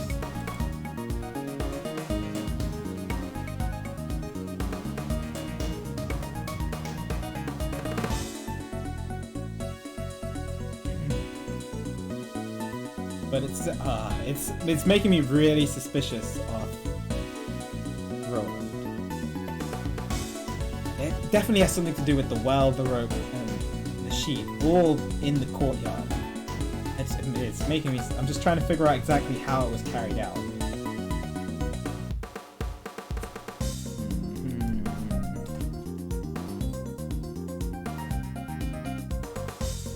Okay, well this is definitely right though. So Take that!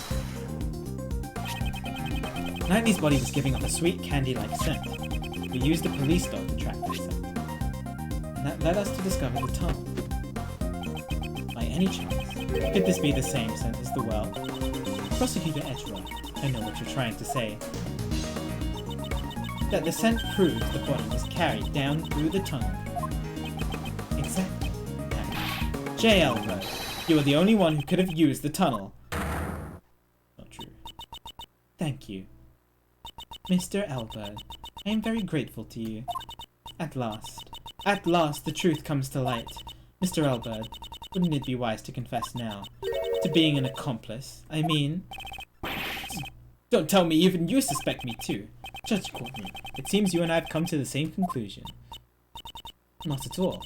Our thoughts on this matter are still quite different. She only said accomplice. Mr. Albert was certainly an accomplice, but an accomplice to Horace Knightley. Hold it! What do you mean? Mr. Albert did not move the body. He simply lent the victim his keys. What? It would seem Mr. Albert did indeed strike Mr. Knightley on the head. However, Mr. Knightley was not knocked out.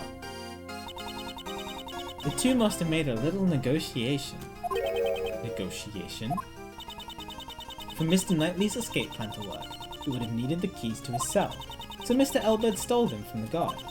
On the other hand, for Mr. Albert to escape, he needed to get Mr. Knightley's cell. But if Mr. Knightley had seen him in the L, the plan would have gone down the drain. And so, they negotiated. I didn't negotiate nothing! Oh, you still intend to deny it? I see. So in other words, we're back where we started. Mr. Elbert opened the cell door. Mr. Knightley entered Mr. Q's cage.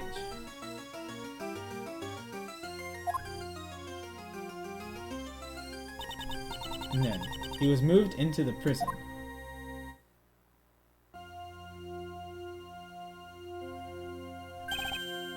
Of course! And then he was killed in the prison workroom.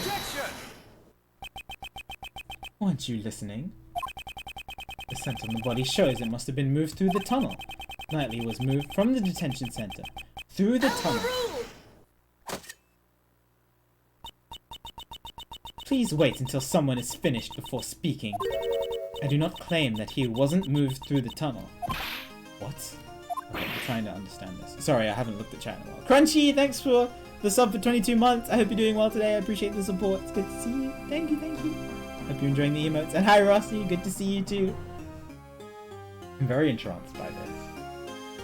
You don't? The scent shows that the body was moved through the tunnel. However, that does not mean it came from the detention center. What do you mean?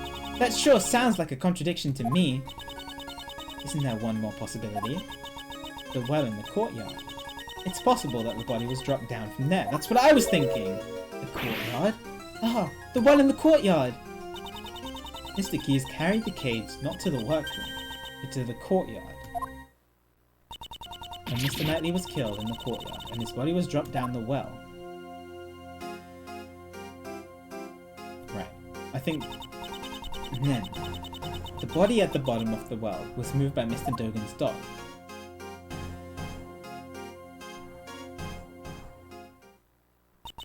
Now, there's one thing I'd like you all to remember. Before the body was discovered, what was happening in the courtyard? The animal show, right? Regina and Simon were there. Wait, Simon? Ah! I see you understand. Who then dropped the body down the well? Judge Courtney. She's a tough opponent. A flexible way of thinking enables her to adapt and come up with her own deductions. And she has a good theory. But if we're assuming that Keys wasn't it, then I don't see why Roland couldn't have done it, because we know that she was there. And we know that her office is linked to the courtyard.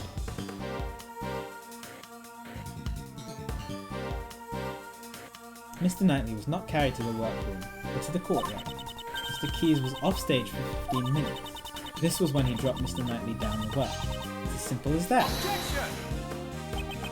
Judge Courtney, your reasoning is sound. I'll admit that. However, let's say the body was dropped down the well. That didn't have to be done during the show. It could have happened at a different time. Fortunately for you, Prosecutor Edgeworth, that is not possible. What? When the show started, Mr. Elbert was in the tunnel, on his way to the cell block. Right. She is very clever. Mr. Elbert, at that time, did you happen to see a body in the tunnel? Nope. Nothing like that. Gah. So if the body had been dropped before the show, he would have found the body there. Mr. Elbert would have seen it. However, he has stated he did not see a body.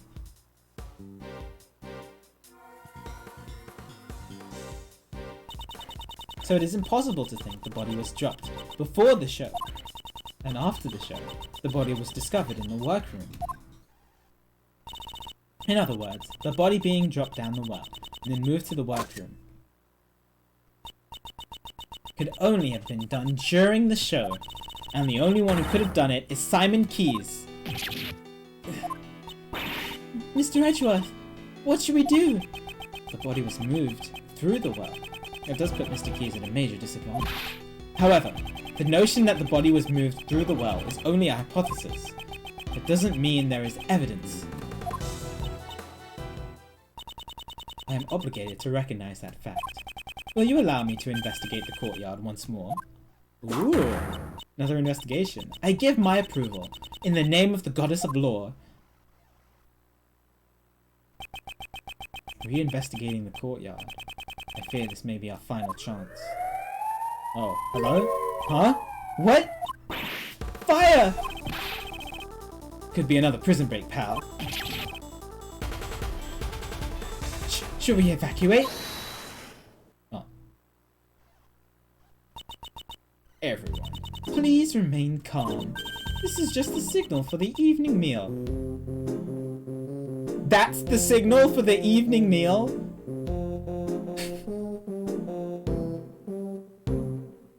What?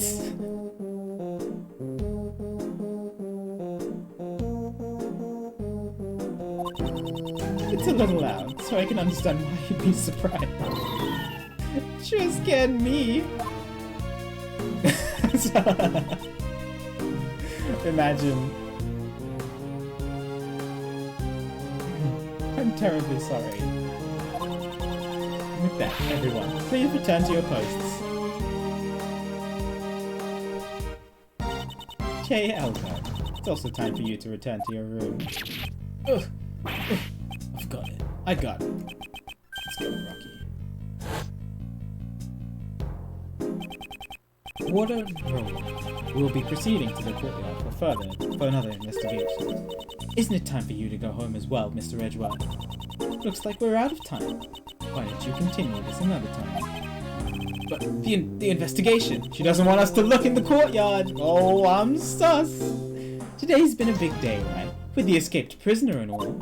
So I'm afraid I can't let outsiders like you loiter around any longer. This is my decision as the warden of this prison. Looks like it can't be helped. The warden's word can be called the law of the prison. Prosecutor Edgeworth, this means we will have to carry out our investigation another day. What? Till then, you may hold on to your prosecutor's badge. You have to wait a whole day? With that, I leave you.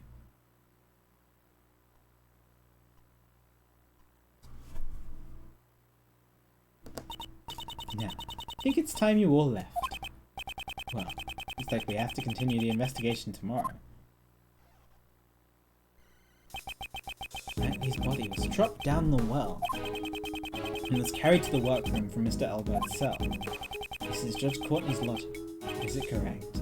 And Judge Courtney claims that Mr. Keyes transported him, but was Mr. Keyes really the only one with a chance to move him? Mr. Edgeworth, let's do our best tomorrow. We have to save Simon, no matter what. Indeed, I agree. I must prove Mr. Keyes' innocence without fail. To be continued. So, the warden could have moved him when the cameras were cut. The cameras were cut for 3 hours. That's more than enough time to move him out of the cell. It's the courtyard. Killed him in the courtyard. Dropped him down. I don't see why not. I don't see why not.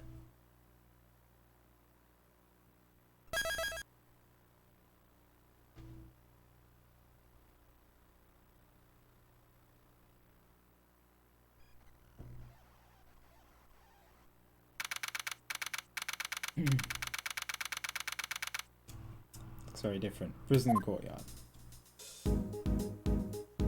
So cameras were cut. She killed Knightley, took his body to the courtyard, wrapped him with the sheets and the rope are gone now. Threw his body into the tunnel, and then that's when Dogan's dog carried it into the water.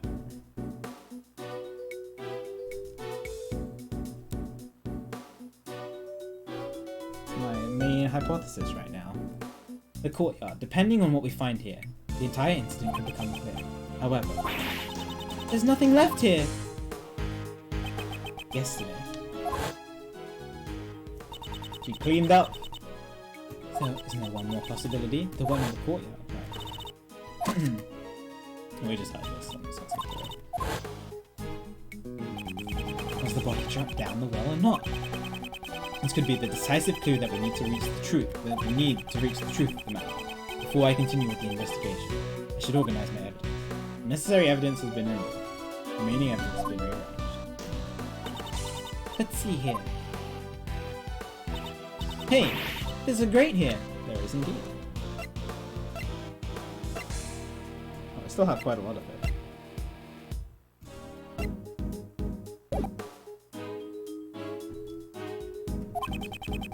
The well has run dry after all. They even put a lock on it. Lockpicking is one of my specialties. Want to see? There is absolutely no need for you to show off. Oh, come on! Don't be like that. Whoa! What happened, Kay? The lock is broken! Judging from the looks of it... Yeah, I wanted to look at the well more last time. Feels like it was broken some time ago. So the lock was broken. This means that anyone could have dropped the body down this well. According to Judge Courtney's reasoning, Mr. Keyes murdered Knightley in the courtyard. And then, during the show, he disposed of the body in the well. You think so? Did he really use the well to move the body? Oh, I know! Let's get Missile to help us out again! Heck yeah! Sniff out the well. Should be able to track the scent of the body. Good idea. Let me contact Detective Gumshoe.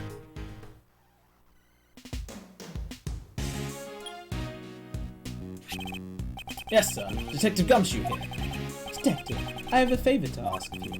We would like for you to bring Missile to the prison courtyard. Sounds like you need the help of one of my 7 secret weapons again, huh, sir? Yes, indeed. Well, Missile belongs to the police department. And also, I would like for you to contact a witness.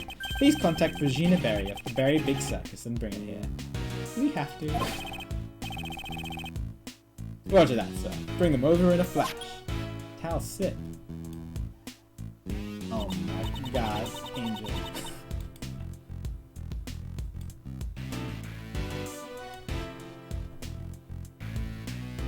What should we do while we wait for Gummy? How about some hide and seek? How about some hide and seek?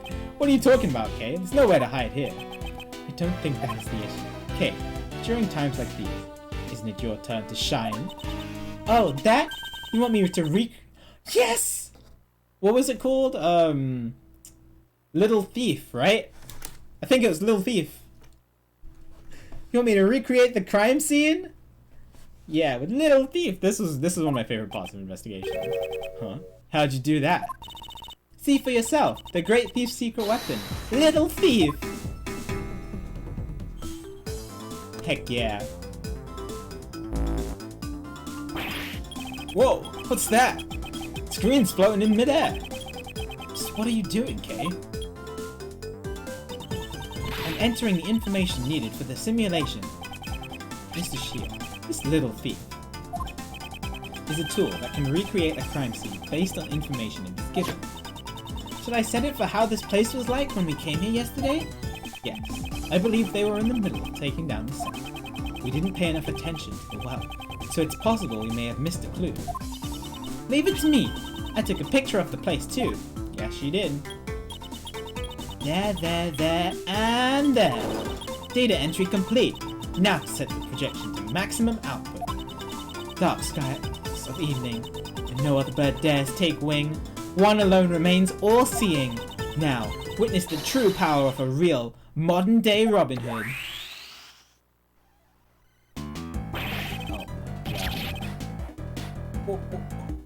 What just happened? I recreated the courtyard from yesterday, based on the information I entered. This was a tool the previous Atagarasu used. It's a device to run simulations to practice stealing things. If used in this manner, we can inspect the scene as it was in the past. Oh, but it's still only a recreation based on what information we have. I can't recreate what I don't have information for. If my information is incorrect, the recreation could come out strange too. Yeah. Oh, you experienced a lot of that in Investigations 1. In this case, since Kay had the photo, there should be no problem. Now, let's begin the investigation. Alright, go. Since it's a recreation, you can examine things just like you always do. You can even present evidence when you find a contradiction. Yes, I know. But I should start with that well. Yes, indeed.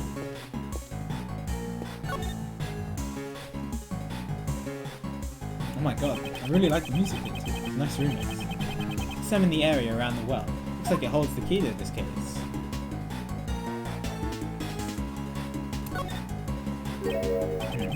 There are some pulleys here. They don't... Oh.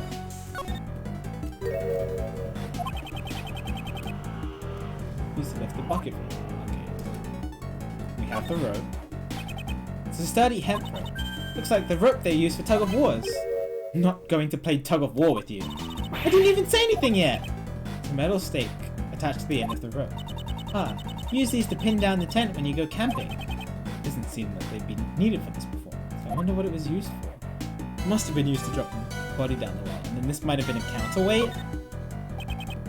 This is a metal weight. It weighs. It's hard to see in the recreation. Okay, do you remember? It was 33 pounds.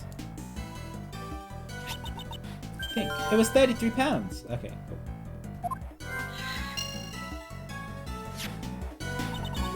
I wonder what such a heavy thing was used for. Doesn't seem to be directly related to the circus. Get the pulley up here. This pulley was used to lift the bucket from the well. The bucket can't be found. No bucket.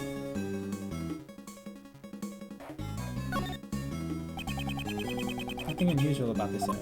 Oh, I was trying to look at the sheets. I guess not. Okay. It's nice of them to include metric too. Got the chairs. Folding up all the chairs must have been a chore. Is that so? Don't tell me you've never tidied up folding chairs before. I've delegated the task to others in the park. Mr. Edgeworth, you should try doing some manual labor once in a while. I'll look into it.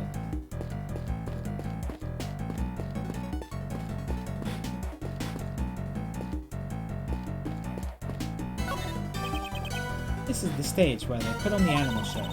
If I put on a great thief show, I wonder if anyone would oh, okay, this is same. What was the elephant's name again? She's Astique, the Asian elephant. This is logic? Okay. Ah, that's right. It's an easy name to remember. Maybe they couldn't think of a good name, so they gave her that name as easy to remember. Mr. Edgeworth, what a terrible thing to say about poor Astique. Okay, this is great. No, there are tires attached to it, so I guess it's a car. Just once, I'd like to ride one of these bad boys down a hill. Right. Same as last time. Got the boxes. Anything else that was interesting?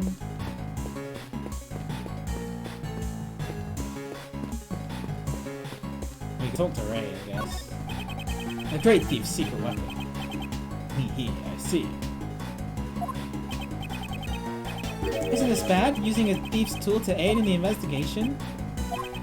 Don't make such a scary face. It's alright. Uncle Ray's lips are sealed.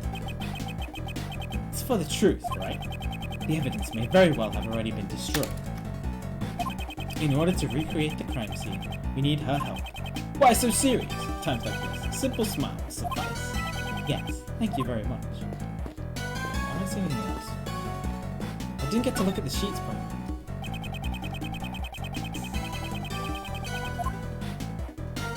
Well, it won't let me. Some pulleys here.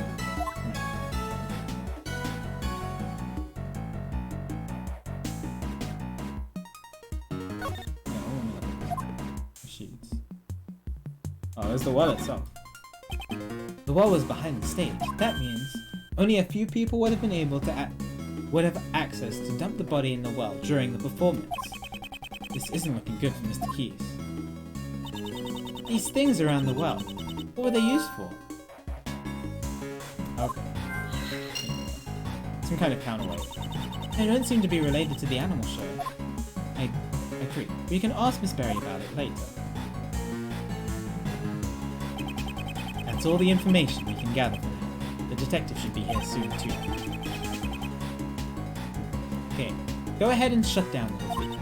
Alright, returning the arena to the area to normal.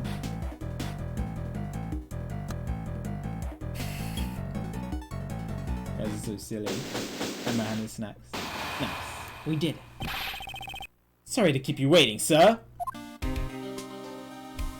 Hello.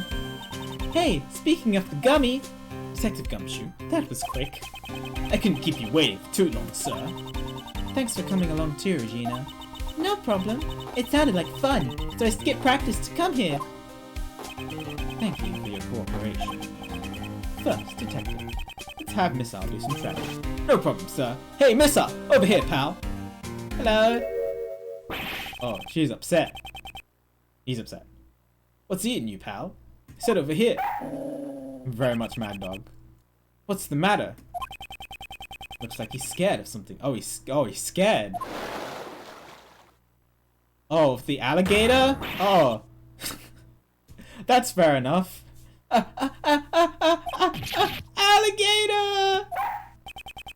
I guess he's scared of the alligator, sir.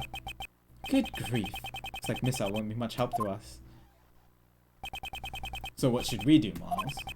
Maybe we can ask Miss Berry for help. What is it? What is it?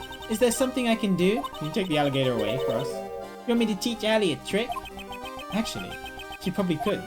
No, I just need you to tell me about the condition of the courtyard during the show.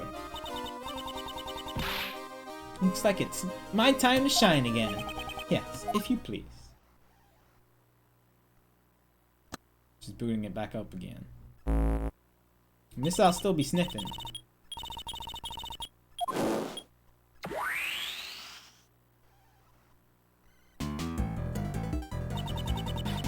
we've got a timestamp there in the top left as well. Creation complete.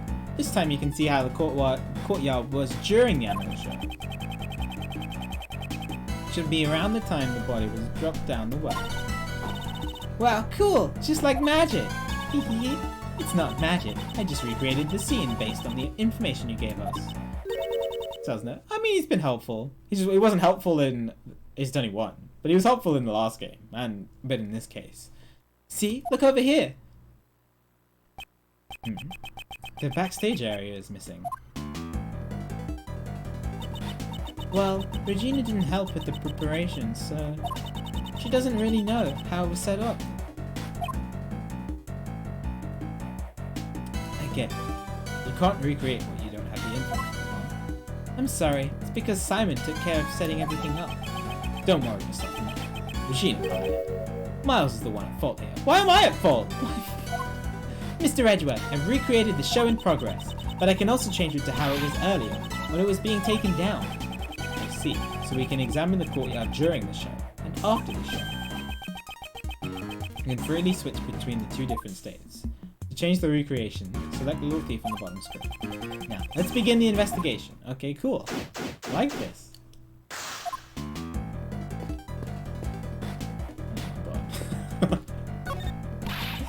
A love story between an elephant and a tiger. I really want to see that. I also wanted to see Simon in action. Simon is really amazing, especially the part where he gets blown away. Blown away? That's the scene in question. At that point, the suspect, in the role of the villain, is blown away by the heroine's burning love and makes his exit. After being blown away, the suspect disappears from the stage. Talked about this before. Do you know how long he was gone from the stage? Let me think. About 15 minutes or so. Just as Judge Courtney said. But isn't it dangerous to be blown away by an elephant? It's alright. Mystique is very gentle. It's not who we're worried about here. During the first few practices, he was having trouble getting blown away. Then all of a sudden, he was able to be sent flying beautifully. He might be using some sort of device, but it's amazing. A device? Do you know anything about it? Must be the pulley system. No idea. Simon handled it all by himself. That trick. Must be the pulley.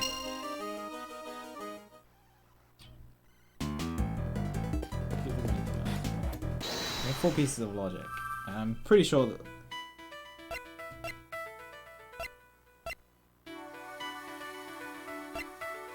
Like, maybe I can connect these two together?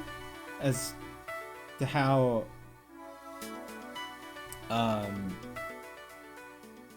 Simon pulled off a stunt? Give it a try. There you go. Mr. Keyes used the device for a stunt. Maybe the tools around the well are connected to this. Oh, yes? Okay. I'd like you to check the tools lying around the well yesterday. Can you change the recreation to after the show scene? Roger! That looks like it was right! Heck yeah!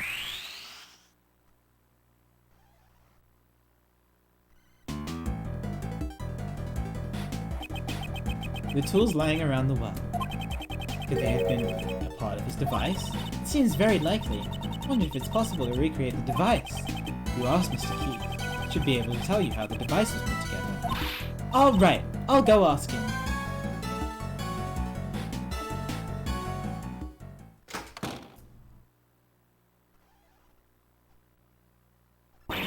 Mr. Edgeworth, I asked him about it. And, did you find out how the device works? Ooh, alright. Investigation. He used a rope to hang some weights on the well's pulley. The weights were suspended inside the well. Then, he ran the rope through more pulleys and tied the end of the rope to his own body. Then he used the force of falling weights to send himself flying. What's to stop the weights from falling on their own? In order to prevent that from happening, he used a stopper. Miss Berry didn't know anything about the well. That means Mr. Keys removed the stopper by himself? How? Correct. That's why a second rope was needed. Ah, I see. Okay. The rope was attached to the stopper, and when it was pulled from the stage... Right, the weights it was a counterweight. The stopper would be removed, and the weights would drop down the well. I'm definitely gonna steal this idea. The Adagrasu won't lose to something like this. Don't waste your time. Circus acts require extensive training. Even if you steal the device, it won't do you any good. Then, I'll train as well. Before you start training, could you first update the recreation? Oh yeah! You want me to recreate the device that was used in the performance. First, let's return to during the show scene.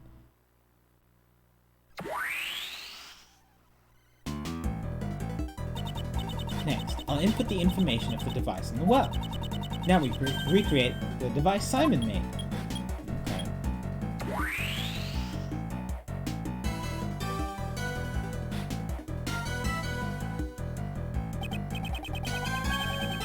So this is the device that Mr. Keys used. This is very clever. Simon sure is gutsier than he looks, using the falling weights as the force to launch himself during his performance. Indeed, he would have to drop enough weight to exceed his own body weight, in order to provide the strength needed to pull him off the stage. Right, but there's only one 15-kilogram dumbbell?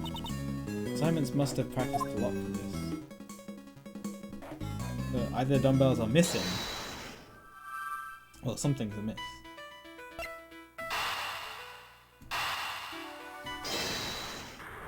Let's connect those two together. Hi Gab! Good morning! Good to see you. Huh? Isn't this strange? What's wrong, pal? Haven't you noticed, Detective? What's strange about the weight is... what's strange about the weight is the weight. It's not heavier. In order to lift Simon's body, more weights are required. In order to pull up Mr. Keys, in order to pull up Mr. Keys' body weight. You're right, sir. But where did the rest of the weight disappear to? Looks like it's time to use my 7 secret weapons, sir. Which one? Metal detector? Necessary. I'll let the detective know.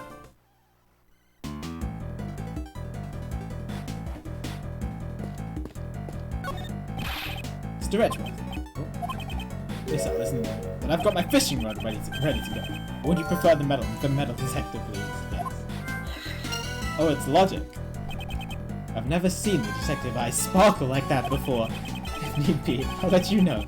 For now, just stand by.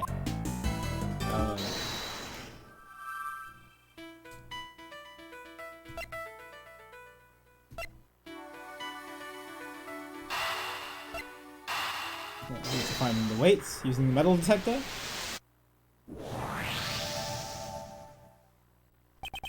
Detective Gumshoe, it's time for your secret weapon.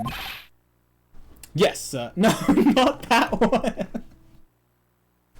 Gumshoe, please. I was hoping for the metal detector. I don't get many chances to use this one. Before we begin the search, let me go over how to use the metal detector. Metal detector uses sound.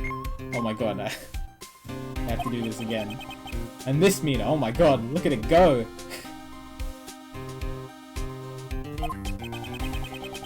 That lets you know how close you are to a metal object. When you get closer to a metal object, metal detector will have a bigger reaction, like this. The biggest reaction.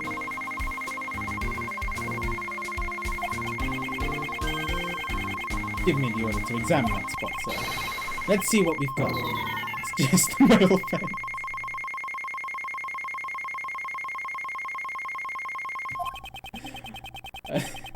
That's basically how you search for metal objects. Just give me the instructions on where you want to search, sir.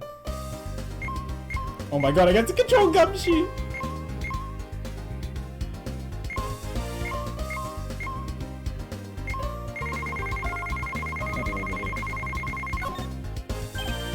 Yeah, there's a reaction here too, sir. Let's check it out. Hold on. I found these. Oh, that was quick. Okay. I found these in the clumps of grass here, sir. These are the weights used for that hoisting device. I got to use Gumshoe for like 5 seconds.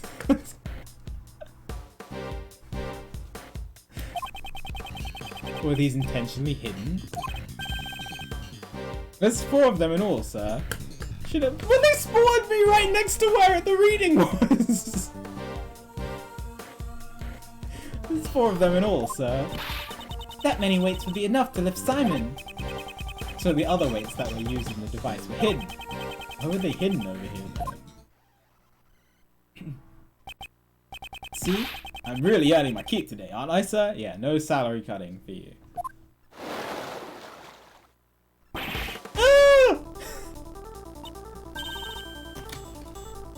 Ah, the alligator! That scared me, pal.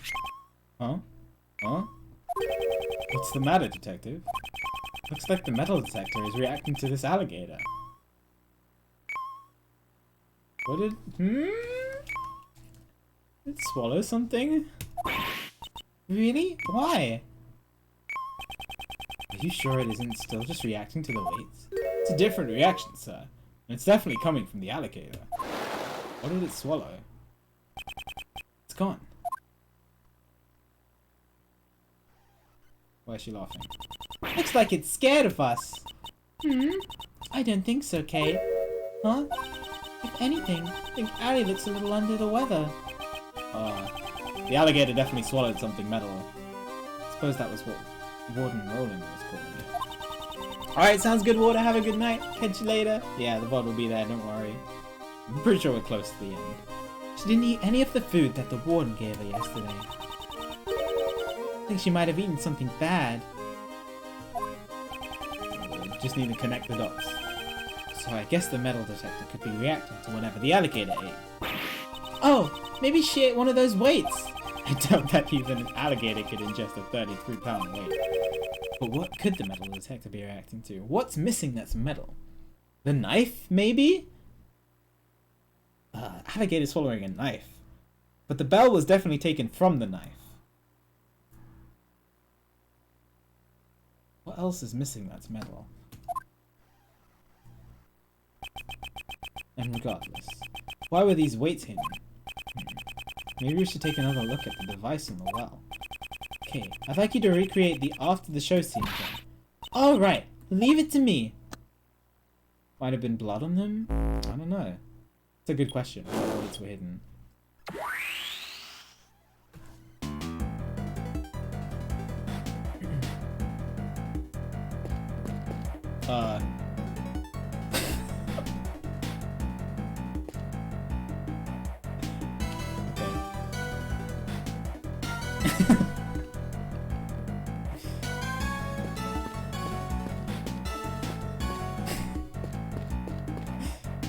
Out of my way.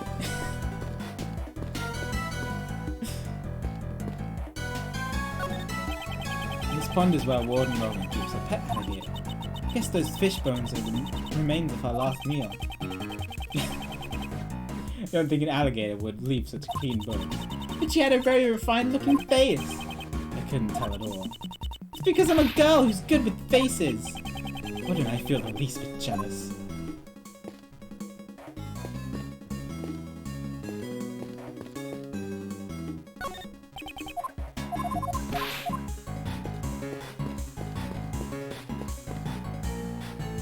That's still it.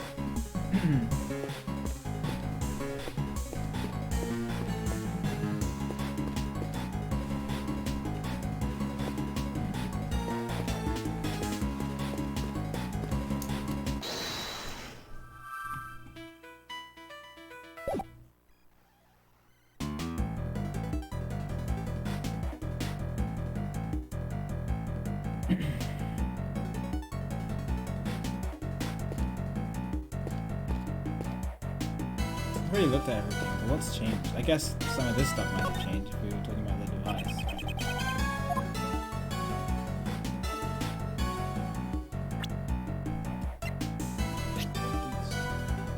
In 3 pulleys, 2 ropes, the well. In some ways. 2 ropes! There's only 1 rope! This rope was part of the device using during the show. To be able to— yes! Yes! There's 2 ropes here! Simon is surprisingly handy. 1 piece of rope. Yes! I got it! I got it. 2 ropes for the device. Eureka!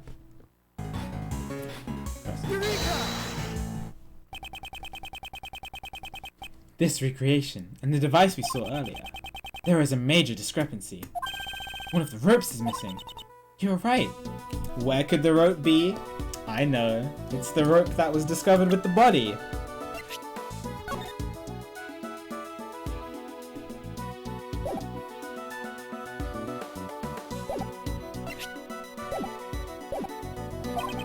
Without it, the device won't work. What happened to it? Where did the missing rope disappear to? It's possible that we hold the piece of evidence that shows where the rope... Which piece... Yes! Yes! Take that! Take that! Does that show where the missing rope went, sir? Yes. So, where's the missing rope? What?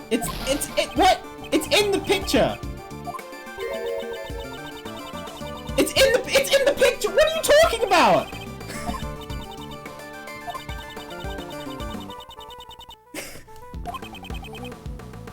Do I have to present the actual rope?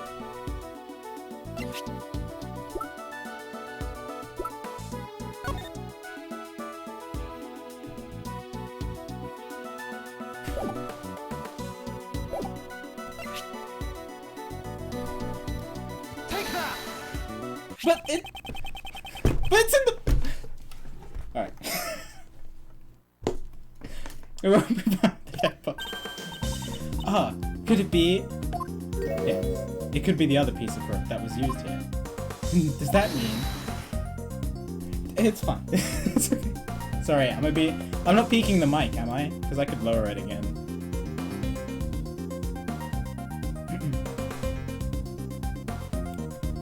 The rope was attached to the weight. The weight was not one of these metal weights. Okay, good. Yeah. Sorry about that yesterday. These weights were hidden in the grass and replaced with something else. They were all replaced. Then what was used as the weight? I'm not paying attention to what they're saying because my mind is still on the fact that the rope is in the picture. What was tied to the rope we found in the workroom? We can recall that. And the answer should be clear. The weight that was dropped in place of the weights that Mr. Keys had prepared was...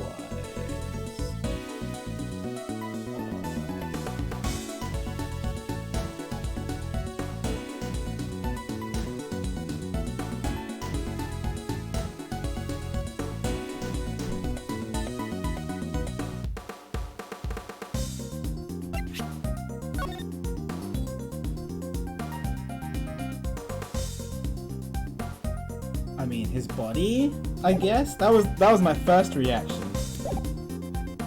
That's how the body ended up there, I guess.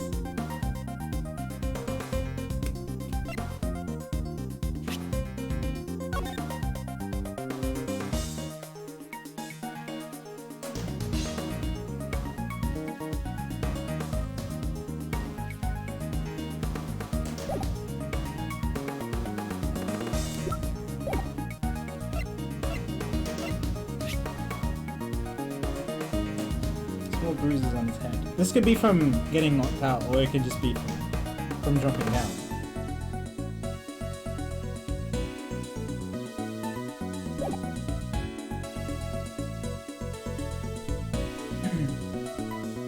Also the weight that was dropped in place of the what? It didn't load, but that's okay.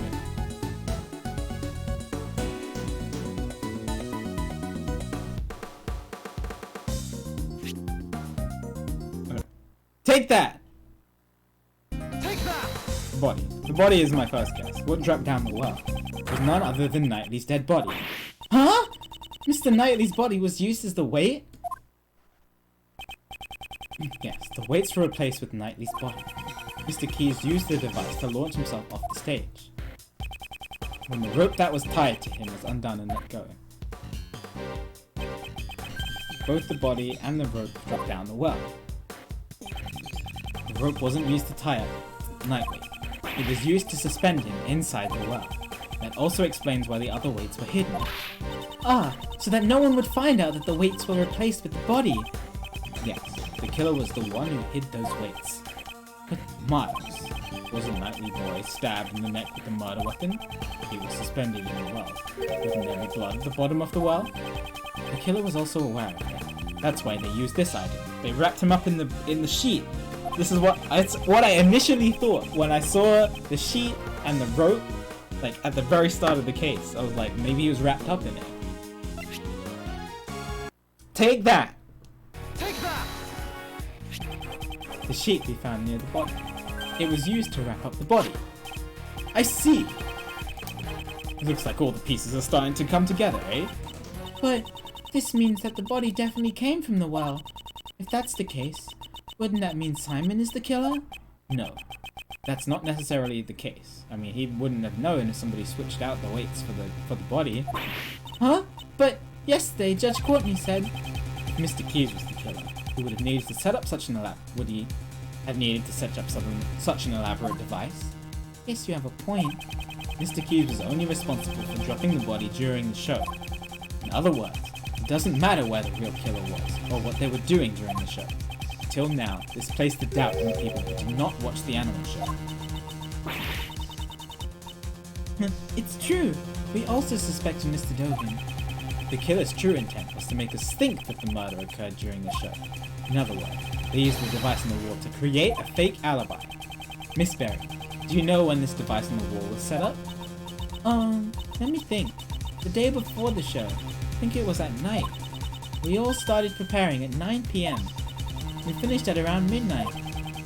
The killer replaced the weights with the dead body afterwards. She glitters really brightly. But both logic and evidence from that. Did Dogan know about the device? No. Even if he knew about the device, it wouldn't be possible for him to use it. You can't teach a dog to suspend a body in a well. In other words, Dogan is not the killer.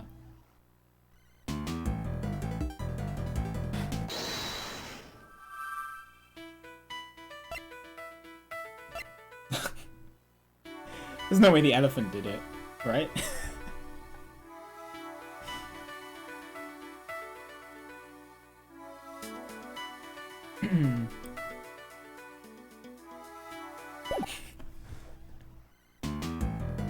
I mean, it's the only other pieces of logic we have left. It was the elephant. I'm gonna look around first before I make the galaxy brain play of connecting the elephant. Well, with suspending the weights.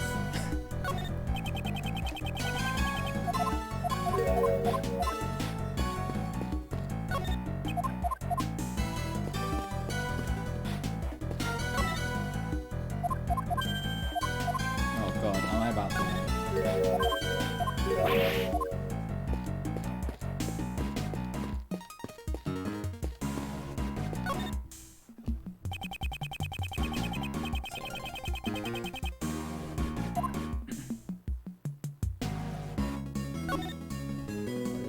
This. Oh my god. Does the game want me to choose the elephant? That sounds so weird. I mean, the elephant was smart enough to hit Kay over the head. So, so who knows? I'm gonna do it.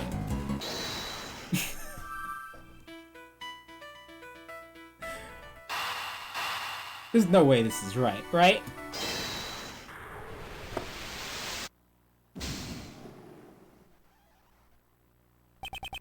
No. Okay, I'm missing something.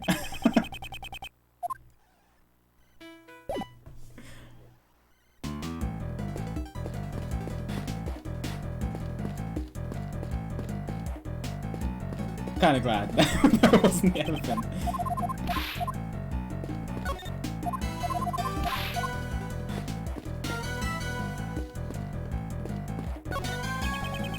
Store is locked. Want me to pick the lock? Success is not guaranteed, no. No, if need be, I'll just borrow a key. Sheesh.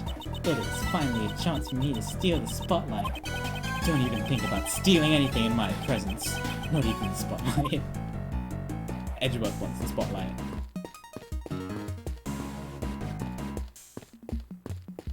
I'll go up on the stage. Right, because it's not technically there. What am I missing?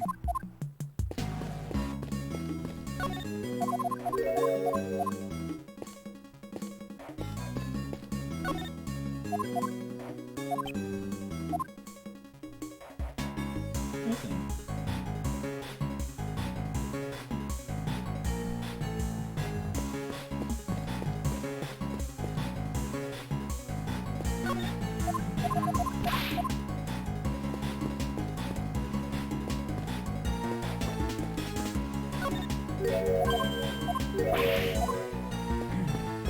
Maybe I need to talk to people?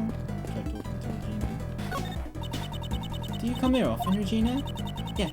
I have many friends here. I love this place. New friends? Old friends? Everyone's a friend here. Yesterday, Miss Warden introduced me to a new friend, Little Allie. The alligator who lurks in the pond in the courtyard. That pond. If you get too close, feels like you'll get gulped. I don't think Little Allie would do such a thing. Her stomach wasn't feeling very well yesterday. I'm worried. Aren't you all worried too? Right? Yes, of course! We're all worried, right, Mr. Edgeworth? Don't drag me into this. Frick. Gumshoe. Mr. Edgeworth. I just had an epiphany, sir! Oh, Edgeworth will save us. Not Edgeworth, Gumshoe. Killer is... Eureka! The Invisible Man! Of course! Why didn't I think of it sooner? Oh.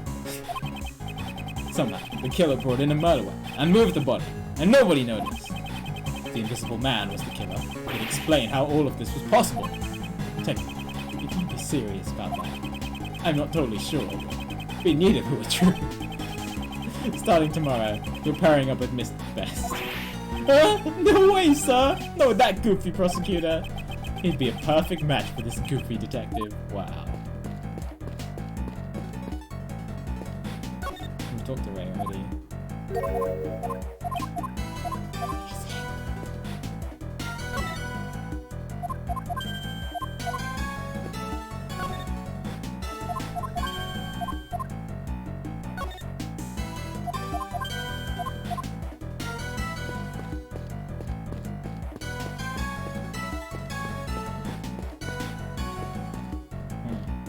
Oh, wait. Maybe I should look at the other recreation. Yeah, what's up?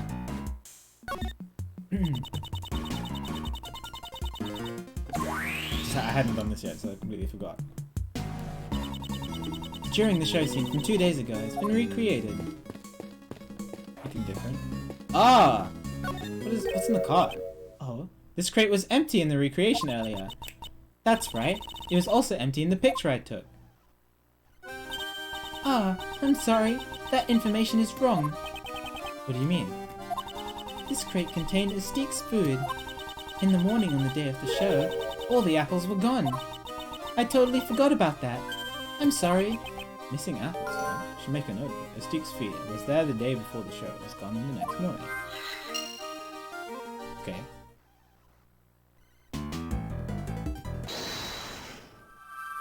Apples with the elephant? That sounds more likely than the elephant committing the... well, being the accomplice to the murder. Yo, nice, Digital. I hope you guys had fun. Okay, good. The apples in this crate were probably eaten by a steak. But it's strange. I remember leaving the crate out of reach from Mystique's nose. Are you certain? Yes, the crate was still full of apples on the night before the show. Then, the cart was moved to where her nose could reach it. With that many apples, it could not have been moved by the wind. Most likely, the crate was moved by a person.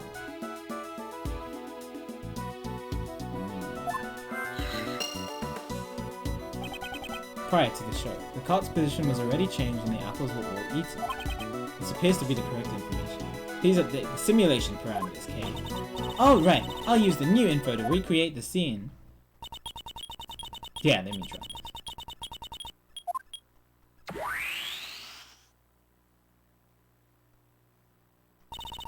Recreation complete. These two pieces of logic don't match up. The apples.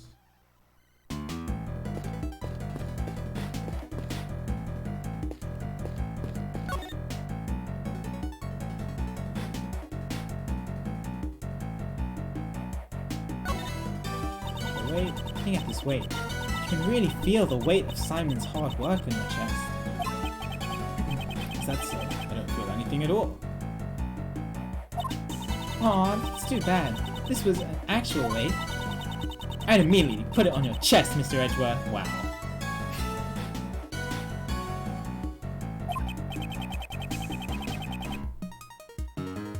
And I'd do everything in my power to stop you.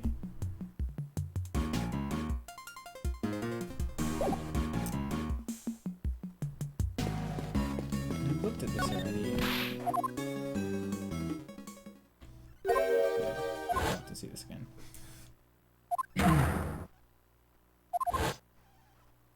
Where did the apples go? It was out of reach. Moved by person.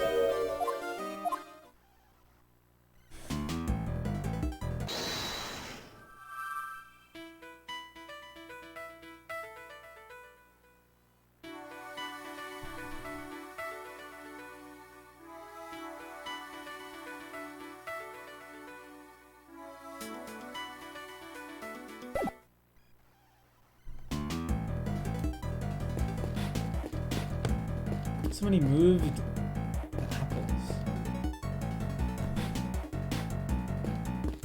Oh, I feel like I've looked at everything now. But these two can't connect, right? Why would they connect? They're both before the show, I guess.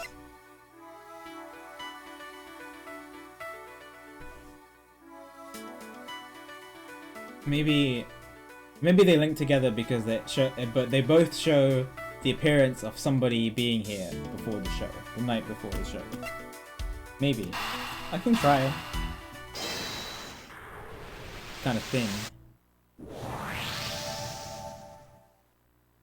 Yeah? The cart was moved the night before the show. The body was also switched the night before the show. Okay, so it was both before the show. I don't think it was just a coincidence. Keeping that in mind, that was a tough one. The question now becomes, why was the cart moved? The cart used to be in front of that door. I can think of one reason why. Oh, so that they'd have access to the door? Somebody opened that door. Alright, let's hurry up and... The door's locked. Yeah, we already knew that. Let's ask a guard. Hey, Mr. Guard! Yes? What is it? That was fast. You there. Where's the key to this door? The warden's in charge of it. I'll get it from her right away. Is she gonna say yes?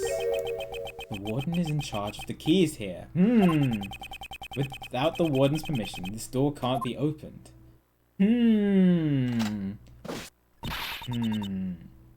Thank you very much. She turned off. That's when she turned off the cameras. Oh, it all connects.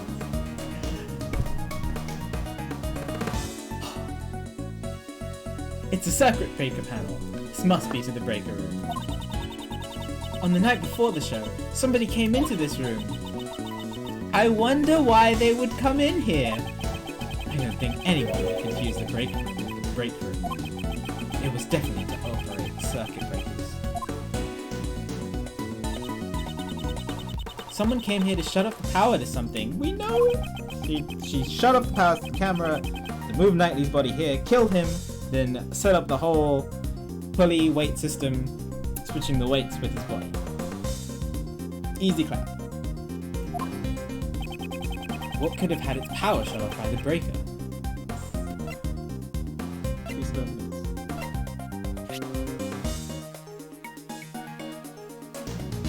Take that! Take that! The security camera footage had a 3-hour gap. Ah, I see! The circuit breaker for the security camera was tripped. It's highly possible. Was this the killer's handiwork? With the camera down, it'd be easier to move about. The killer would have a major advantage. I knew it! If that's the case, the killer was the person who tripped this breaker. The person in charge of the key to the breaker room is... It couldn't be.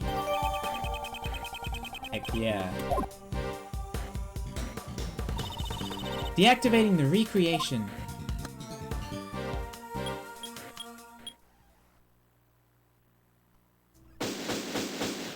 Let's go.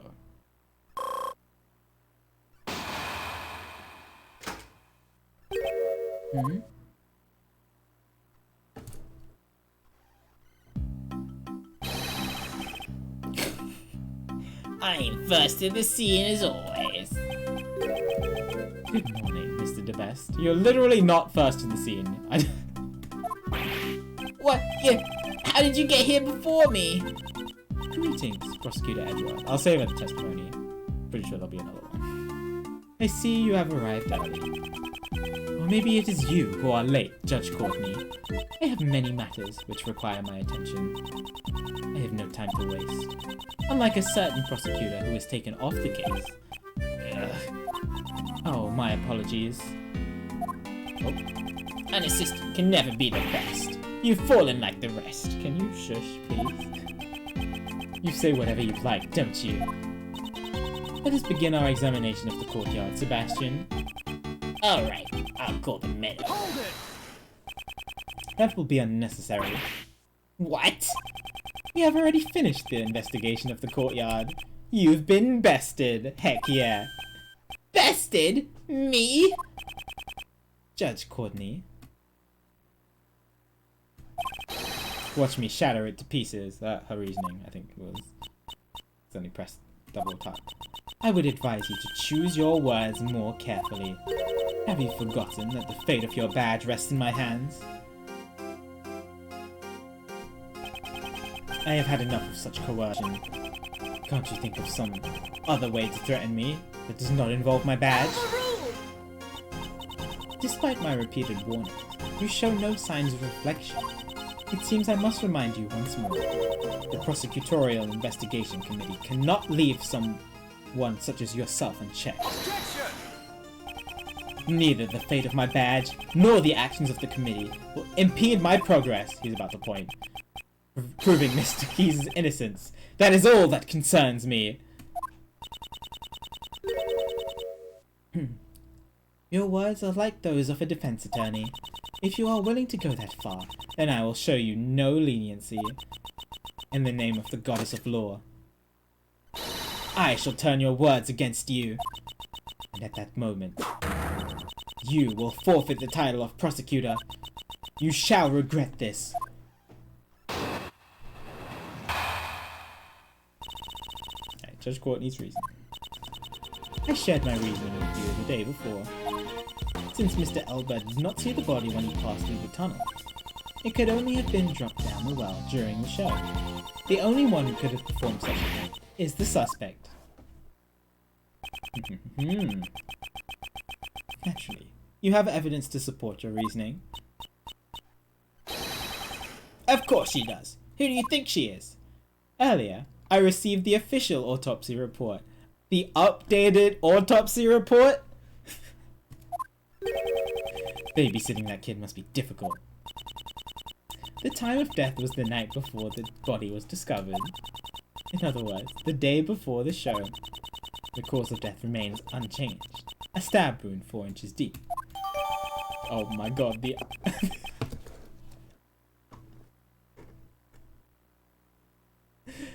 Autopsy report updated in my organizer.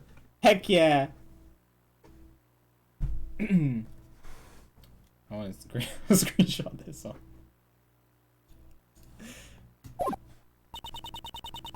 Simon Keyes was not present on the stage for a period of 15 minutes. There was sufficient time for him to drop the body down the well. She has not investigated the courtyard yet. That means... It seems there is a hole in your argument. You seem quite confident. Can you present evidence to support your claim? Yo, what's good, Aspar? Not much. I just got the updated autopsy report, so I'm pretty excited. Of course I can, and I will. We're pretty confident. Pretty, like, 99% confident that it's Roland. It's the baddie.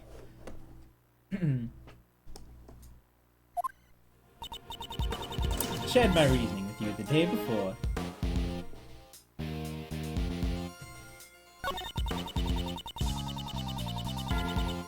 The tunnel could only have been dropped down the well during the show. Yeah. The only one who could have performed such a thing is the suspect.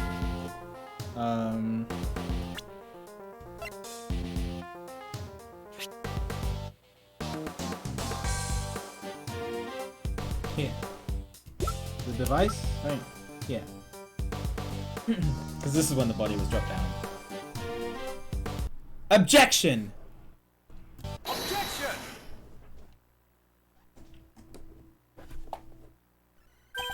Unfortunately for you, Judge Courtney, your argument doesn't hold any water. Just like the well.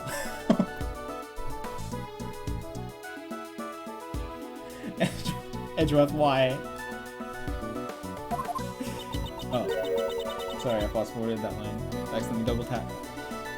What is this device which you speak of? Are you aware of the stunt in which Mr. Keyes is blown away by the elephant during the show? I have heard of it. It would have been right before he exits the stage.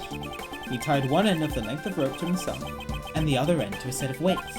He was able to perform the stunt by dropping these weights down. So yeah, Asma, what we think right now, and I've thought for a while, is the warden turned off the cameras, and in that time went to Knightley's cell, stabbed him, dragged him to the courtyard, and then set up the entire device so that he would fall into the workroom during the show.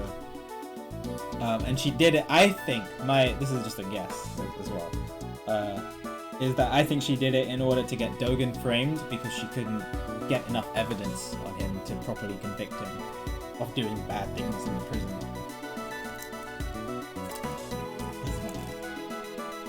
That's my Tal IQ theory. He was able to perform these stunts by dropping these weights down the well. Wouldn't he have spent the whole place suspended up in the air? That's why he had a stopper attached to the weighted end. The stopper was removed by pulling it on a rope. Around the well, we found evidence that the weights were switched with the victim's body. This was done by the real killer, in order to shift suspicion away from them. Sounds good, Jerry. Have a good night. See you tomorrow. Judging from the time of death, the murder was carried out in the early morning of the show. The true criminal had until the time the show started to set up the device. When exactly was the time of day? 3 a.m. to 6 a.m.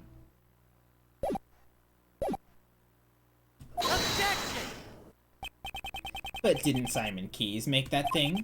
And since he was also the one who used it, he is the best suspect. Don't you agree? Objection! If Mr. Keyes were the murderer, he would not have needed to do that. Miss Berry. Yes? Was there anyone else who knew of the device he set up? Well, let me see. Since we had to get everything about our show approved by the people here at the prison, I'd say there were others who knew about it. And there you have it. I see. You have indeed performed a thorough investigation. Which is why I am even further perplexed. Why do you not use your efforts for justice? My actions are not just? They are. Who made that decision? You cannot understand even that. Even now, providing support to a defense attorney, despite being a prosecutor, it is quite unnatural. This goes against the rules. Hello? He's just trying to find the truth. I am merely choosing to do what I think is right at this particular time. I travel down the road I have chosen. Your comprehension does not matter in the least. Oh, snap! However, if anyone intends to interfere, I will show no mercy. Perhaps this is a calling from the goddess of law, if you intend to rebel against her divine will. I will have no choice but to hand down my verdict. Pay heed to my words. I have one more reason to suspect Simon Keyes of murder. Ooh.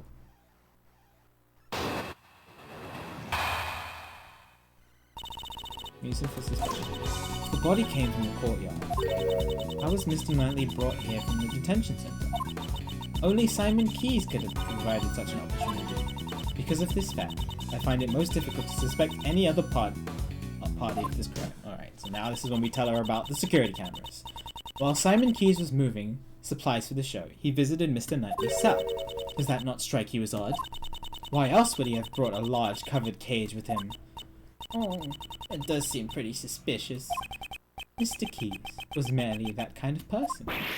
It is entirely possible that he carelessly brought it there. If that is possible, then it is also possible that he was assisting in his escape. Am I wrong? I suppose I must refute her theory with evidence. Good old evidence. Yeah, he just bringing the cage there didn't help him.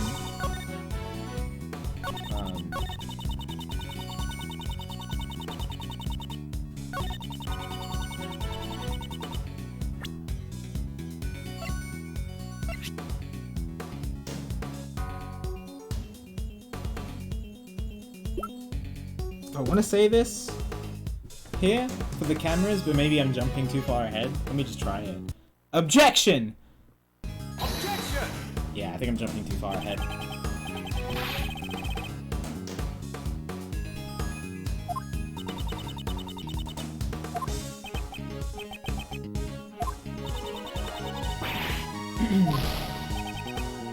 Say, oh yeah, I did forget to save when I started the testimonies, didn't I? Let's do it. In case the game crashes.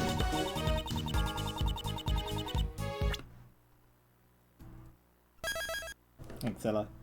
Anakura.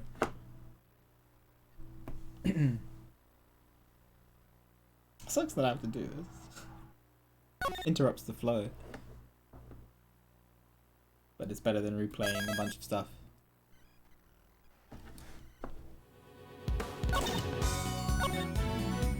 But the cameras must be the rebuttal to this. But maybe I have to press the statement first. Hold it! Hold it! Are you certain that he was the only person who had the opportunity? Have you forgotten? This is a prison. Due to the constant supervision, it would be impossible to do anything unusual. Hold it! Of course, correct. Then, wouldn't it be the same for Mr. Keyes? The warden has shown favour to the very big circus. Simon Keyes is a circus member, Miss Berry's apprentice no less. It could only have been him. He was able to move about freely within the vicinity. It seems that you forgot to mention this. I'm not talking about the camera. The word forget does not exist in my dictionary. Then, it would be prudent for you to add this to your argument. Mr. Keyes may have been the only person who could move around freely in the prison. But on the day of the murder, there was a gap in time missing from the surveillance records. Yes! During that time, anyone could have done as they pleased. Do I have proof of this gap? Yes. Oh, maybe it's... Oh wait, hang on. Yeah, the security footage itself. Take that! Take that! Yo, Ted! Thanks for the raid, much appreciated. Objection! Heck yeah!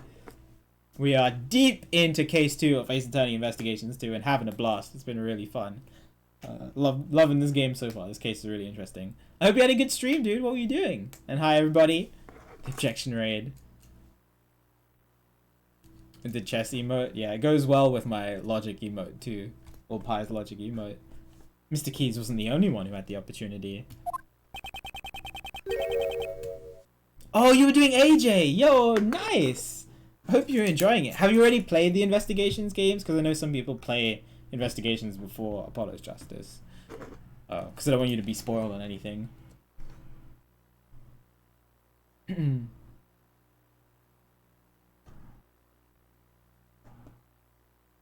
streamed both of them? Oh, sweet. Yeah, so I did Apollo's Justice already. And so I did AJ first, and then Investigations 1, and then now I'm doing Investigations 2. But I hope you're enjoying Apollo's Justice. It was really fun. I enjoyed it a lot. And yeah. So we're doing deep into case 2 of Investigations 2. I'm enjoying it a lot. This guy. This guy is the best. No, that's totally fair. No worries. But I hope you're enjoying Apollo's Justice. Looks like we'll probably be starting Ace Attorney 5 soon. I'm gonna wait until I get my 3DS capture to do it, which might be a while. But I hope you're enjoying it. Who else could have had the opportunity? The timestamp on the security camera is off by 3 hours. So we're pretty, like where we are at now. We're pretty sure that I'm pretty sure it's the warden. Like she had motive to frame Dogen. She like has the method turning off the cameras, coming here from her office, turning off the cameras, killing Knightley, moving him out to the courtyard, and then setting up the device. Easy peasy.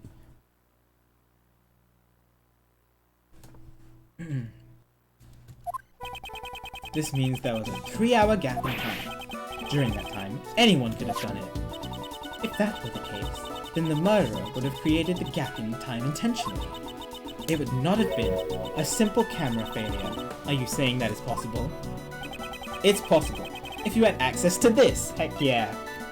There we go. Yeah, I was jumping a little too far ahead. Take that! Take that! In this courtyard, we found the circuit breaker for the security camera. And it was possible to access the breaker room both before and after the murder. What? Unfortunately, it appears that you have fallen short of your intentions. Mr. Edgeworth hasn't fallen short of anything. So, can you explain how the murderer obtained the key to the breaker room? I can indeed. Oh yeah, that's right. It was locked, wasn't it? The warden hangs onto the key, right? The breaker room has great importance, even in a prison. There is no one who would be able to obtain the key so easily. Objection! Yes, there is. Say it, Edgeworth. Say it for me. Well, I can think of someone. Oh, you can see the cursor, sorry. What did you say? This person, the murderer, was able to get the key. They didn't even need to steal it. Here we go. There can't be anyone like that. Besides, the breaker to the electrified fence is in that room too. Only one person could have done this. I didn't want to believe it myself, but I trust that my logic is sound. This is the game that never got localized. Yeah, jump. The person who used the key to enter the breaker room is... Finally! Take that! Take that! Sounds good, Gab. Enjoy uni. The murderer is... No, it's not Missile. It's her. Warden Roland. Nice timing. Oh my, what an energetic little puppy. That's because this dog is extremely fond of sweets. It seems to detect a sweet scent on you. Oh heavens no, I'm not even wearing perfume or anything of the sort.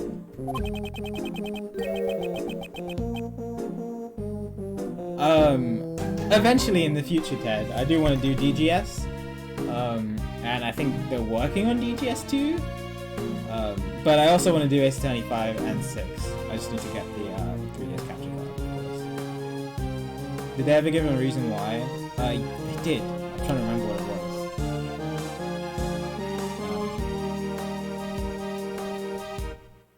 But they didn't. They did announce that they weren't going to do it. Like in the people wanted it, but they announced that Capcom announced that they weren't going to do it. I'm trying to remember why. Probably one of my mods will remember. And hopefully Professor Layton versus Ethan in the future. I love the Layton games.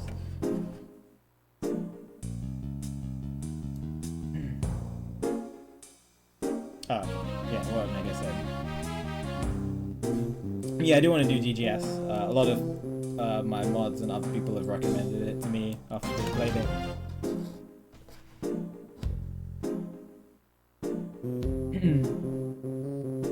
Yeah, I remember Kondo was playing through it and he was just screaming about how much he loved it.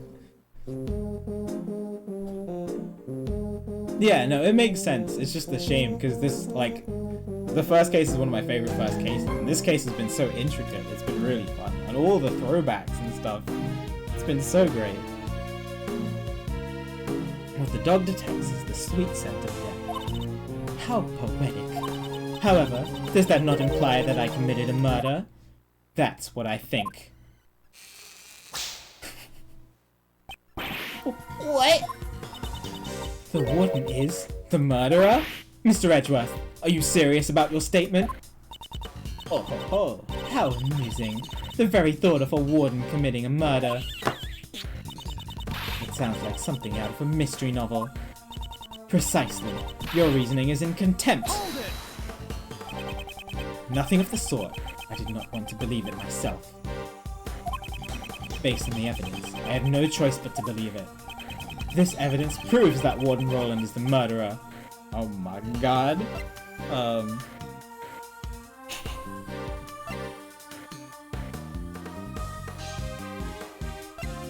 mean, I already presented this, but I guess this isn't like full proof.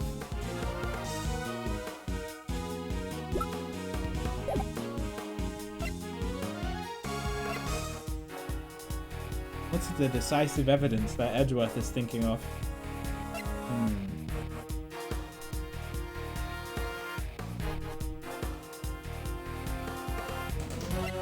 Maybe it's her scent?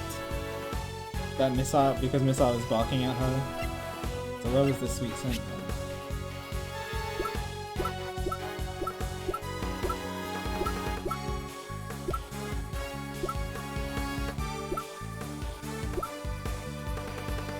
Oh, here. That's a sweet scent. Try that. Take that! Take that! The smell gave you away. As you can plainly see, someone has taken notice. This police dog? Maybe he's 37, just in time after I finish the entire series. He tracked a sweet smell that came from the body, and right now, he is telling us that the same scent is also on Warden Roland. You are a cruel one to accuse me of murder based on something like that. Right, Justine, darling? It appears that Judge Courtney has reached the same conclusion as I have. Mr. Edgeworth, this couldn't have been just a coincidence, could it?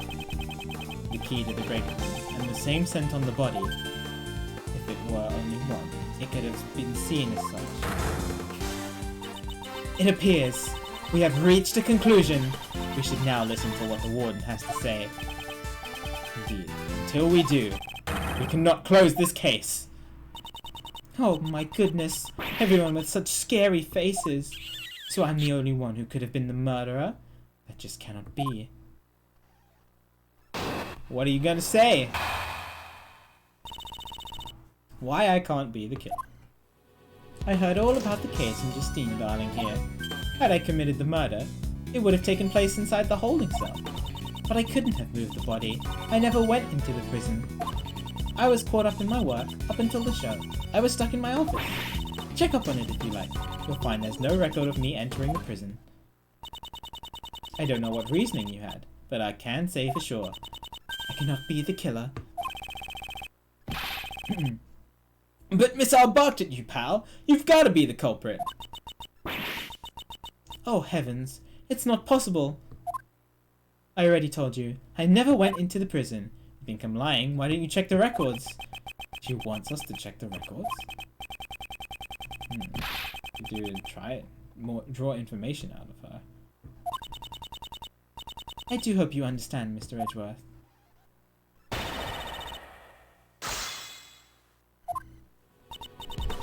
Mystery Dungeon. Never played it before.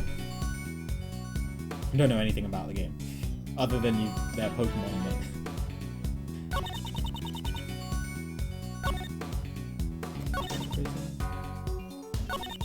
Check up on if it, yeah. What's this one? Hold it!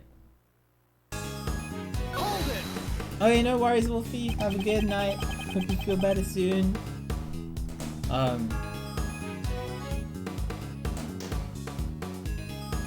Yeah, sorry, I didn't think that it was going to be more than 5 hours. So I guess we don't have time for Persona. But you go sleep, don't worry, we can watch Persona. But you're great. Have a good sleep. Talk to you soon.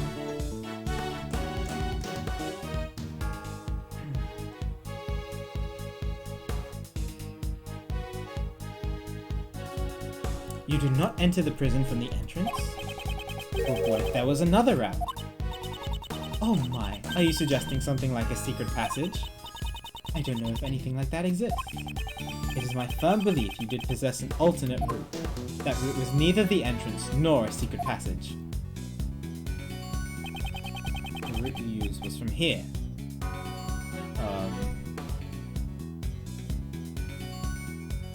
The courtyard, right? I'm not trying to big brain this. Yeah. Take that! Through the courtyard, into the prison. The barbed wire fence?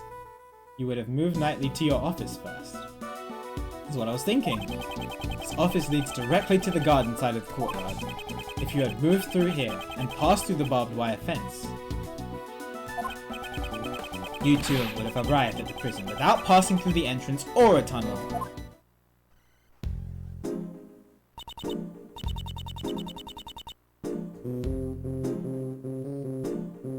Yeah, I know it's the director who quit, but, you know, go hire somebody else and do more. You never know. Still hold out hope. I wonder what Mr. Edgeworth is saying. Haven't you noticed? There's a high voltage current running through the fence. Yeah, obviously she couldn't have passed through it like that. The current to the fence could have been switched off at the breaker room. And you were the only one who had the key. Warden Roland! Yeah, but she can't get... Unless there's another way into the breaker room. She can't get there without going through the fence. How would the warden have accessed it from the detention center? Ah, quite right. Gotcha there, Mr. Edgeworth.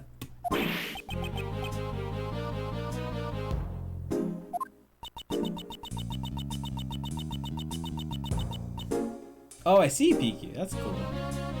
If there is no record of her passing through the prison entrance, it would not have been possible for her to turn off the fence's breaker. Ugh. But Warden Roland was the only one who had access. Don't let this phase you, Miles. But if I don't have a solution for this, she'll get away.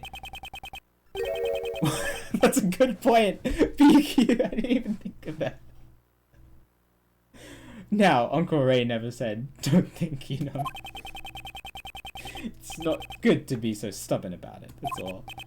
But no matter how you think about it, Warden Roland couldn't have done this alone. Interesting. So who turned off the breaker? Oh. What? Why did he just objected and stayed silent? I am not amused, interrupting my judgment only to be silent. Without thinking, I just blurted out objection. I have to answer. I won't let this end here. My reasoning is not over yet. I got to throw back to 1-4. Not 1-4,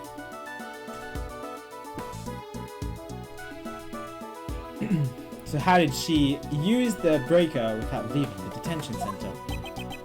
perfectly possible. With this method, what made it possible to turn off the breaker? He had an accomplice, maybe? The fox! The fox? Maybe? Is that too big brain? I don't know.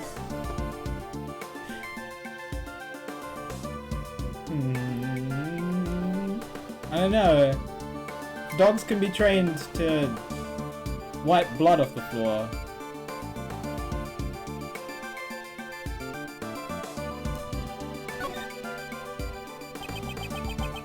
It was indeed impossible for one person. But what if there were two? Exactly! Just what I'd expect from you, Miles. Yes, you had an accomplice on the prison side. Enough. I am disappointed in you, Prosecutor Edgeworth. What's that, pal? You making fun of Mr. Edgeworth? The inmates at this prison all wear bracelets. Right. They try and go where they please. They will set off the alarm. Ah! So you've noticed. This is a prison, after all. You know, like Courtney. She's just doing her job. Not only the prisoners, but the guards too, are under constant scrutiny. So why didn't anyone notice Elbert? The only ones allowed to move around freely are the animals. There you go. And they certainly could not have used the breaker. But it's still possible that a person... No. Excluding the inmates and the guards, just what kind of person would you say it was? Again, Edgeworth is about the point, and I can tell because of his sprite. And I'm excited for it. We can't exclude the inmates and guards just yet. There's only one person. One whose movements was not restricted. Oh, was it Frank? Maybe the fox was a bit too big brain.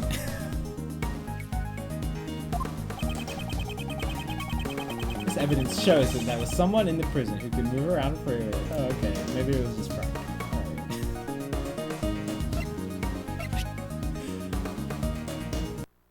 Take that! Take that! That is...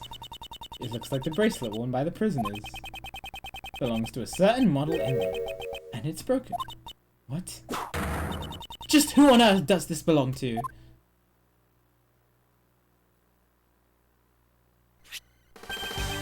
Frank Sawyer, the warden's favorite inmate.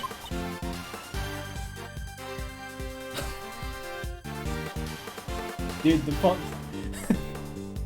is licking her face. Don't you think it's strange? He managed to keep this hidden while he moved around freely in his daily prison life. Akuro, calm down. Don't type in cat. Got it. When you think about it, it shouldn't be possible.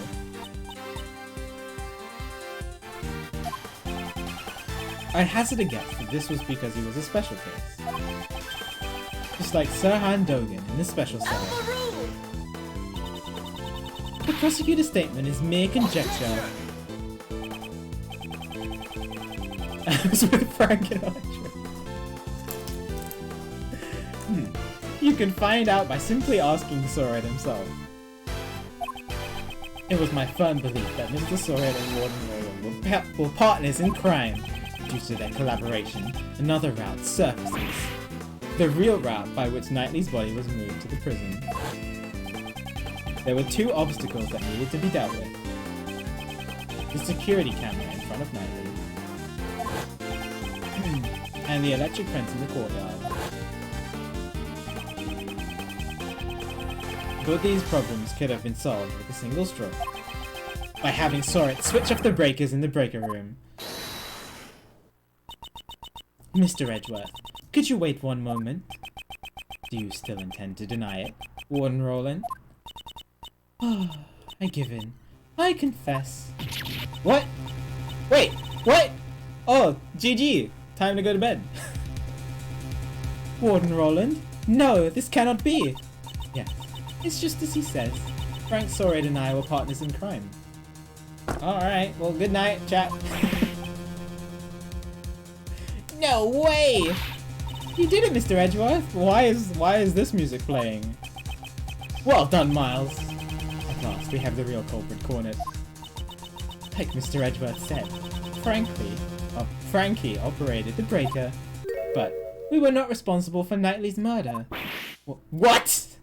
What? What are you talking about? Warden Roland, whatever do you mean? Judge Courtney, let the Goddess of Law hear my confession. The Goddess of Law is merciful. She will absolve you. I was being threatened. That's why I had no choice but to do as I was told. So who was threatening you? Sirhan Dogan, that assassin! Dogan?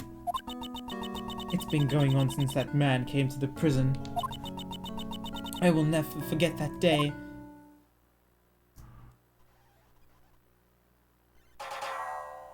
The heck?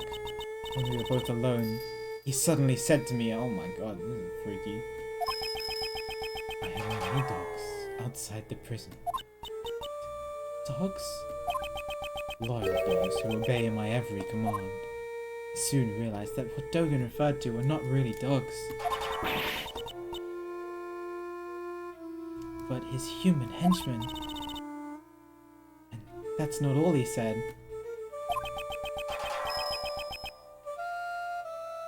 You better watch how you treat me if you don't want you and your family to become dog. Oh my god. What?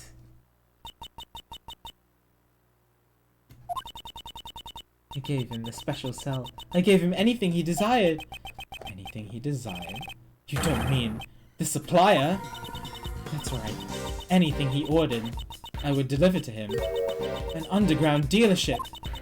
I was the one who won over Frankie. It was simple. I just offered him special privileges within the prison. These underground dealings? Once a week. In the middle of the night, Frankie would shut off 2 of the breakers so I could move from my office to the courtyard without being seen by the security camera. I would go past the fence and drop the goods down the well near the prison.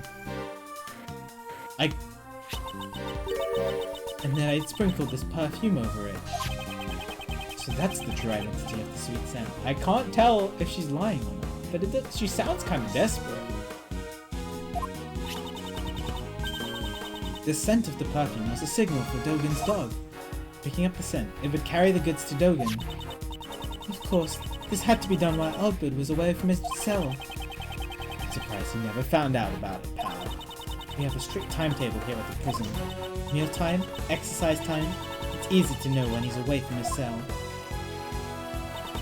And since Little Rocky is afraid of Dogan's dog, I didn't have to worry about him making noise. So, having full knowledge of the prison's inner workings, she made the deliveries herself. This would have ensured there were no slip-ups. Frankie would turn the breakers back on in the early morning, and the delivery was complete. I then modified the timestamp on the security camera. You have told us a great deal. The Goddess of Law accepts your penitent confession.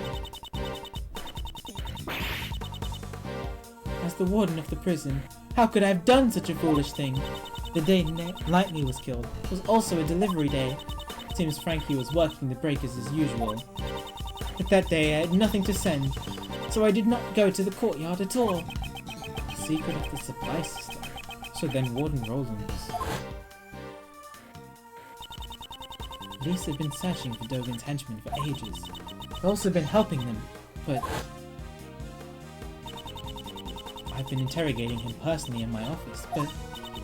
No matter how much evidence we have on him, we can't get a single word out of him. So the reason you kept on interrogating him... Yes. It was to find his henchmen. Oh, what is that? I borrowed all the evidence from the police and carried out the interrogation myself. I kept an eye on all his actions and examined all of his mail. Mail, like his correspondence chest letters. But I could never uncover the true identity of his henchmen. This fear, it's something you could never understand. Prosecutor Edgeworth, you were listening, right? I'd say this confession clears the warden of all suspicion.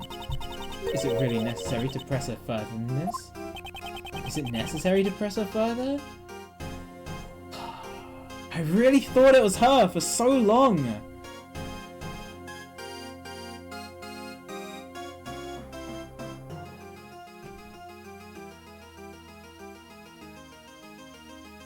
But she sounds so desperate. It makes me think that she's telling the truth.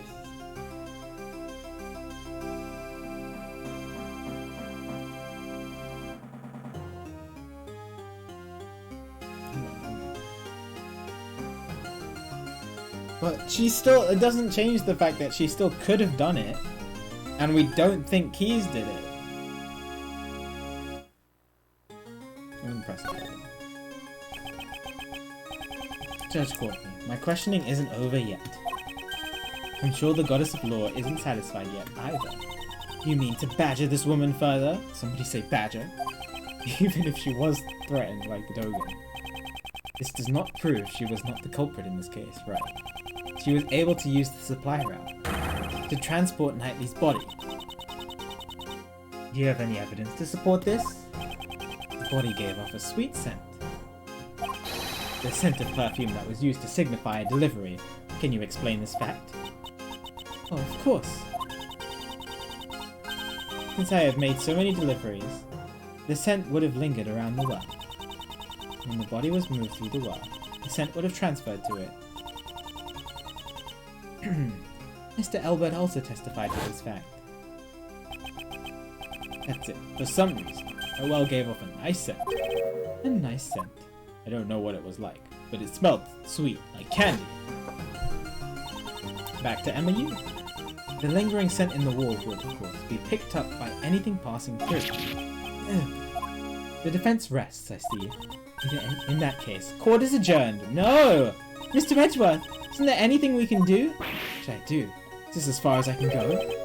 Is it over already? Yes, Sebastian, it is.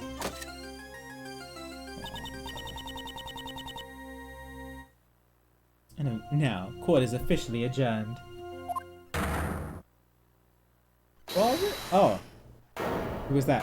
Who?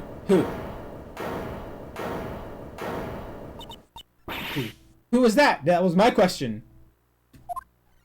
Oh, it's Ray. Hello. It's not nice of you to adjourn things just like that, Courtney Pie. Mr. Shields. Are you objecting to the court adjourning? Of course not. I ain't got no objection or anything like that. Go ahead and adjourn court. Do whatever you like. Hey, what are you doing, Mr. Shields? Whoa there, calm down, okay? No, I knew Ray was here, don't worry. Who wants some chocolate? Is this a joke? He's like, hello? You'll have to excuse me. Just have one tiny request. As Simon Keyes is attorney. That's right, you're the defense attorney in charge of this case, aren't you? Exactly, did you all forget? So mean. But you just left everything to Mr. Edgeworth and didn't do anything at all. Yes, that's right. That's why. Thought I'd do my job a bit. Do your job? That hardly sounds like you at all. It's to prepare for the trial. I'd like to ask the warden a few questions. Surely you jest. What more would you expect to hear from her? Well, Miss Warden, I'd like to hear your thoughts on the culprit. My thoughts? Uncle Ray believes that Simon is not the culprit. It seems that Miss Warden also suspects someone other than Simon. I'd like to hear you out. Mr. Edgeworth, what's Mr. Shields up to? He's trying to lure Warden Roland to testify. Why was the supply route used to transport the body? I'd say it was to pin the crime on Dogen. I see! That's what I thought! If he committed a murder here, he would be transferred to another prison. One with tighter security. That would get rid of the troublemaker. Exactly. She wouldn't pass up a chance like that. Hey, hold on a second. A culprit besides Simon? What do you mean? Simon was the one I was supposed to prosecute. Exactly. So wouldn't it be better if the pest also listened to what she had to say? Amazing, Mr. Shields.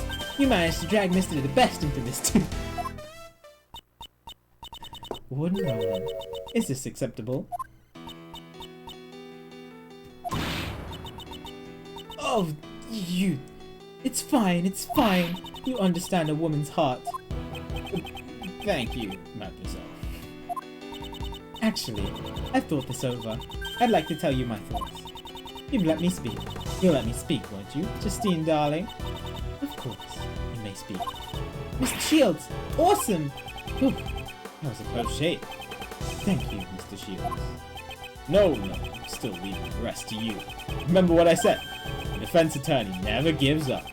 The fate of our client rests on your shoulders, after all. It'd be uncool if Uncle Rick didn't put that into practice. Now then, it's your turn to show you'll never give up. Right. Well then, will you listen to my story?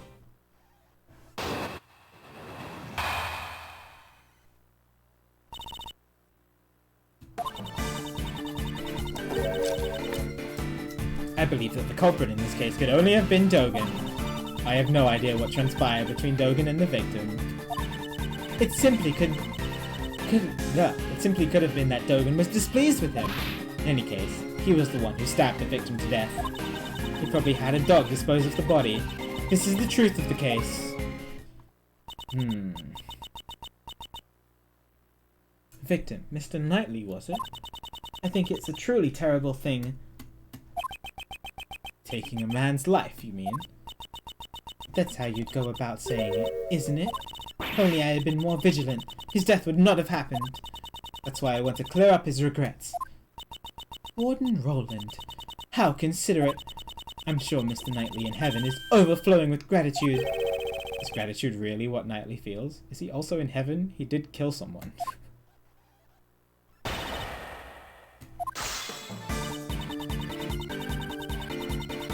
I believe that the culprit in this case is Dogen. Dogen and the victim.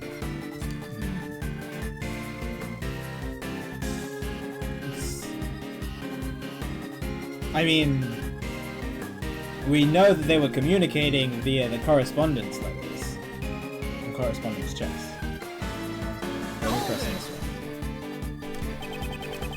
one. Knightley was being held in the detention center, and Dogen was in the prison. They couldn't make any contact. Don't you think that would have prevented trouble? The prison is quite confined, right? There were many ways for them to meet. Thoughts on Shields so far? He's cool. I like him. I like him as a defense attorney. I'm excited to get to know him more, because like most of his involvement has just been with the case, and he's kind of been like a guy at the back, letting Edgeworth take charge. But I want to get to know him more. Knightley was murdered days before he would have been sentenced to prison. Surely there weren't many ways a meeting could have occurred. Even without a direct meeting, Dogen can still cause trouble, mark my words.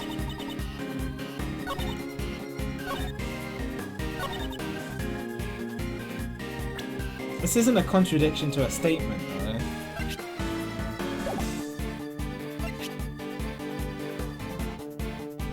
I'll try it. Objection! Would you have a look at this piece of evidence? What's this, Mr. Edgeworth? You want my attention that badly? No, I didn't mean... I'll give you as many hugs... Oh my god. Run, Miles, run! Okay. It seems that I'm in danger. I should withdraw for now.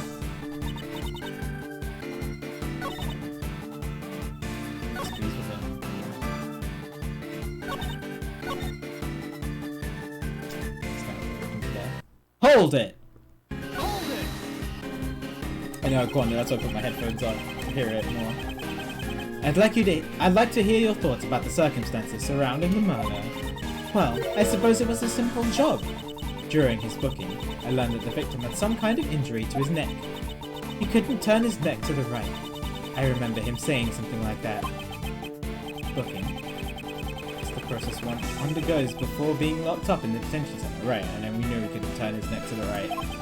It sounds like you don't really know a lot about Knightley. I only know a little. In any case, he would have been an easy target for Dogen. Perhaps he used the chisel hidden in the chessboard. The victim wouldn't even have a chance to scream. I see. Your opinion would be a very valuable reference. Could you add those last statements to your testimony? Oh. Aw, you're making me blush. You're so C-U-T-E. Alright. Oh my god, another Edgeworth fangirl. I'm just kidding, I'll continue.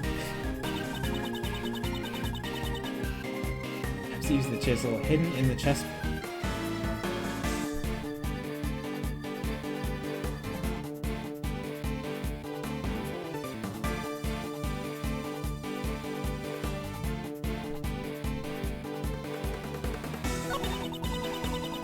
Oh, this is new as well. This is a simple job. Hold it! Hold it! A chessboard? That thing that the victim brought with him. It seems like you really enjoyed playing chess. How could I have guessed that chisel would be hidden inside it? The chisel and the chessboard? That fact is only known by a select few people. Was she not there when we talked about it? I thought she was. No, she wasn't. She came in after. She came in after. I remember. So how does she know this information? Yes. In Dogen's hand, even a chisel is enough to be used as a lethal weapon. Yeah, she came in after, I remember. I thought she was there. It was when we were in the special room in the prison and we were all talking. I thought she was there, but she wasn't. She came in after.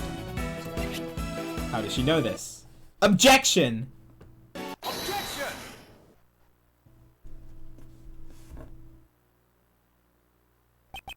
Warden Roland, you certainly are sharp-witted. Hey, enough with the titles. Call me Patty. P-A-T-T-Y. However, there's something you were a little too knowledgeable about. Ooh hoo hoo. Embarrassed? You're such an inexperienced child, Edgeworth dear. It indeed was a slip. Ugh! Fight on, Mr. Edgeworth. You said you didn't really know much about Knightley. If that's the case, how did you know about the chisel inside the chessboard? Oh my god, Yoshi. Of course. The entrance check. Objection!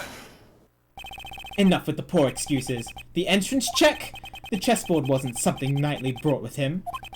It was brought to him later by Mr. Keys. He didn't even have it when he arrived here. That's... my mistake. I mean, I meant the parcel check. Even if we assume that, there are still many suspicious points. Why wasn't such a chisel immediately confiscated? Ah! Judge Courtney, did you tell anyone about the trick to this chessboard? I did not. Oh man, she's in the corner. No information about our investigation was leaked. Then how did you find out? You could not have examined this during the entrance check or parcel check. Certainly. Someone in the warden's position would never have let a chisel slip by. Exactly. So, answer this, Warden Roland. When and how did you learn about the chessboard secret?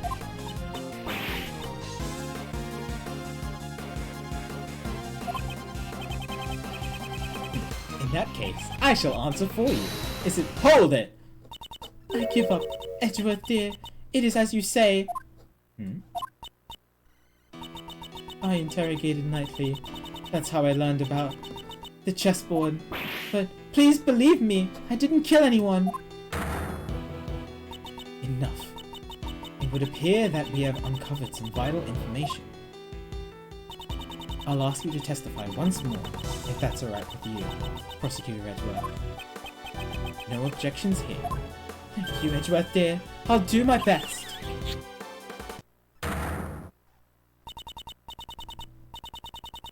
Well then, Warden Roland, I trust there will be no lies from here on out. A pool of lies is slowly running dry. Soon I will bring out her true nature. Can't play the victim forever. Story time. I wouldn't go so far as to call it an interrogation. I always make sure to talk to all the new arrivals. Mr. Knightley, yes, we had a little chat. After our talk, he went back to his cell. I assure you. She's piling lies on top of lies, not realizing that it only tightens the noose around her neck. You speak with the new prisoners, you say? That's right. I'm glad you understand. Your testimony is not solid evidence. It requires more than just understanding. Yeah, on the lips. Well then, Prosecutor Edgeworth, you may begin your cross-examination. Alright. What statement should I press here first? For an interrogation, and make sure to talk to all the new arrivals. Chat? What did you talk about? Hold it! Hold it! And what was Knightley like during the interrogation? He was very honest. Mr. Knightley was... Oh, honest, pal? He also talked about a croissant and some type of promo. Okay. Oh. En passant. And chess piece promotions, I presume. Looks like he was his usual chess-loving self. After our talk, he went right back to his cell, I assure you. Did he though? Hold it! Hold it! If he really returned to his cell, there is no way he would be a corpse now. I know you're suggesting that I killed him during the interrogation, but I couldn't possibly have had a motive to kill Knightley. Oh, yes you do! Dogen was the only one I hated, and he had no connection with the victim. She only hated Dogen. Please add that statement to your testimony. Dogen was the one I hated, and he had no connection with the victim. Yes, he does.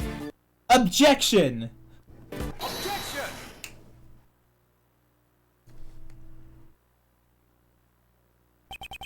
Judge Courtney, I'd like you to have a look at this. It looks like a record of a chess game. Is there something wrong with it? This was discovered in the victim's cell. It was Knightley's memo. Warden Roland, you also discovered this note in the very same place. And not just in Knightley's cell, but in Dogen's too, correct?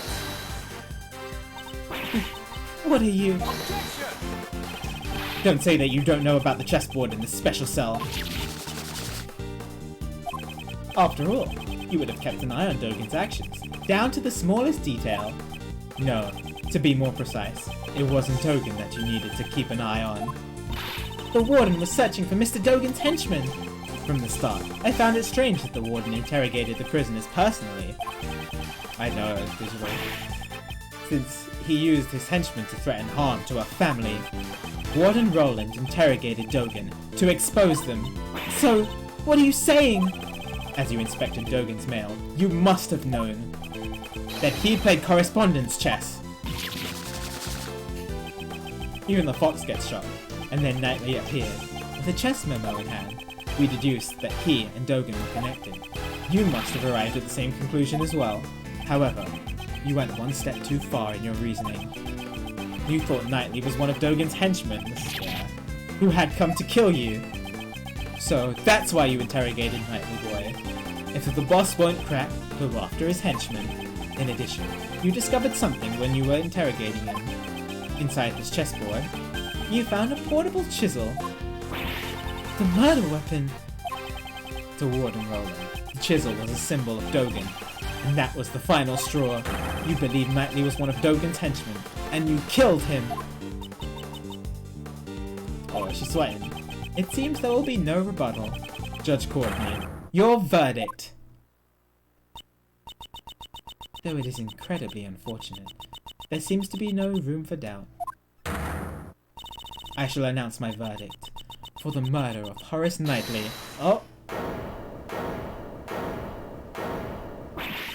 Twice my sacred verdict has been interrupted. Who was that? What happened? Warden Roland? Oh, how strange. You guys really don't understand anything! It would seem the one who doesn't understand is you. Me? Oh, I understand one thing very well. There is a huge contradiction in your logic, Mr. Edgeworth. Oh my god, look at the fox go! When she's cornered, she starts spouting nonsense. Paid no heed, Judge Courtney. Your verdict. I am interested in hearing what the warden has to say. Zoomies! What? I thought so. Just have one thing I want to say. One? Please, take a good look at the autopsy report. Oh boy. The autopsy report. The one I updated? I heard exactly what you said earlier, Justine darling. You said the wound was 4 inches deep. 4 inches? No way. Could that tiny chisel really have made a wound 4 inches deep?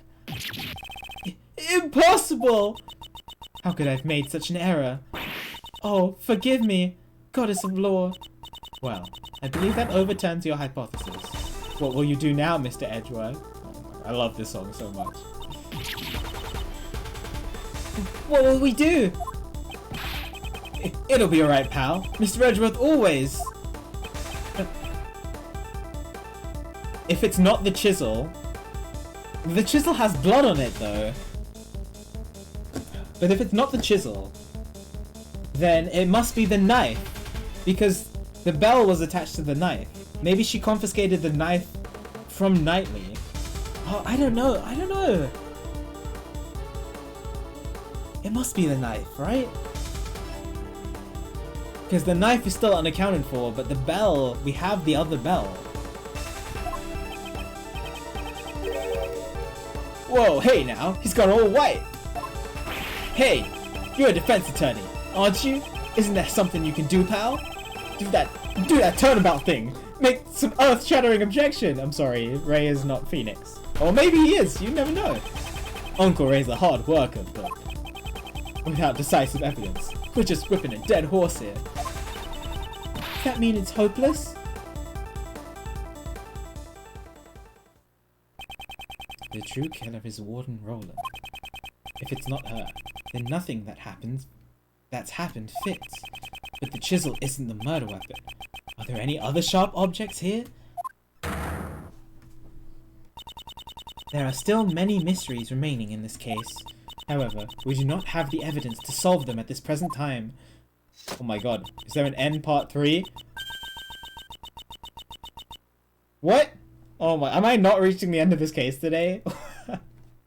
We have no choice but to continue this battle in the courtroom. Objection. That would just give the killer a chance to destroy the evidence. Are you mocking the court? No, I didn't mean anything like that. You look perplexed, Miles. Thought of anything yet? The chisel is not the murder weapon.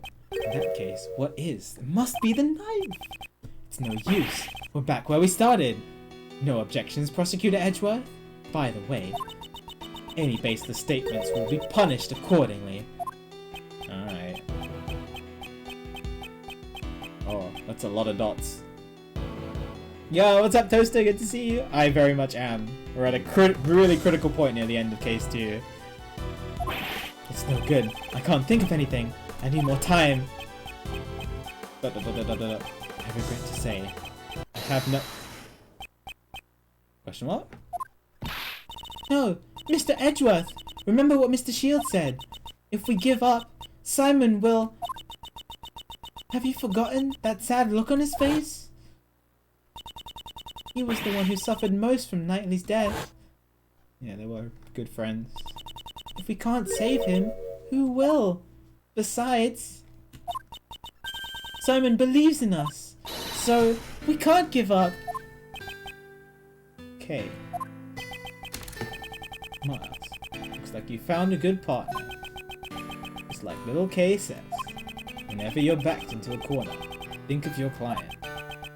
Keep fighting until the very end. Isn't that the feeling you're getting? Reckon, you're old man. No matter what trouble he faced, he would always turn things around and save his client. You've got his blood in you, right? In that case, you're the only one who can turn this around. Let's go, dude. Judge Courtney. The look in your eyes has suddenly changed. If you do intend to speak, you better be prepared to face the consequences. Your logic thus far has been misplaced numerous times. If this were to happen again, I will consider you unfit to call yourself a prosecutor, and you will hand over your badge.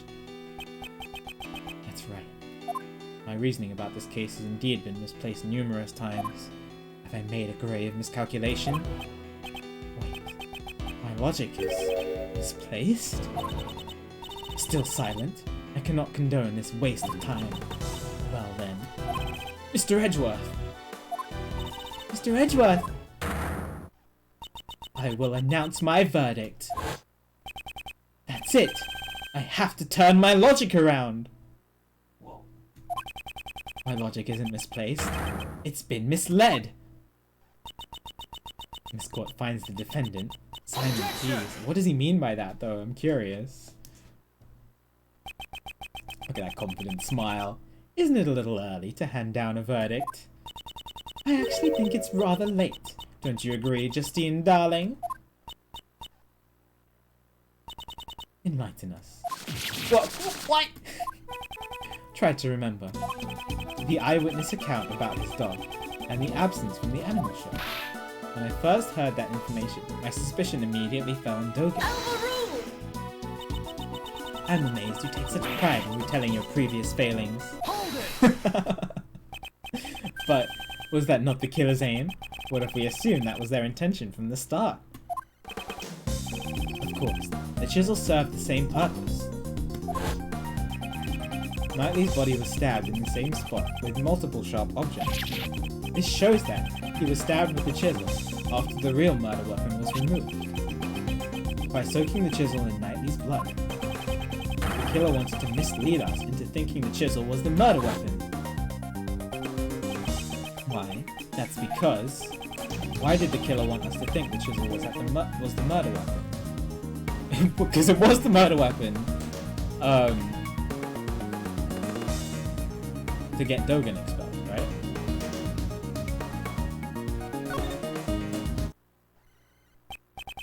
Warden Rowan, we made use of the chisel's image. Chisel's image? What are you trying to say? We're 2 weeks away until my birthday. Mr. DeBest, when you see this chisel, what does it suggest to you? Eh? Something like, Dogen is the killer, right? Now, do you understand? That was the warden's aim. Ha! She wanted us to suspect the person with the chisels. Indeed, that was her plan from the very beginning, right? To make Sir Han Dogen out to be the killer. I understand your logic. It is true that Warden did not think kindly of Dogen. But you understand, don't you? We still need the murder weapon. This alone does not prove she is the killer, as I thought. It's not enough. The remaining chance is for me to find the real murder weapon. Must be in, well, whether it's the knife or not, the alligator must have swallowed it. Because the metal detector was going off near the alligator. If you have no more evidence, I believe this conversation is over. Objection!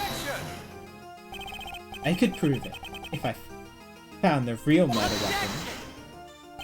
It doesn't matter what you say. We did a clean sweep of this place. It is, did you? It is as Sebastian said. In the end, we could not find any weapons. In other words, such proof is impossible. Objection! No, the murder weapon must still be somewhere in the prison. As long as this exists. The security gate? You remember its name after all. Are you mocking me? It's because of those things that you can't take metal objects in or out of this place. Ah! Right. As long as those security gates exist, the murder weapon should still be here. That also means no weapon could have been brought into the prison. In the end, we're back to the same mystery after all. Judge Courtney? Prosecutor Edgeworth, surely you've realized, if the real murder weapon is still in the prison, one must also consider how it got there in the first place. The chisel was concealed within the chessboard, but the chisel is not the real murder weapon, which means the real murder weapon must have been smuggled in somehow. The way it was smuggled in. Can you prove that? Warden Roland brought the murder weapon into the prison? We had evidence transferred from the precinct. Yes, we borrowed all the evidence concerning Dogen, right, including his knife. I've been interrogating him personally in my office, but... That's it. She could have used that! It shows another way a weapon could have been brought into the prison.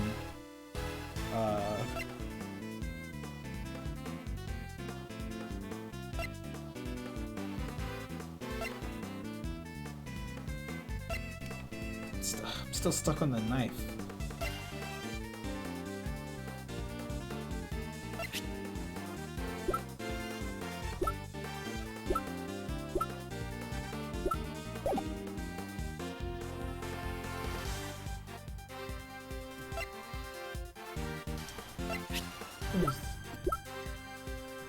A knife! The knife! Here we go!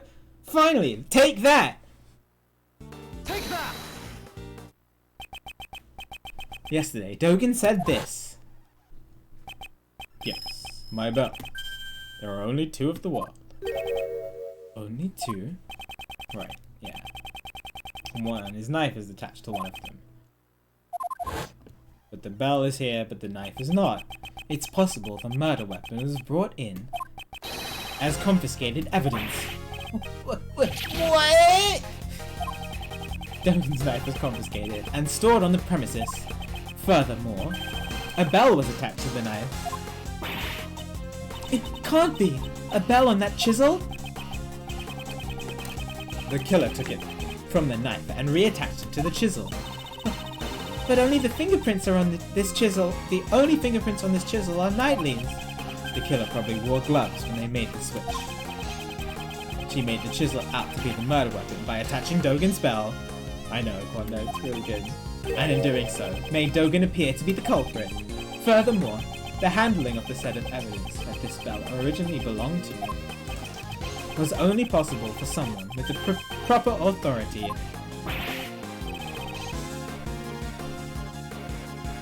Who, sir? Who had that authority? Why don't we ask the warden what she thinks?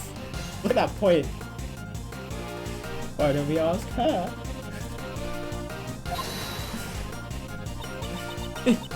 You can find bells anywhere. Anyone could have attached it, right? I see. Oh, he's getting ready to point. I see.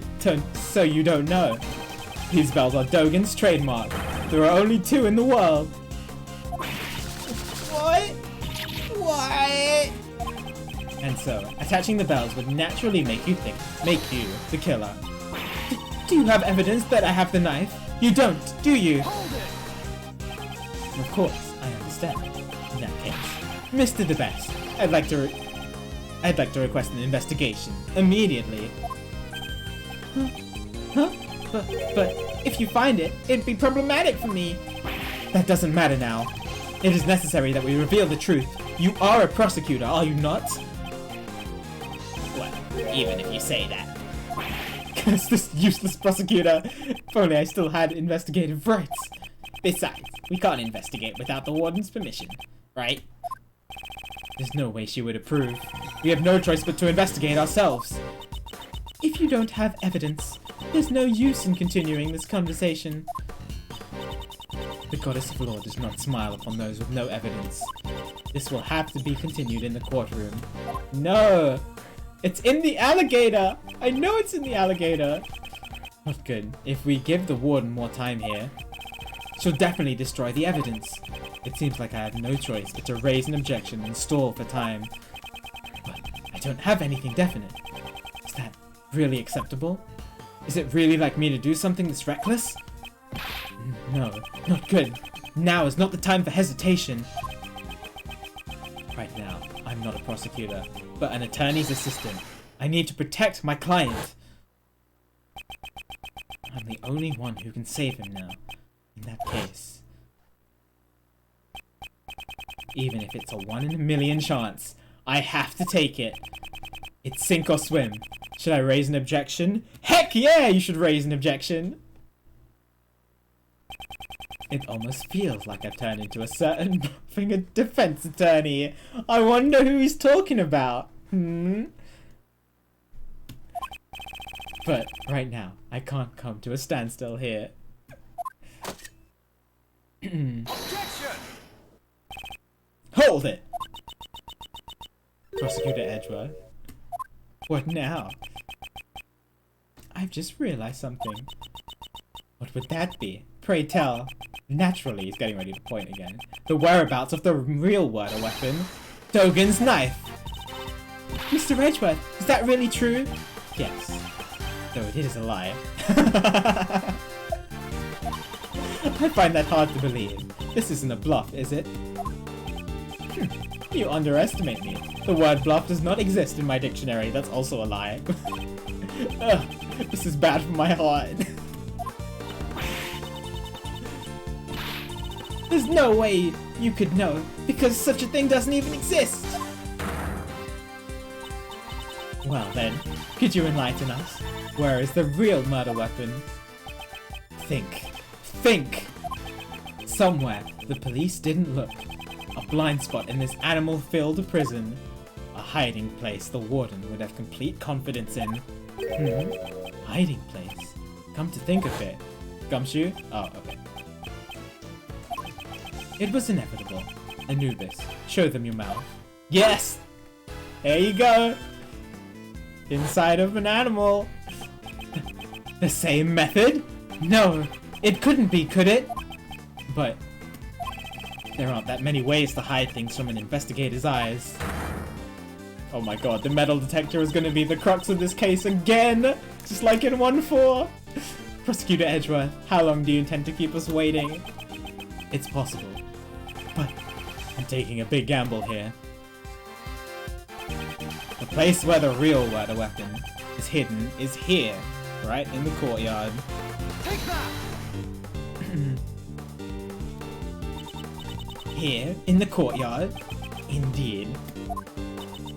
That's not enough information. Please show us in more detail.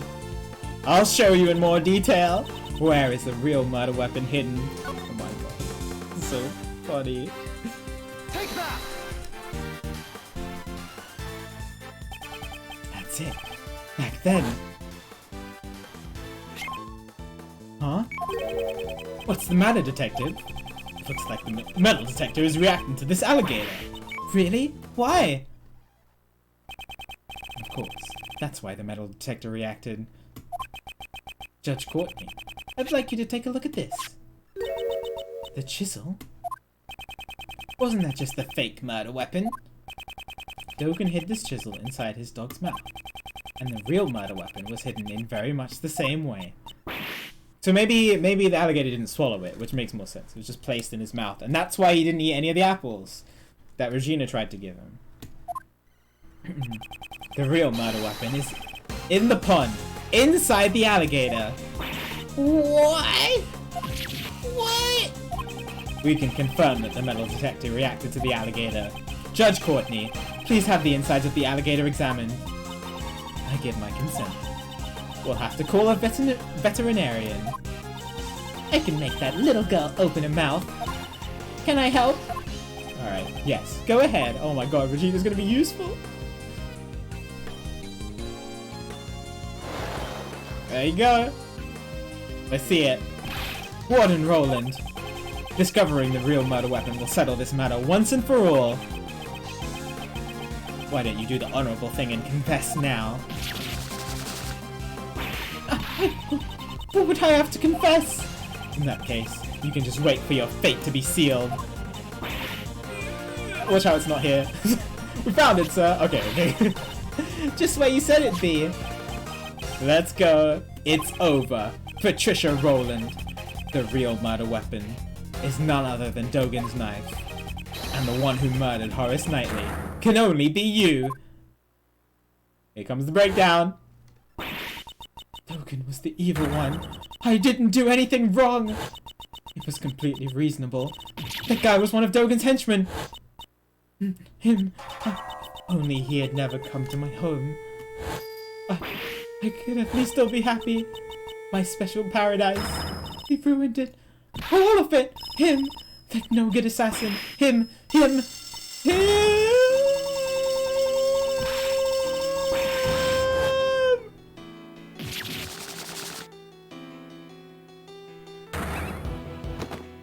Oh my god.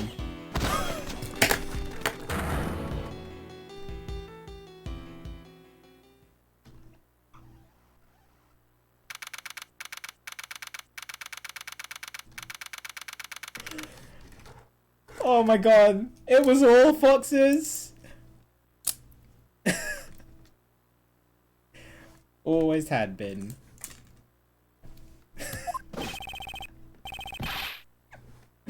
Mr. the Best of the best. We have the results.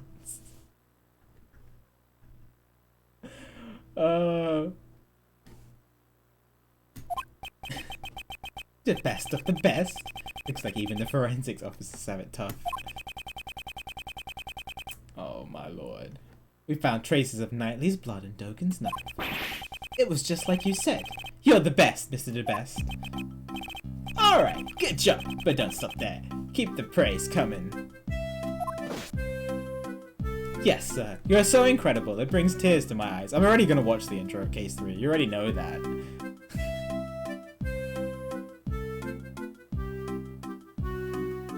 Oh, really, PQ? I will watch the intro to Case 3. Well, let's get to it first. Okay, well, I'll talk about it in a sec. Yes, sir. You're so incredible. It brings tears to my eyes. From sorrow. Well done, Sebastian. Next comes the follow-up investigation. Huh? What are you talking about, Justine? Hasn't the case been solved already? We have not yet confirmed if Knightley truly was one of Dogen's henchmen.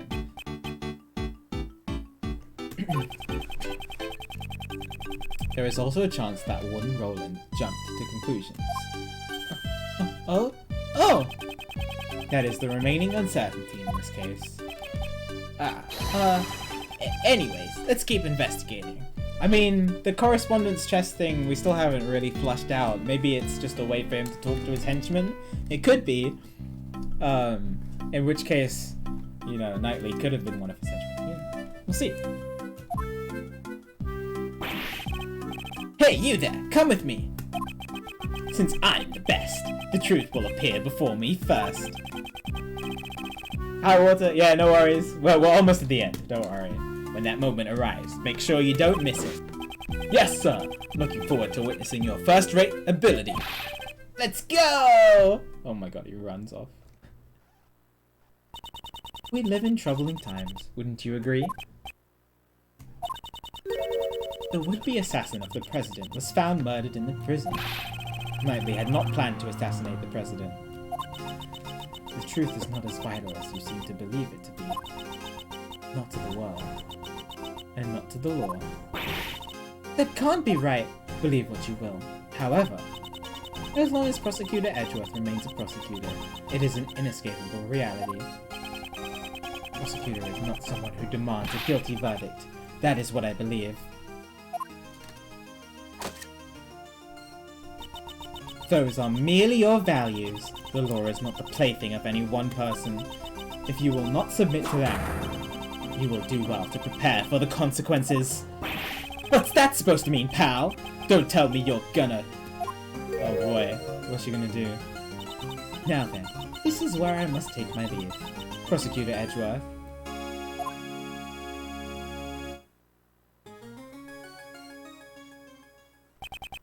Judge Courtney is right. The law should not serve anyone's person's desires.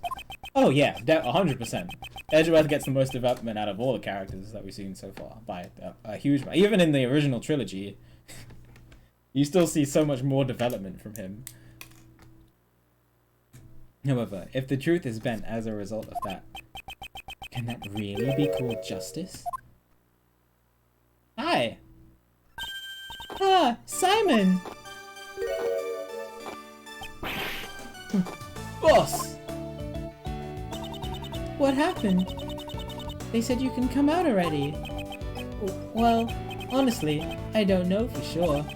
All of a sudden, they were like, you're free to go, and you should thank Mr. Edgeworth. Well, that's because he found out who the real murderer was. Really? He did? Mr. Edgeworth? No, wait! Even if you glare at me like that, it's useless. I'm innocent after all. You can't make me guilt. No. Simon. You should thank him, you know. You're right. Thank you very much. I want to thank you too. Good grief. Mr. Defense Attorney, can I ask you just one more question? Yes, you may. But I'm not a defense attorney. I thought that Knightley and I were friends. No, I meant best friends. I always thought we were. You don't think so anymore? Well, I'm just wondering. There were some things I had no idea about. Like how he could hate someone enough to kill them. That's why maybe he never trusted me either. Simon, that's not true. You're lying, because if I had known, I could have stopped him. I would have told him he had no need to be angry with anyone. Mr. Keys, I don't think he disliked you either. Let's show him proof that Knightley trusted him. Made the chessboard?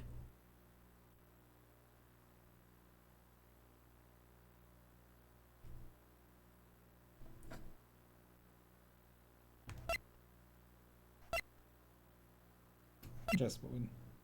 Chessboard is the thing, like he trusted him enough to bring the chessboard, which had the chisel in it. That's the only thing I can think of. Unless I'm missing something more obvious than that.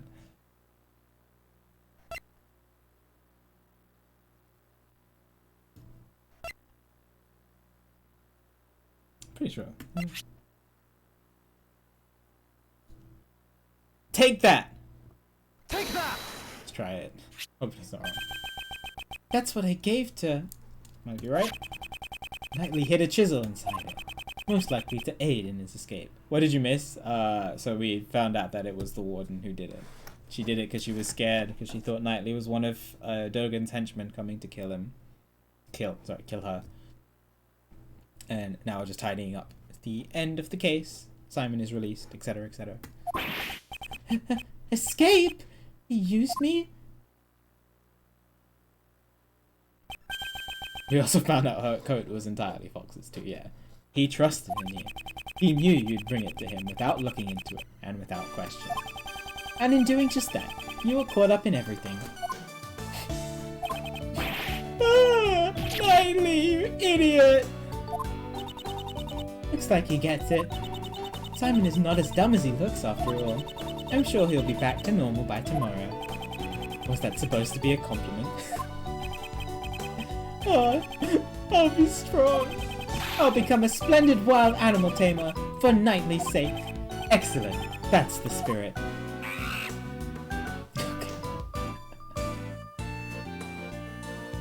It's also creepy with that one eye. I almost forgot. If you like, please come to our next show. Oh my god, it's Max. I'll also be performing in it. The Very Big Circus is always fabulous and fun for all ages. Wow, that sounds like fun! Let's go, Mr. Edgeworth! Almost, no, we're right at this is the very end, yeah. Well, I'll think about it. Well, you need to get back to practicing right away. You'll be with Regent today. What? The tiger? No way, no way, no way, no way! It'll be fine. He's a good boy. No way. There is no way it'll be fine. Oh, did he run away? Please cut me a break! Woo! And there they go.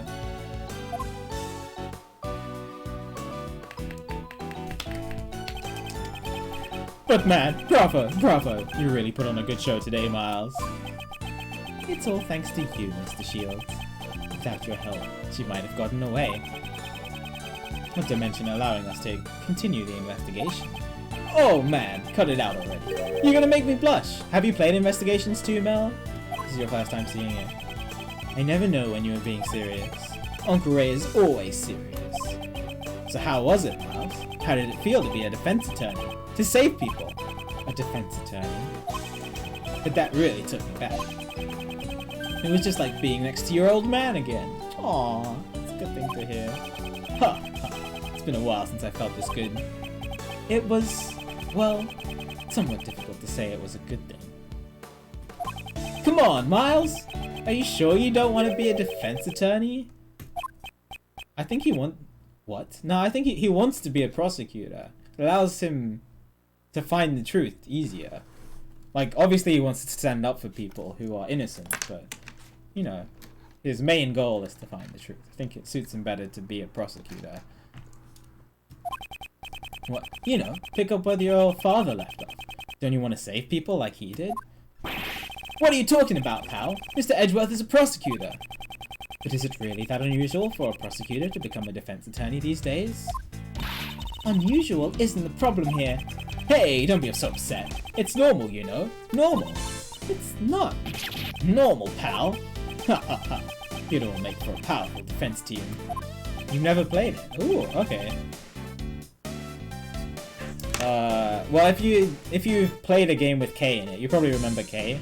Then you probably played Investigation. I would recommend it. If you enjoyed the original trilogy, which I'm guessing you've played, I would definitely recommend Investigations 1 and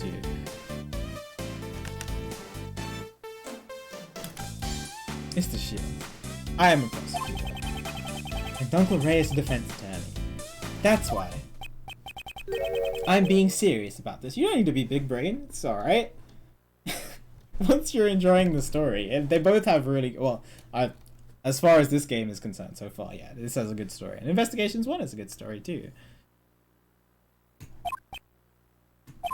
Well, that's just my opinion. Feel free to drop by anytime if you have a change of heart. I'll be waiting for ya. Alright. Oh, in my father's footsteps? Me? Become a defense? Oh, is he actually considering it? Aww! I'm gonna become a defense attorney, just like my dad. I haven't seen this picture in so long, since I think Ace 21.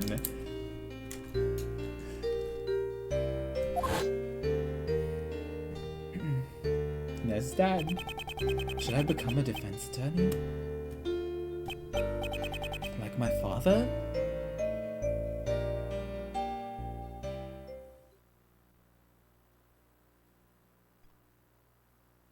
Oh, that's how they end it? Wow. Oh, baby. Alright, we're gonna watch the intro to Case 3. Are you guys ready? Only the intro and nothing more, okay? Let's do it. The Inherited Turnabout. Only the intro. What's for dessert today? Catherine Hall! And Jeff Masters' Piece of Cake. Ow!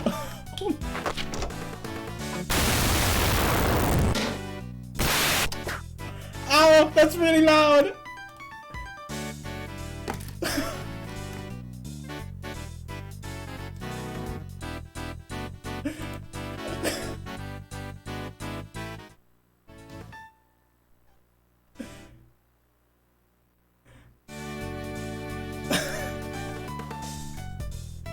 I'm sorry, chat. Ow! It hurt my ears too. Alright, well, it's TV being played.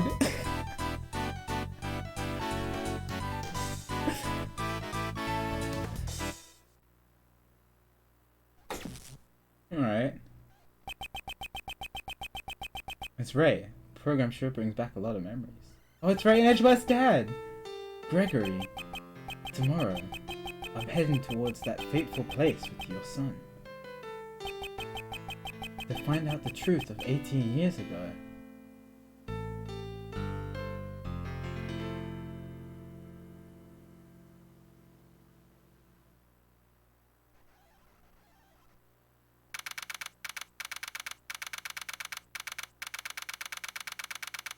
Interesting. I wonder if we're gonna do a case as Edgeworth's dad, or huh? Oh, I want to play more, but it's not a it's not a good idea. It's not a good idea.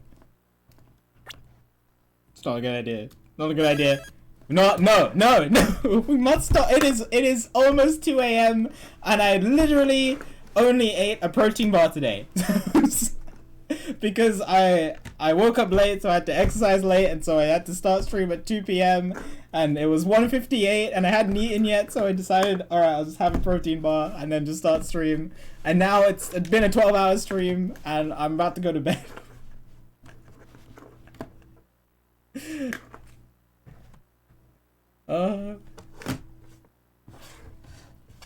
But yeah, no, we will definitely play more next week, and it's good. We'll have we'll do all of case 3 next week, and it'll be fun. We'll do 6 hours on Saturday, 6 hours on Sunday, if it's gonna be a 12-hour case. Yeah, but I'm sorry about the audio issues. My ears, dude, that hurts so much.